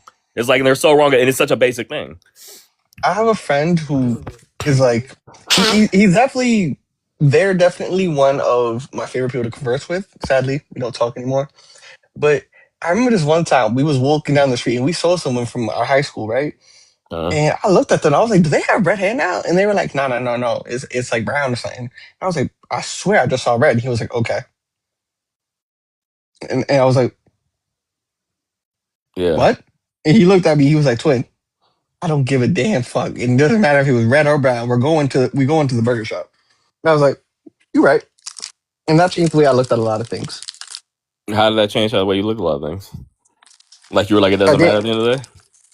It's not that it just doesn't matter. It made me establish there are certain parameters to have a discussion that's actually worth having. Oh, right. Yeah. Because it's like, what is that? Yeah. Well, exactly. Because, and I've told people that on here, like, especially when we're having a conversation about this FBA stuff, and a lot of FBAs will come in here, they'll ask me. Like one guy, he was like, oh, well, what is your ethnicity? What is your ethnic background? And I'm like, and my response to him is, well, what does my ethnic background have to do with the price of tea in China? It means nothing. So why are you introducing something that has nothing to do with the topic at hand? It's a deflection. So yes. Either we're going to stick to the topic or we're going to deflect into stuff that has nothing to do with anything. Because again, I'm not here. I'm the kind of person, I don't care about people's personal lives. I care about your ideas. I don't give a fuck about your personal life, what you got going on. It means nothing to me. Right? I just don't care. I don't give a fuck. I care about people's ideas, what they think about this. That's what I want to talk about. Not, me, I have this issue and that issue. What does that have to do with me? Nothing. So, yeah.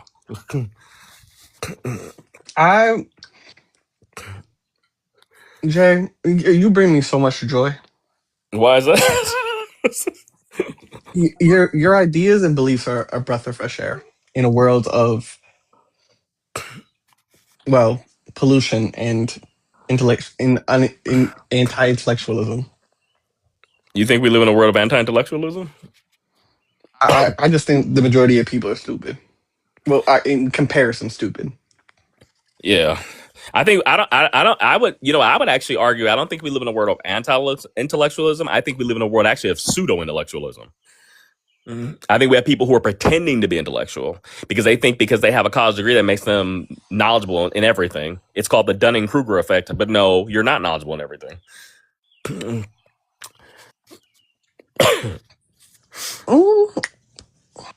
Yeah. Wait, hold on. I'm thinking about the merits of this. So it becomes like a situation where it's like, these people, they, I can even tell I understand it. I understand it. I'm thinking about whether or not the situation truly fits that. Because when I describe anti-intellectualism, right, where I'm kind of the thing that I was focusing on is genuinely just this hatred for like learning. You know what I mean? Yeah. Like, that's really what gets me. Like, I remember. Wait, were you there in the live where I read out I read out what I had meant about the perception of men these days? No, I wasn't for that live. I didn't hear that. Wait, hold on. Let me find it again. Yeah. I think I still have it open. The perception of men.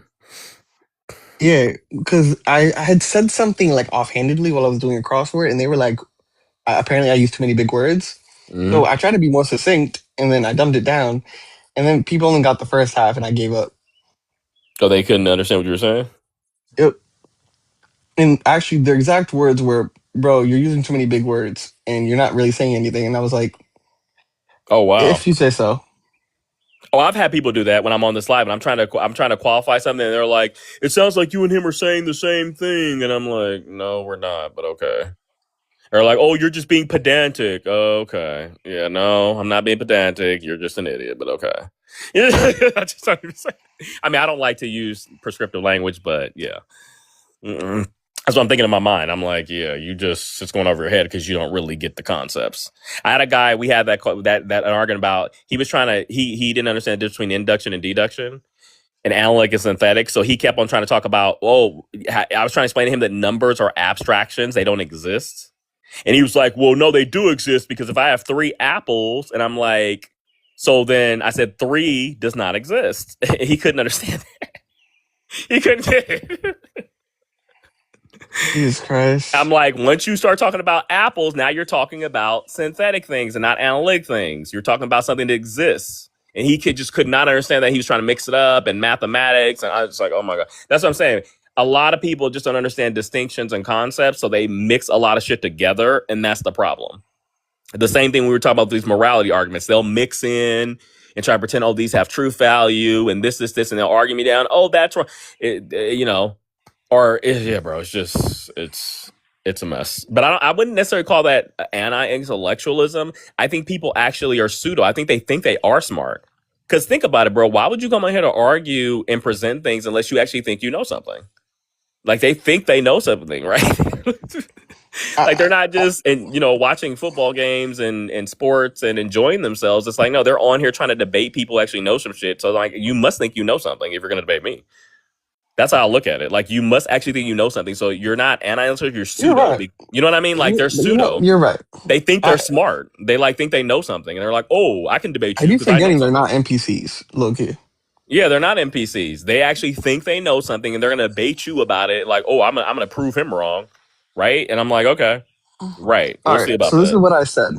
I think the biggest contributors to the general negative perception of men is that the majority are unable to conceptualize the full scope of introspection as a skill and abstracting their emotions across contexts that may be unfamiliar. Yeah, I wrote this in a hurry. Actually, I just realized I just said period. And then I said the lack of vocabulary being taught at a young age, plus the lack of socialization occurring in productive third-party spaces that are inherently non-competitive, skill-oriented, or quantifiable, and collaboration geared is non-existent. The understanding of abstraction and introspection has become an almost non-existent pursuit, despite it being an essential skill for being a productive and capable member of society. Yeah, the lack of abstraction and interpersonal, right? Yeah. And they said I wasn't saying anything, and that I was using too many big words. Yeah, because they couldn't comprehend it. I mean, you did read a little fast, but yeah, I got the just what you're saying. Yeah, they couldn't. Yeah, it's a lot of I mean, sometimes you have to break it down to people in more layman's terms. Well, these people are not. I did actually write a second draft just so I could try to explain it to them. Yeah. And what I said was why people bash men right now and how to fix it. Men get a bad rep because most can't handle emotions across different situations. They weren't taught the vocabulary as kids to name feelings beyond angry or fine. Without words like ambivalent or displaced, everything defaults to rage or shut down. Mm-hmm. Worse, there's no space for gossip practices. All male socialization happens in competitive sports. Work, gaming, where vulnerability loses. Non-competitive third spaces like book clubs, cooking groups, philosophy class barely exist for men. Introspection and emotional abstraction are dying skills. Most can't ask, how does this fear feel at work versus home? What's the pattern? Without that, medical trauma repeats as alpha posturing or withdrawal. I didn't even get to say the dumbed down version before they were like, I'm not saying anything. They couldn't understand that either? No, I didn't even get to say it. Oh, because so they were just like already like done with you. I got it. Yeah. Yeah, that goes back to paradigms I talked about earlier. If they don't understand the paradigm you're coming from, they're not going to know what you're talking about because they're working from a totally different zeitgeist. Mm-hmm. So they're like, what? So seen. Yeah, it's going to go over their head. Right now. It's going to go over their head. It just me and my boy on here, same thing. We're going to actually have a live on that soon about paradigms. I think he was going to have it actually tomorrow because he gets very frustrated and he starts like really getting mad, like how Vibes normally does. But now he didn't used to be like that, but now he's getting pissed off. And I explained to him because I get frustrated too at times. I was like, I realize you're talking from a different paradigm. These people are not going to understand you because they're working. They think that their worldview is like everything. Like that's the view. That's everybody's worldview. They don't realize that outside of this country and other cultures and other places, they have completely different ways of looking at the world. So if you're talking to somebody who doesn't understand the paradigm you're working from, you're going to be talking past them. And that's what you were doing. That's why they were like, what? Because it's like everything went over their head. They don't know where you're coming from. So it's a waste of time. I realize that. I tell people, but see, I've trained myself to know. I'll ask somebody, I'll see where this line of questioning is going. And then if I'll get to the point where I'm like, okay, I see you're working from a different paradigm. So this conversation is over because I'm not going to waste my time, talking to you because you're never going to see what I'm saying because you're starting from this point or you're point A. I'm starting from point C. We're coming from two different places. Yeah. Another one of my issues is that I tend to be playing like 3 games at once. Like I'll be playing chess, Colonist, a game I like that's like similar to Catan. And poker. I downloaded World Series Poker on my phone. Yeah. I freaking love it.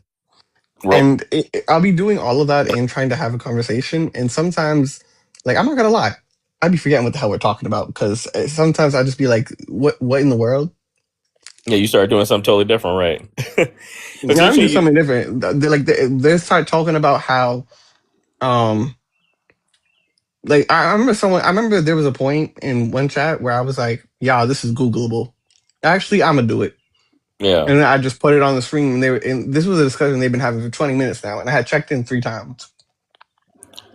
Yeah, it's interesting you mentioned how sometimes you'll play devil's advocate because I often do that too, but I only do that to steel man my own arguments. So like if I went, because I just naturally do that. I'll like have an argument. I'll say, let me now play devil's advocate and argue against it to figure out where there are potential holes in it, contradictions, right? Things that need more explanation, things that I think have been demonstrated but haven't. And that's how it's so easy for me to argue in these people's positions because I already have did that in my head. I absolutely do something similar, but I guess one of the things is that I feel absolutely zero shame nor gratification when I've helped or like had something of detriment happen when it comes to like teaching or something. The only time I feel like it's at all worth it is when it has become personal. And you know what I'm saying? And it's just, I don't often get to make something truly personal. You know what I'm saying? It's usually disingenuous. What do you mean personal? In what sense? Like, this is really what their core world really depends on. Like, this is the fabric of their reality. This belief, this single-minded conviction of theirs. Oh, yeah, right. Yeah. And I get to take it away? But think about it this way, bro. If you could take it away, then that shows the reason I say that is because, okay, I was once a devout Christian. That's how I know Christianity like the back of my hand. And it was taken away from me by a priest, actually, because I thought that the doctrines were actually logical. Like, actually, I don't know if you ever took a sentential logic class, but actually they were valid and sound arguments. If I plug them in sentential logic, I get valid and sound arguments. And then he was like, no, they're not. And he actually got on a board and actually wrote it out. And I was like, oh shit. See, and I tried I can see that. And I tried every I tried everything in the book. The arguments just got everything to try to like make this fit into logic, and it didn't fit. It just completely didn't fit. That's why I know all these Christians' arguments, because I'm like, I did it. I did all that for years. So I'm like, so it's like, you know, and then he was like, and the priest actually told me, he said, well, aren't you glad you learned now so that you wouldn't be a Christian for like mad years? And then like his age, because he was already like 60 something. And then now you're like, and I was like, yeah, I'm glad I learned now when I'm young, so I don't have to waste my time. He's like, yeah, exactly. That's what I taught you. Because he was like, so that way, if you still want to be Christian, then you're going to base your faith on something nobody can take away from you. It's going to be based on something else, but not on some type of logic or like fake history or some type of, you get what I mean? Because most of the Christians, that's what their faith is based on, actually. That's why it's so easy for you to take it away. Because it's not based on something it's not based on a strong foundation. It's based on something that's actually either false or irrational or illogical. Yeah. And that's the issue.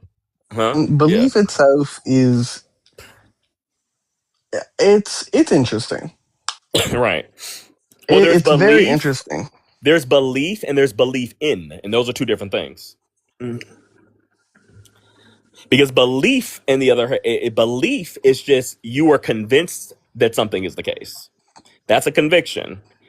Versus belief in, which is what Christianity teaches, which is another word for it would be faith, is a trust. You trust something. You don't know, you can't demonstrate it, but you trust it nonetheless. And that's the difference.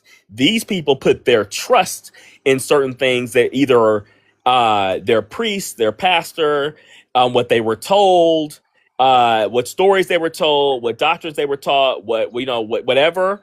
And then but the problem with that is that they were told something that was false or illogical. It's easy for someone like you or me to come in and pull the rug up from under them, right? Because they built their trust on something that is false, right?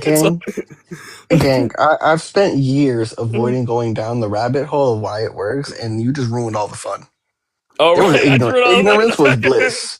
Ignorance was damn near. You know, you want to hear something else? There are things I choose to be ignorant about, right? Yeah. Like the second season of Tokyo Ghoul was incredible, and there's a third season. I'm never going to watch it. Why not? Why? Because the second season was good, and I want to continue to have that good ass memory. Oh, you don't want to watch it and find out what happens next? Ignorance is bliss. You see, I mean, I agree with you. I mean, bro, I'm gonna be honest with you. The more I agree with that, I think the more I know, the more I'm unhappy because I know too, exactly. too much. I know absolutely I could have been a Christian. I could have been a Christian like these people going to church. Oh, right, and you're right, like just living in this whole thing, right? I could have been like them, but I learned the truth. But I think because it goes back to values, I realize that the people that leave Christianity, leave their religions after learning the truth, the reason we can do that is because we really value truth. That tells me the people who are because I feel like most people are not sincere about it. They're there because for them it's like a social club. They don't really believe, they're just there for a social club because their family's Christian or they're whatever, right? Whereas people who actually join these religions, Christianity or whatever religion, that sincerely believe, like I sincerely believed, I thought this was true because I actually value truth. So therefore, it was easy for this priest to basically show me, oh no, what you think is true is not true, and I'm going to show you why. And then after this, you can make a decision whether you still want to be Christian or not, right? But I'm not gonna have you live. I see you value truth. I don't want you to be living a lie, thinking this is true and it's not. So I'm grateful for that. But I'm like, that's my problem. Is I actually value truth. I don't like lies. Even though, like you said, ignorance is bliss, though. Right? I guess here's my thing, right?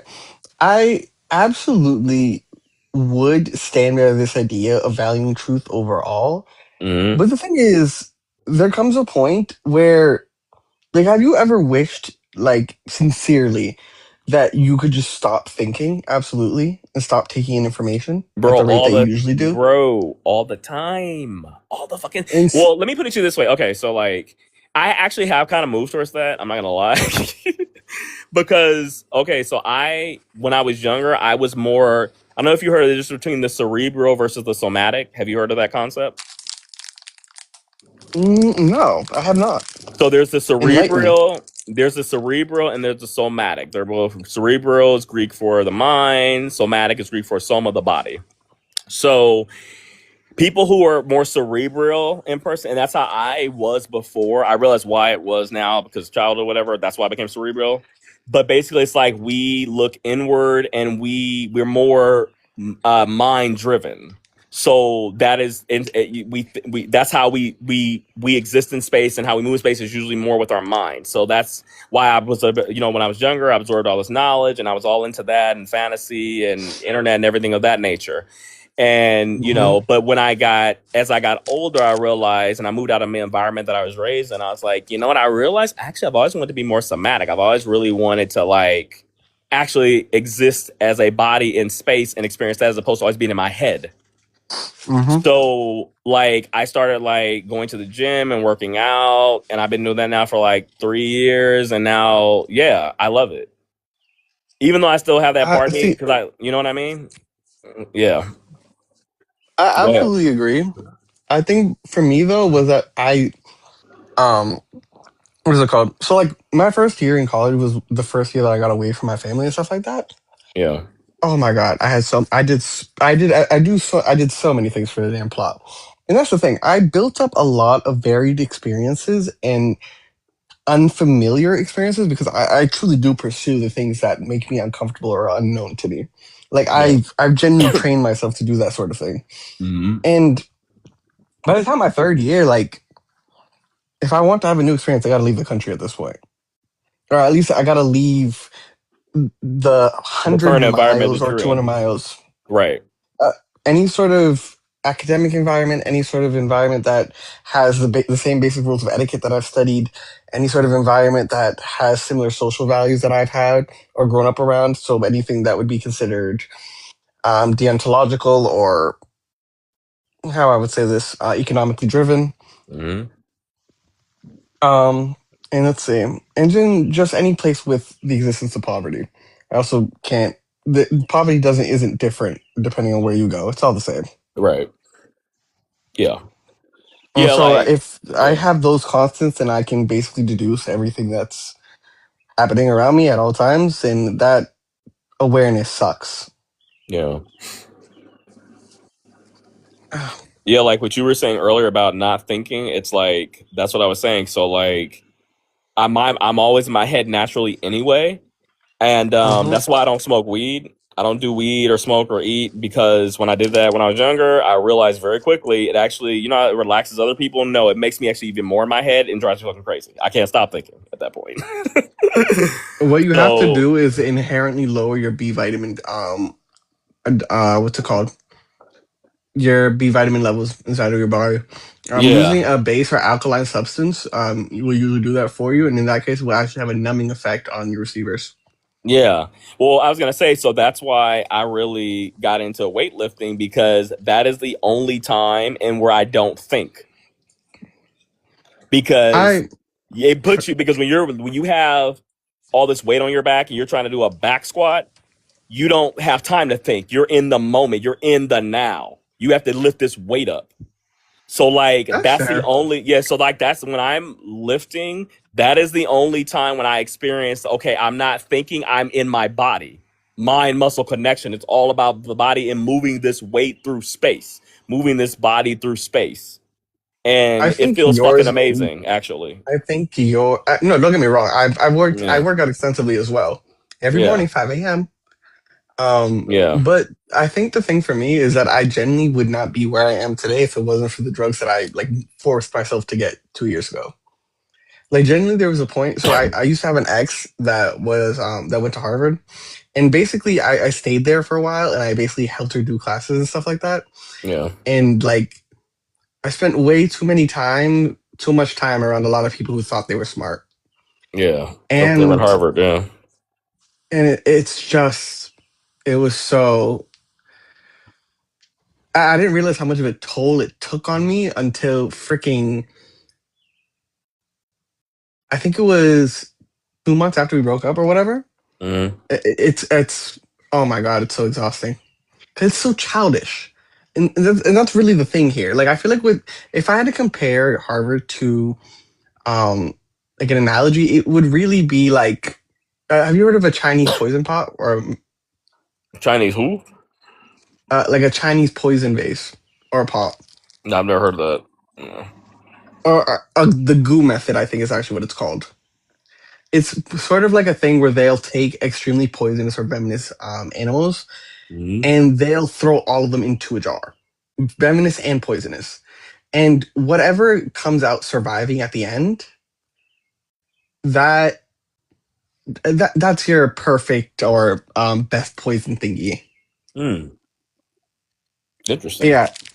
And that's what I equate Harvard to. Harvard breaks down and creates hierarchical levels based on social currency that lineage kids are indoctrinated to from the day that they are born, and kids from no background or little background who don't have the same indoctrinated training have to learn on the fly to actually even be able to maintain their mental health and class standard, or they submit to the system and assimilate into groups, i.e. the frats, i.e. the groups, i.e.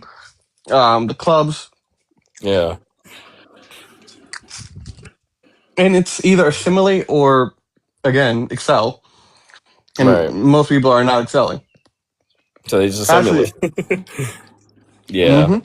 You know, my issue with stuff like that, why I would never be good in those type of environments, because I realized early on that I have a problem with authority. I don't like this whole concept. I have to assimilate and to other people. I'm like, no, fuck these people. I really have a problem with authority, bro. So I've never been good with that type of shit. Gang, do you know why I graduated high school early? Why? Because I basically took as many classes because I never wanted to go to my advising sessions. So they just put me in all my core classes because that was the only thing they had the power to do. Yeah. And in all my core classes, they never actually made me attend because I was able to do most of the material without being there. So, like, I spent most of my high school years wandering around the whole time, like exploring most of Cambridge. And I still graduated with like a 3.9 in 3 years because I just never attended any of my sessions. It was a complete accident. Yeah. You just did that. Yeah, man. No, I hate like authority. I've always been like that. I'm like, I hate authority. Yeah, I can't stand teachers most of the time. And it's not to do with the fact you know that how many it's a teachers teacher. when I was in college that actually called out? Like, I remember when I was in my logic class, and this one teacher, he was like, we can't talk about.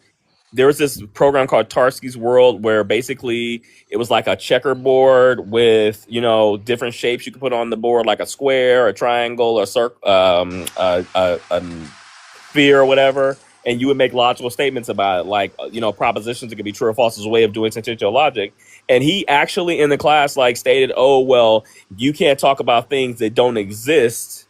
And then he's like, so therefore you can't talk about, you know, he started naming things like, and then he went to God and all this other stuff. And then I had to, and later on I went to him and I was like, well, you realize what you just said is like bullshit, right? And then he actually agreed with me. He's like, oh, yeah, but, you know, I have to lie to the children because they're not going to understand that aspect you're talking about. I'm like, because it's like, bro, because it was bullshit. I'm like, what do you mean? I'm like, Tarski's World is not the actual universe. I'm like, in order for you to make that type of that type of proposition, you would have to actually have looked through the entire universe to determine what does not exist. I mean, so it was just so, bro, it was wild when I was, and then even I remember when I was in, I had a history professor. It was actually my Christian history professor. And she wanted me, she's going to sponsor me. She wanted me to go into the graduate program. And I was like, no, because she told me, she was like, oh, well, when you in this program, we're just basically going to teach you how to be an academic, like how to, you know, like peer review and like basically write like them and talk like them and that bullshit. I'm like, nah, that sounds like too much control. I don't like that shit. I'm not trying to be beholden to you people. So I was like, fuck that. I didn't do it. Because I'm like, I have a problem with authority. I'm very like, I guess I like to do things on my own pace, on my own time. I don't like having to be constricted to a specific cohort of people and we all have to talk and think the same way. That's never going to work for me.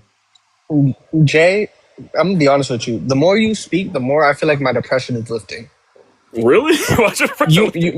You make me want to take my medication. I make you want to take your medication?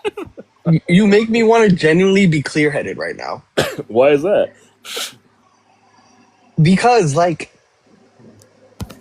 you're completely coherent and aware, and you're Yeah. making reasonable stances in logic, and you share values that I actually agree with, not on the surface level, not I understand cognitively.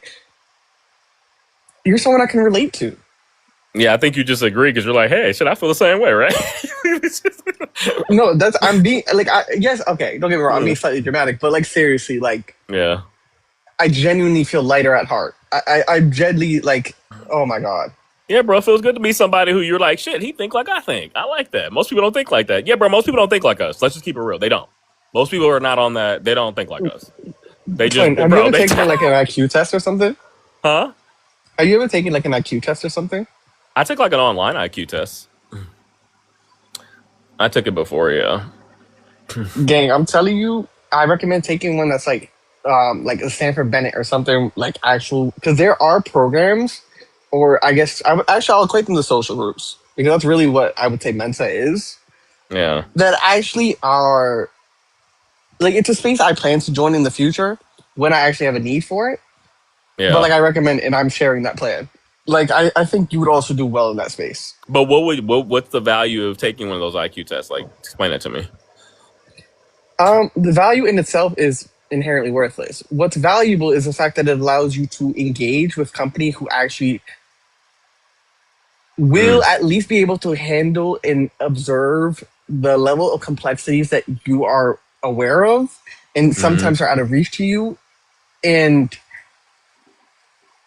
in a sense, it's like, I guess something that I do often, right, whenever I'm speaking, is I'm constantly code switching, right? I go through a lot of these different levels of translation to explain ideas, and I put on these characters and masks because I understand that these will be received better, right? Oh, that's what you were doing. Yeah, I caught that earlier when you're talking My to other fault. people. No, it's fine. I get it. I do the same thing, bro. It's actually natural for me. I'm not even aware I'm doing it. I just do it. It's aware. Yeah. I'm aware of it because it's painful. So it's painful for you? Oh, it's heavily painful. But it's a You're like, skill oh. I have to learn, and I forced myself to learn. I learned it because I worked in retail for years, so like I was able to learn that how to, talk to different people and make you think I give a fuck about them and what they feel, and I'm like, I really don't. People who knew me will always laugh. They'd be like, "You don't give a fuck about this." I got very far without needing it to, but I forced myself to work at Target for 2 years to actually get real. So you already know experience for it. exactly. So it's like a skill, but it's actually a good skill because it's actually, I hate to say it, but it's a form of manipulation, and it works. Let's put it that way. Actually, I wouldn't even call it a method of manipulation. I would honestly call it like let me think, a behavioral qualification. That's a better word, behavior qualification. Yes, that has less of a negative connotation. Yes. It's a level of understanding of communication and linguistics and just general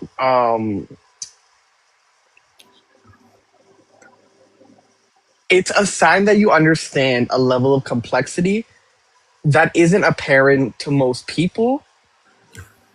And people who understand those levels of complexity usually, well, at least I've realized that they tend to exclude people who don't. Yeah, what you're talking about is the difference between high context versus low context speech. That's the difference. That's exactly what it is. See, I understand. That's why I always find a lot of British humor funny, because it's very high context. I find it very funny because I know exactly what they're saying without them saying it. I'm like, oh, I see what they're trying to say. Whereas low context is just very blunt, and it's like, I'm like, I'm not describing the nuance properly. Give me a second. I'm going to try to search for words. Yeah. It's like, but yeah, I know what you mean by like, yeah. Oh, I guess he left. He was angry. Yeah, it was like everybody left. We've been in here in an echo chamber for like 20 minutes. Yeah, I think 40 minutes actually. I don't even know what happened to Vibes. Actually, don't. He just kind of did.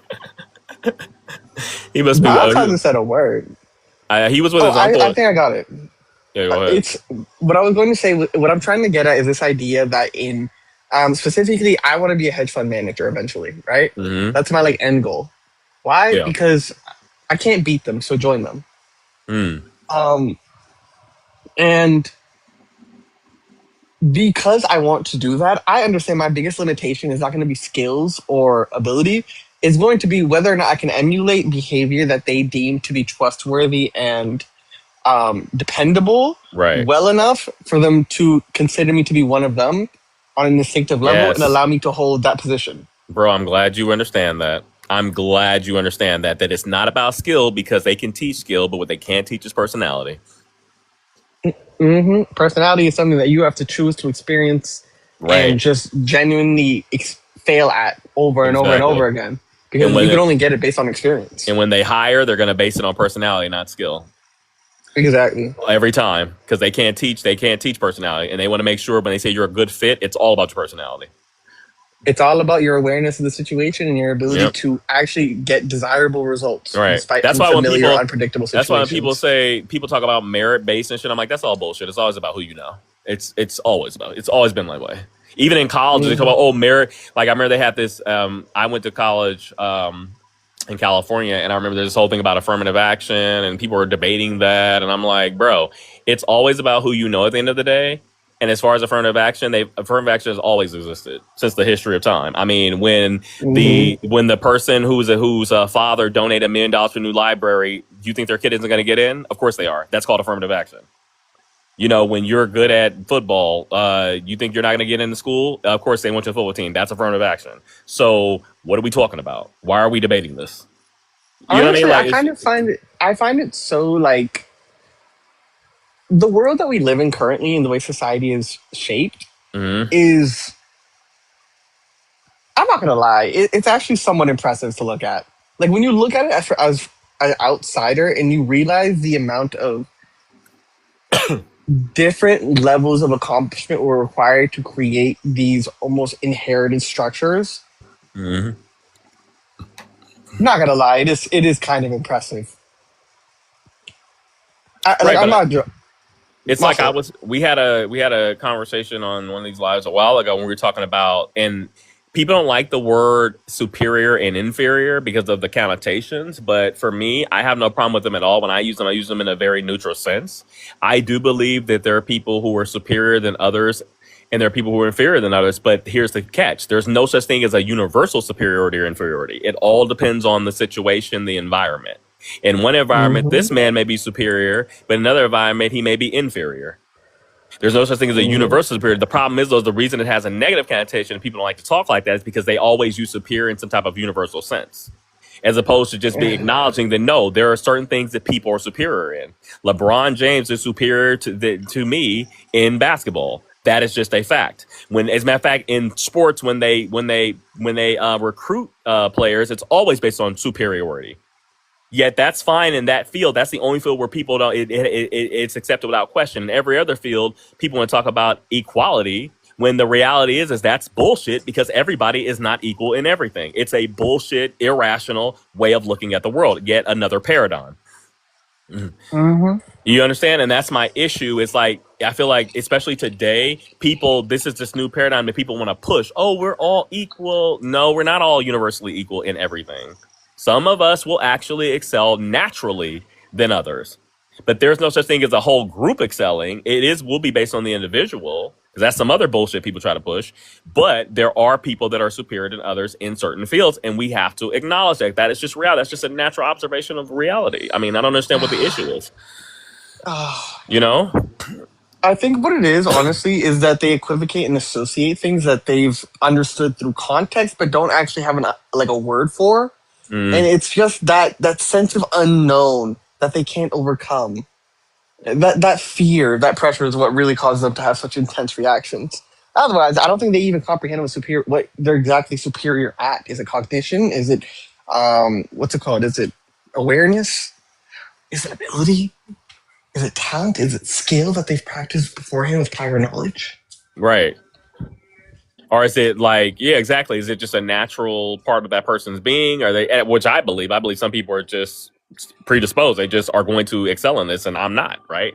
So it's like, but I think that's the thing. People don't like to talk about like that because they think, oh, you're trying to say, because they're saying that if I say this person's superior, then I'm somehow devaluing the next person. I'm like, no, that person, it's only within that context. If we're talking about basketball in that context, yes, they would be devalued, but only if they choose to be within that context. Outside of that domain of discourse, they have nothing to do with it. It's irrelevant. The problem is people want to compare unlike things. They want to compare apples to oranges, right? And that's the issue. It's like you can't. That's a different domain, right? If we're not talking about that. So what it is that the majority of people don't know how to mind their business. well, yeah, right. Exactly. Especially these days. It's like, bro, these people, and that's the thing. Like, and they also, I feel like people have like these weird, like, I don't know if it's shaped by me. Yeah, it's shaped by the media. Cause like this guy, he did a TikTok and he was talking about the character of Scar in The Lion King. And he was like, oh, he still like he could empathize with Scar. And then I wrote in there in a comment, I was like, yeah, because the difference is Scar actually saw the world for what it is. Whereas Mufasa, the father of Simba, had this Disneyland Kingdom fantasy of the world. And look what happened to him. So at the end of the day, right? And then people were like, oh no, goodness will always prevail at the end of the day. And I'm like, oh my God, this is just more Disneyland Kingdom bullshit. That's not reality. Like, you guys want to live in La La Land? No, that's not how it works. First of all, what the fuck do you mean by good? You mean like what you like? And they were like, well, but Simba at the end of the day, he still, was able to get rid of, defeat Scar. And I'm like, yeah, but his father, he was like a younger, at the expense of his father. Animal. At the expense of his father getting murdered and, him having to grow up without a father and live like in the jungle and then he had to come back later, right? So, yeah, after all that, so what are you trying to say? What if he didn't want to do all that? What if he didn't value that? Like you're projecting your own values, your own Disneyland fantasy, fairy tale values onto the world. That's not how the world works. And that's my issue. A lot of people, they want to project their values. When people do this, because the first thing that comes out of their mouth is, well, it's some type of universal statement. Well, everyone believes or everyone thinks or everyone can agree that, no, everyone doesn't shit. You do, and you want, Yeah. Well, it's something that I feel like is literally related to this, but like people won't acknowledge. Yeah. It's the way that people talk about sex workers or strippers or whatever, and about how they make large amounts of money or something. Right. You ever hear girls be like, "Oh, I have too much self-respect for that," but like I could. Right. Oh, yeah. Like, right. And it's like right. No, if you could, you would. You would, exactly. Oh, bro, I'm so glad you said that. I tell people that all the time. When people say, oh, I could do, I say, shoulda, coulda, woulda. I could do this. I said, if that was who you were, you would be doing it. It's that simple. It's that simple. It would just simply be. You wouldn't be talking about it. You would be about it. It would simply be. The fact that you haven't done that is because that is not who you are. It's that fucking simple. So stop the cap. Just actually accept who you are and move the fuck on. So I'm so glad you mentioned that. You were like, because people cap all the time. They want to say, oh, I would do this, or oh, if that was no, because you would be doing it. So what are you talking about? Like, what's up? Because a lot of people, bro, people are performative. That's what it is. Especially that's what most people are fucking performative. They just want to say shit because they like you said. It's like another word for it is virtue signaling. They do that because they know that's what sounds good. It's what's socially acceptable to say. People do that shit all the fucking time. I'm like, you're only saying it because it's socially acceptable. If it wasn't, you would never talk like that. So shut the fuck up. I see right through your bullshit. You know what I mean? Because people who are doing it, bro. So like, no. It's like, what the fuck? Oh my God. It's so refreshing. It's like another thing that I always, how do I put this, right? Yeah. It's the idea of competition, right? Like I personally, like, you ever notice how a lot of people will be inflamed whenever certain conversations are happening around them?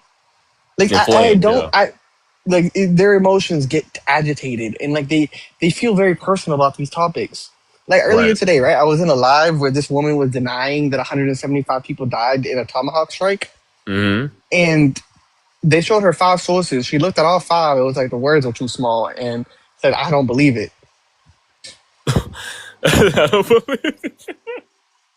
She said, I'm a 33-year-old woman. How am I supposed to read those small letters?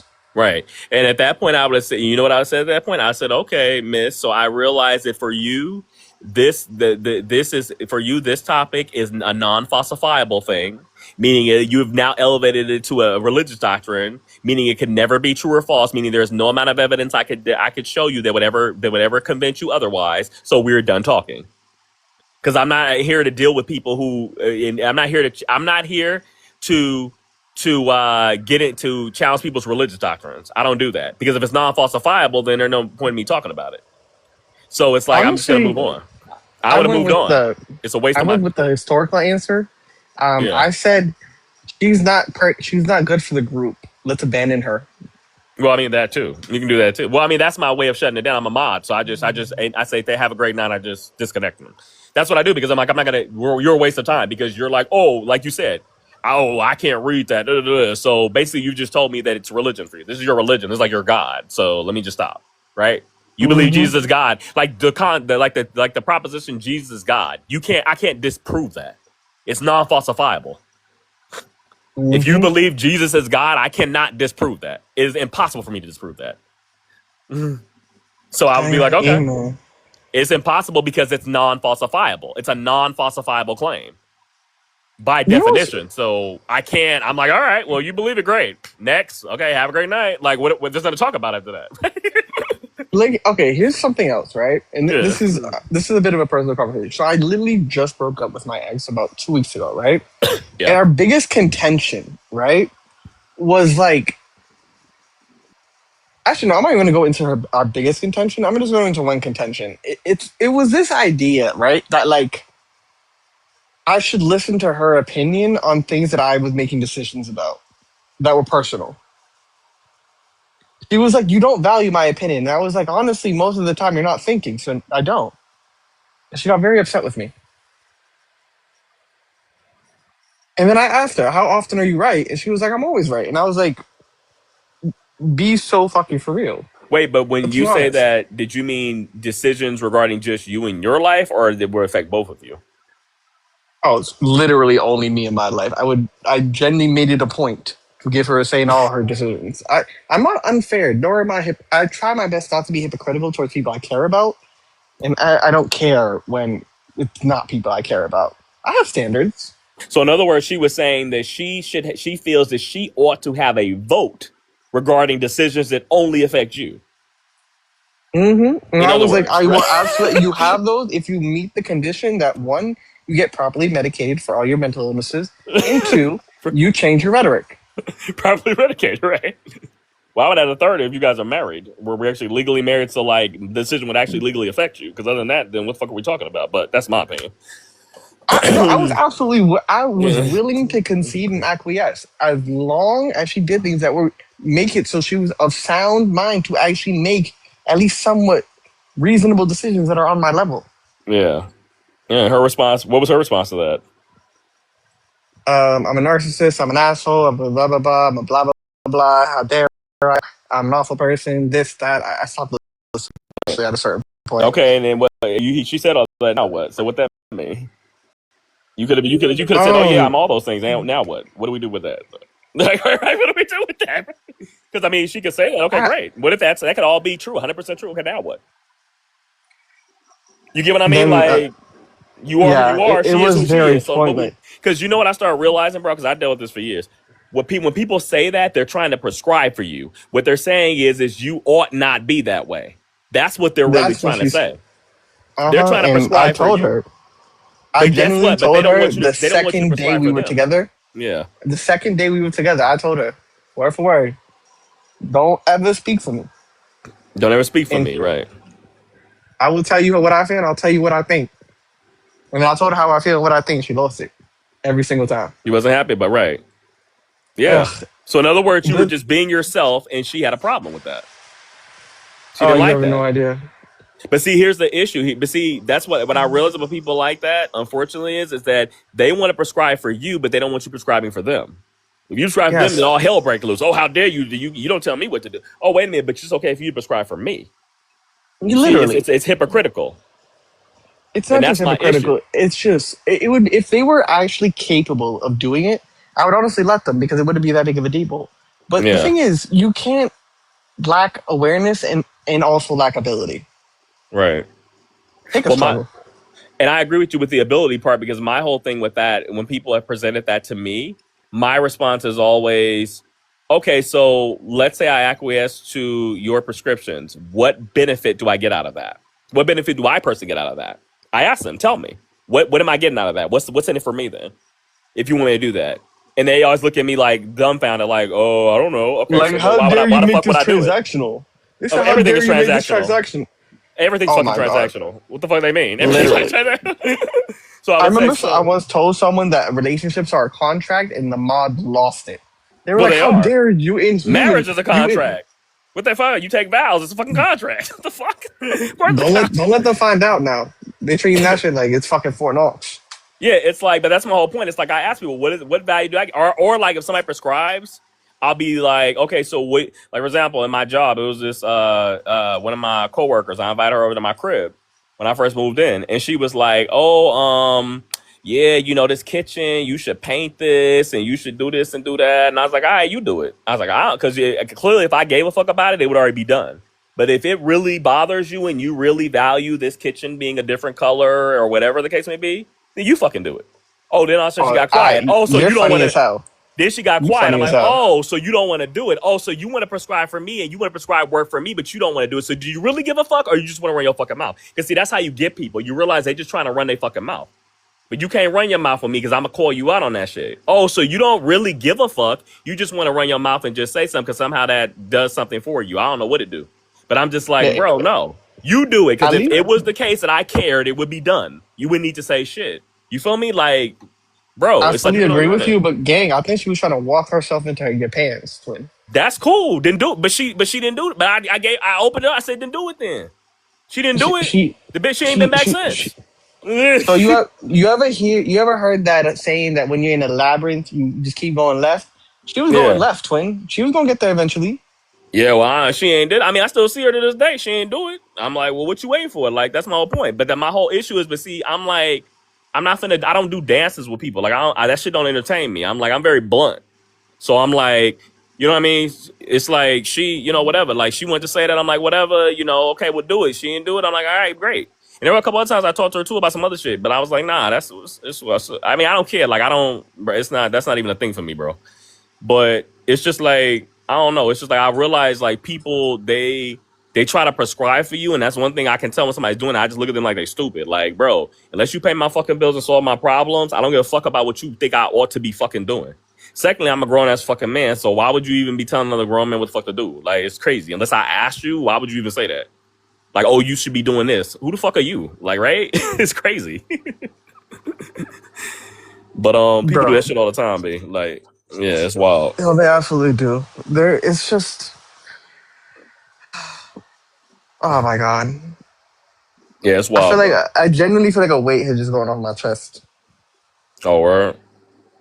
Yeah, it's like, here's the thing, right? Don't get me wrong. I know that I'm right most of the time, right? But it's like when you can't go anywhere to hear someone who like sees the thing that you're seeing. Yeah. Don't get me wrong. There are times where I wonder if I'm seeing ghosts Yeah. until I hit my target and then I know I I was mean, right. bro, I'm not gonna hold you. That's the reason why I've been single, because I don't fucking like people. I realize I don't like people, bro. First of all, I don't like people. I don't like 99% of the population. I just don't. And so with that being said, it's like, then when it comes to like, if I was gonna be with somebody and they're gonna be fucking living with me, like we gotta have the same values. Cause there's no fucking way you about to be in my crib and on some bullshit. Cause I get, first of all, I get bored with people really fucking quickly. And then number two, unfortunately, I tend to see people as instrumental goods as opposed to intrinsic goods. So if you're instrumental, that means you're like a light bulb. When you light, you're doing something. When you don't, then you get thrown out. I'm sorry, that's who I am. I'm gonna be blunt. That's who I am. I don't give a fuck. For me, I guess the way I see it is I've learned to be sentimental with people, but the issue is there comes a point where I sort of like infantilize them when I just realize they can't be helped. Now I feel responsible for them like a puppy who's lost because it's like, oh no, I know. listen. I've done that before. I learned my lesson. I'm not gonna be your fucking father. I don't do that. No, I know exactly what you're talking about. I know exactly what you're talking about, bro. And I don't do that because I realize, I ain't gonna be no fucking father. I'm not your fucking parent. I'm not doing that for you. No, fuck that. Like, I don't like that shit. Like, nah.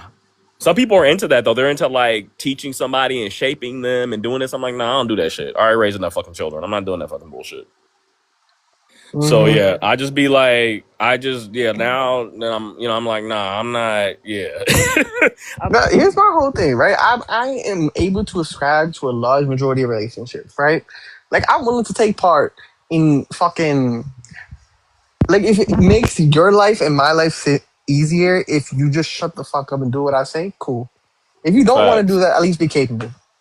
That's all I Yeah. ask.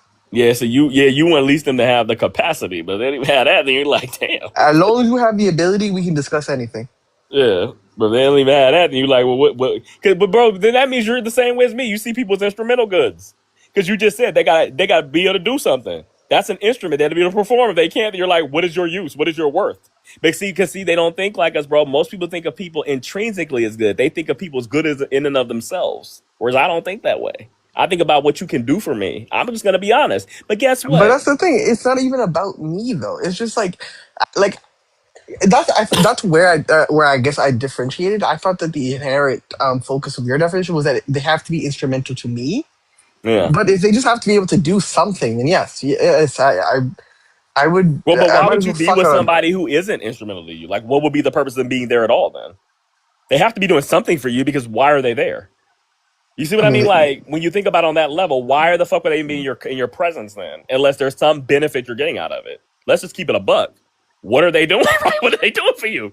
Like, right? gang, when I tell you that if I use that logic for the majority of my relationships, I would be with absolutely no one, and I would have zero experiences. What do you I do mean? shit for the plot. Well, I mean, you got to start off somewhere. I get you. That's how you learn. Through experience, wisdom is gained. So I get you. You got to start off somewhere, bro.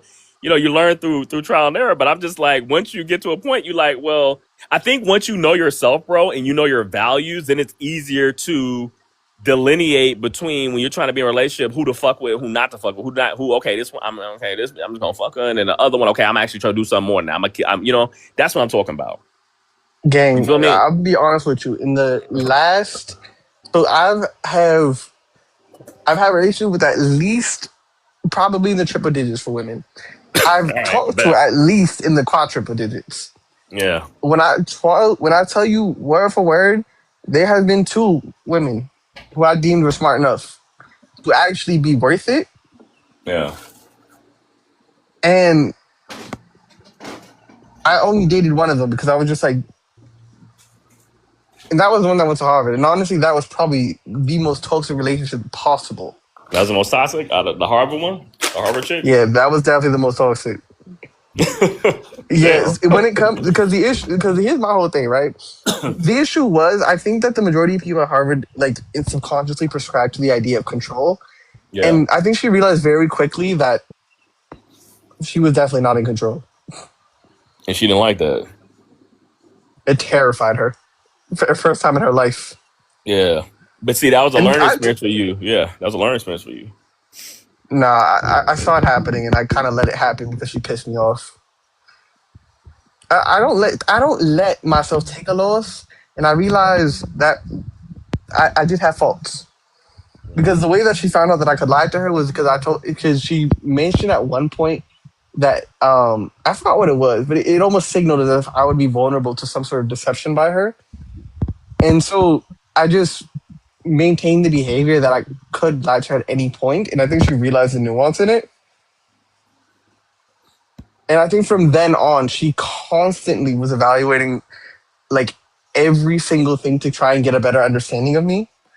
And it was cute, honestly. Yeah. The effort was cute. It just wasn't successful. Well, successful, right? But I was saying, like, okay, even though that didn't work out for you, those relationships, through what it is that it's about values. You have to decide what is your highest priority and value.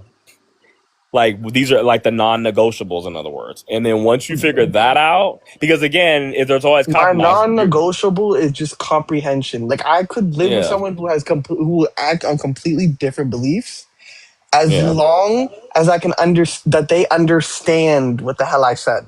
Even if Yeah, they don't do it, I don't care if you're disobedient. Just understand. Yeah, because you're never going to get somebody who fulfills everything. That's just not possible where everything's going to intersect. That's like a perfect world.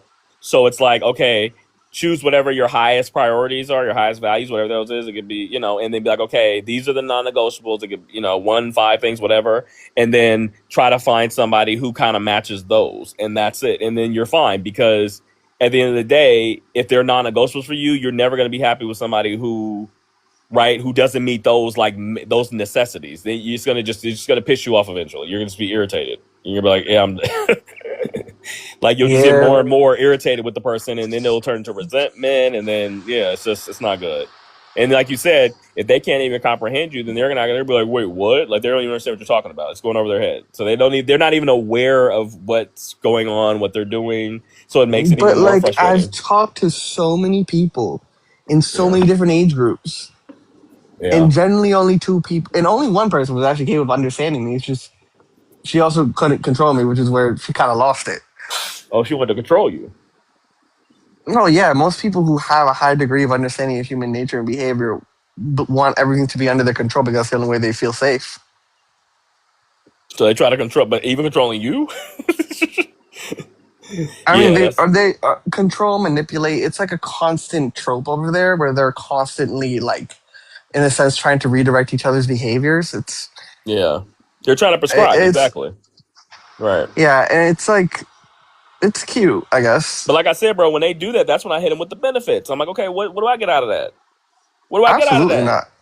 I That's just what I kind do. I hit them with the benefits. I like go ahead. I like redirecting their behaviors until they start doing shit for me. Yeah, that's what I'm saying. Well, that's what I mean by benefit. Like, what do I get out of this? Like, okay, you want me to follow you? You want to control everything? Okay, so what I'm getting? You paying my bills? What are we doing? What are we doing? You buying me a new car? What are we doing? It would require us to be equals for me to have to explain to them that they have to give me a benefit. I would just rather direct them towards a manner of behavior in which they are giving me benefits while they think it benefits them. We're all happy. You could do that, bro, but to me, that's just a lot of work, and I don't give a fuck enough about people to do that. I'm be honest with you. I don't give a fuck enough about people. You think it's a lot of work until you realize how arrogant they are. Yeah, I just don't be caring. Their perception, whatever. Huh? Go ahead. It's a skill I think that's necessary, honestly. Yeah. You said their perception is what? Their perception is immature, incomplete, and so it's kind of like leading the blind towards. It's like leading a horse to water, really. It's the natural order of things. It's leading the horse towards the water. Yeah, if you're blind, arrogant, and practicing a skill that you're not good at, then it really isn't as hard as you would think. So then let me ask you this, bro. So you doing that, spending time to do that, what do you get out of it? What do I usually get out of it? Drinks, invitations to parties. I had some of them do homework assignments or texting that I didn't want to do.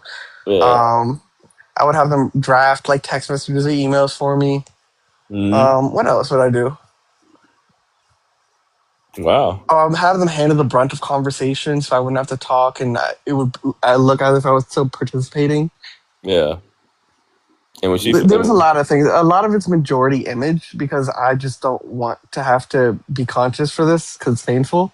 Yeah. But like, it does help to have people who you can signal to handle behaviors. Oh yeah, great. I mean, yeah. If you have the bandwidth to do that, right? The patience to do that and get them to redirect them, and go for it if that's what you can do. I just don't do it because I'm very simple. I just do not give a fuck about people. I'm like, I don't give a fuck. I don't want people in my presence. I'm like, it's just annoying. Like you said, people. I just get annoyed with people. So I'm just like, I don't absolutely really want agree. you here. Like I understand there's situations in where, like you said, if you're over there in Harvard and this is the way it is, okay, you adapt, you do what you got to do. But like I built a life for myself at this point where I don't have to do that because I've done that for before, and I'm like, I don't really like to do that because then it's a situation where I'm only doing this because this is the situation I'm in, but I don't want to be here. If that makes any sense. Like I prefer to be in situations in where people are basically, I'm leaning back and they're leaning into me, if that makes sense. I don't lean in, I lean back. You lean into me, and then we go from there. And if you don't lean into me, I'm like, all right, because I got another 100 people here that are, so I don't really give a fuck. That's how I can respect that. Yeah, like I don't. I can respect that. Yeah, like so. In other words, I see what you're doing. I understand you had to do that, but for me, I'm at the point where I'm like, I don't even have to do that. I don't have to do any type of performing whatsoever. They're going to lean into me regardless. It's like, and if you don't, created your own. You created your own little ecosystem. Exactly. I created this domain of mine, and this is how it's going to work. And I'm very blunt with people, and I'm like, this is how it's going to work. Either you're doing that or you're not. I don't really give a fuck. And I'm like, all right. And they're like, usually people, like I said, it's usually like. There's no in between. It's usually black and white. Either people are like totally hated or they totally fall in love. It's one or the other.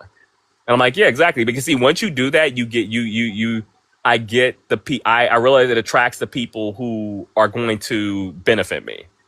You get what I mean? Like, yeah, because they're going to be loyal regardless because they've already, yeah. That's what I mean. think I also, don't get me wrong, I mentioned earlier that they have a problem with control, but I should also mention the reason I understand is because I have a problem with control. You know what I mean? Like, I grew up, so the way that I grew up was my dad was like, he was a soldier back when he was young. Yeah. And he grew up with very pedantic ideals that are not based or rooted in fact. I spent a large majority of my childhood arguing with him in like a particularly adult state because my body requires at least, I think, 1,300% of the amount of vitamin D that other people take for me to be able to like think clearly. So I was like having brain fog most of the time. And like I could never keep straight his arguments, and it was the most frustrating thing in the world with the improper power dynamic. Oh my god! And so like this idea of control, no, literally, my issues with authority and control both stem from that relationship, in that like I derive comfort from it. Yeah. So don't get me wrong, I may make fun of them for the fact that they attempt to control so many things, but I should mention the reason I can do that is because I understand its flaws, because I do it so often, and I know how often it is detrimental and what I suffer from it. Exactly. Game recognized. I say, Achilles recognizes his own heel. Yep. So you're like, oh yeah, I see what you're doing. I see it too with people. That's why I can tell people. I don't know. For me, I can tell when I just have a keen sense of when somebody is there. It's like cap. Like I can easily see it. I don't know why, but I'm like, yeah, because people don't realize that they tell them themselves. Behavior is a language. Just because you didn't say it doesn't mean that you didn't still verbally doesn't mean you didn't still convey the meaning. Behavior My is a favorite thing in the world, or actually no, one of my least favorite things about myself. Yeah. Actually, no, I take it back. I still think this is hilarious. My friends don't think it's as funny. Is that sometimes we'll go to the bar and I'll be really drunk. And don't get me wrong, I'm still able to converse and be sociable while drunk, right? Mm-hmm. But the thing is, there will often be a type of women who will genuinely like, they need to feel like they're the smart one out of the two for them to feel like they can be safe in this situation where they're like having sex or whatever, right? Yeah. And I'm usually okay with it until they say something stupid, and sometimes I'll genuinely I'll say something extremely blunt and interpersonal. Like I remember this one time.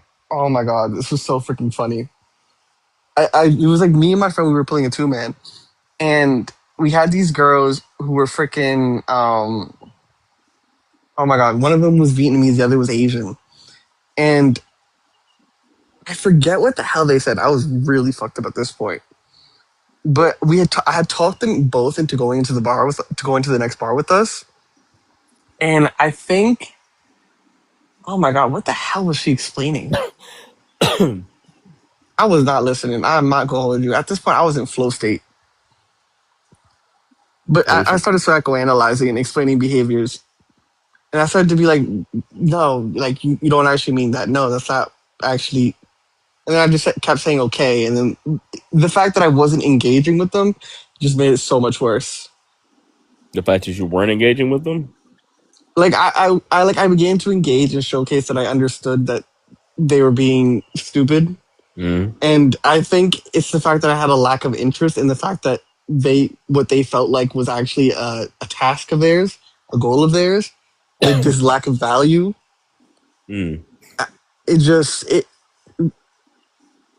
Actually, I don't remember. I'm assuming. This is all speculation, actually. I don't know why they would get so upset when I called them out, when I said that they don't actually care. I think because they were like, who are you to tell me my feelings? And this is this. And it's like, you were just being honest. You're like, I could just see, you could tell by everything they were doing. I don't really remember, but the thing is, I have a habit of psychoanalyzing people whenever I'm like really blackout. Yeah. Because like I have to really take a second and look at a person when I'm really drunk to see to figure out what's going on. It doesn't take long, but it's a little bit longer than the instantaneous subconscious behavior that I usually have. Yeah. and I tend to blurt out the things that I'm thinking in those moments. I mean, for me, I also have a habit of psychoanalyzing people too. Now, as far as expressing my conclusions to them, I usually don't do that because I realize that you would only do that to people you actually give a fuck about. Like, as if like you want them to change or want them to do something different. So I'm like, well, why would I even say anything? Because I don't give a fuck about them. But I do observe and I take note. Especially if I have to deal with this person, I'm like, yeah, I see it. I'm not gonna say anything, but yeah, I see you. I see you. Right? Like that's what I do. I usually do that. But other than that, I'm like, I think it may have been that I was trying to show that I did understand that their complaint, and instead I just analyzed the power dynamics of it. Maybe that's what I did. Yeah. I'm not really sure. I mean, they were pissed regardless, but yeah. Yeah. I know I didn't say something derogatory. They said you insulted them, right? Imagine. Yeah.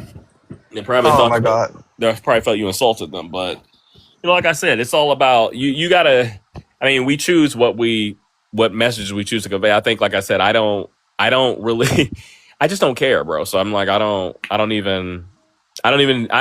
something about like with people, these emotional conversations. I don't really do emotional arguments. I guess that's what I'm trying to say. Because I don't give a fuck about people's feelings. I just don't care.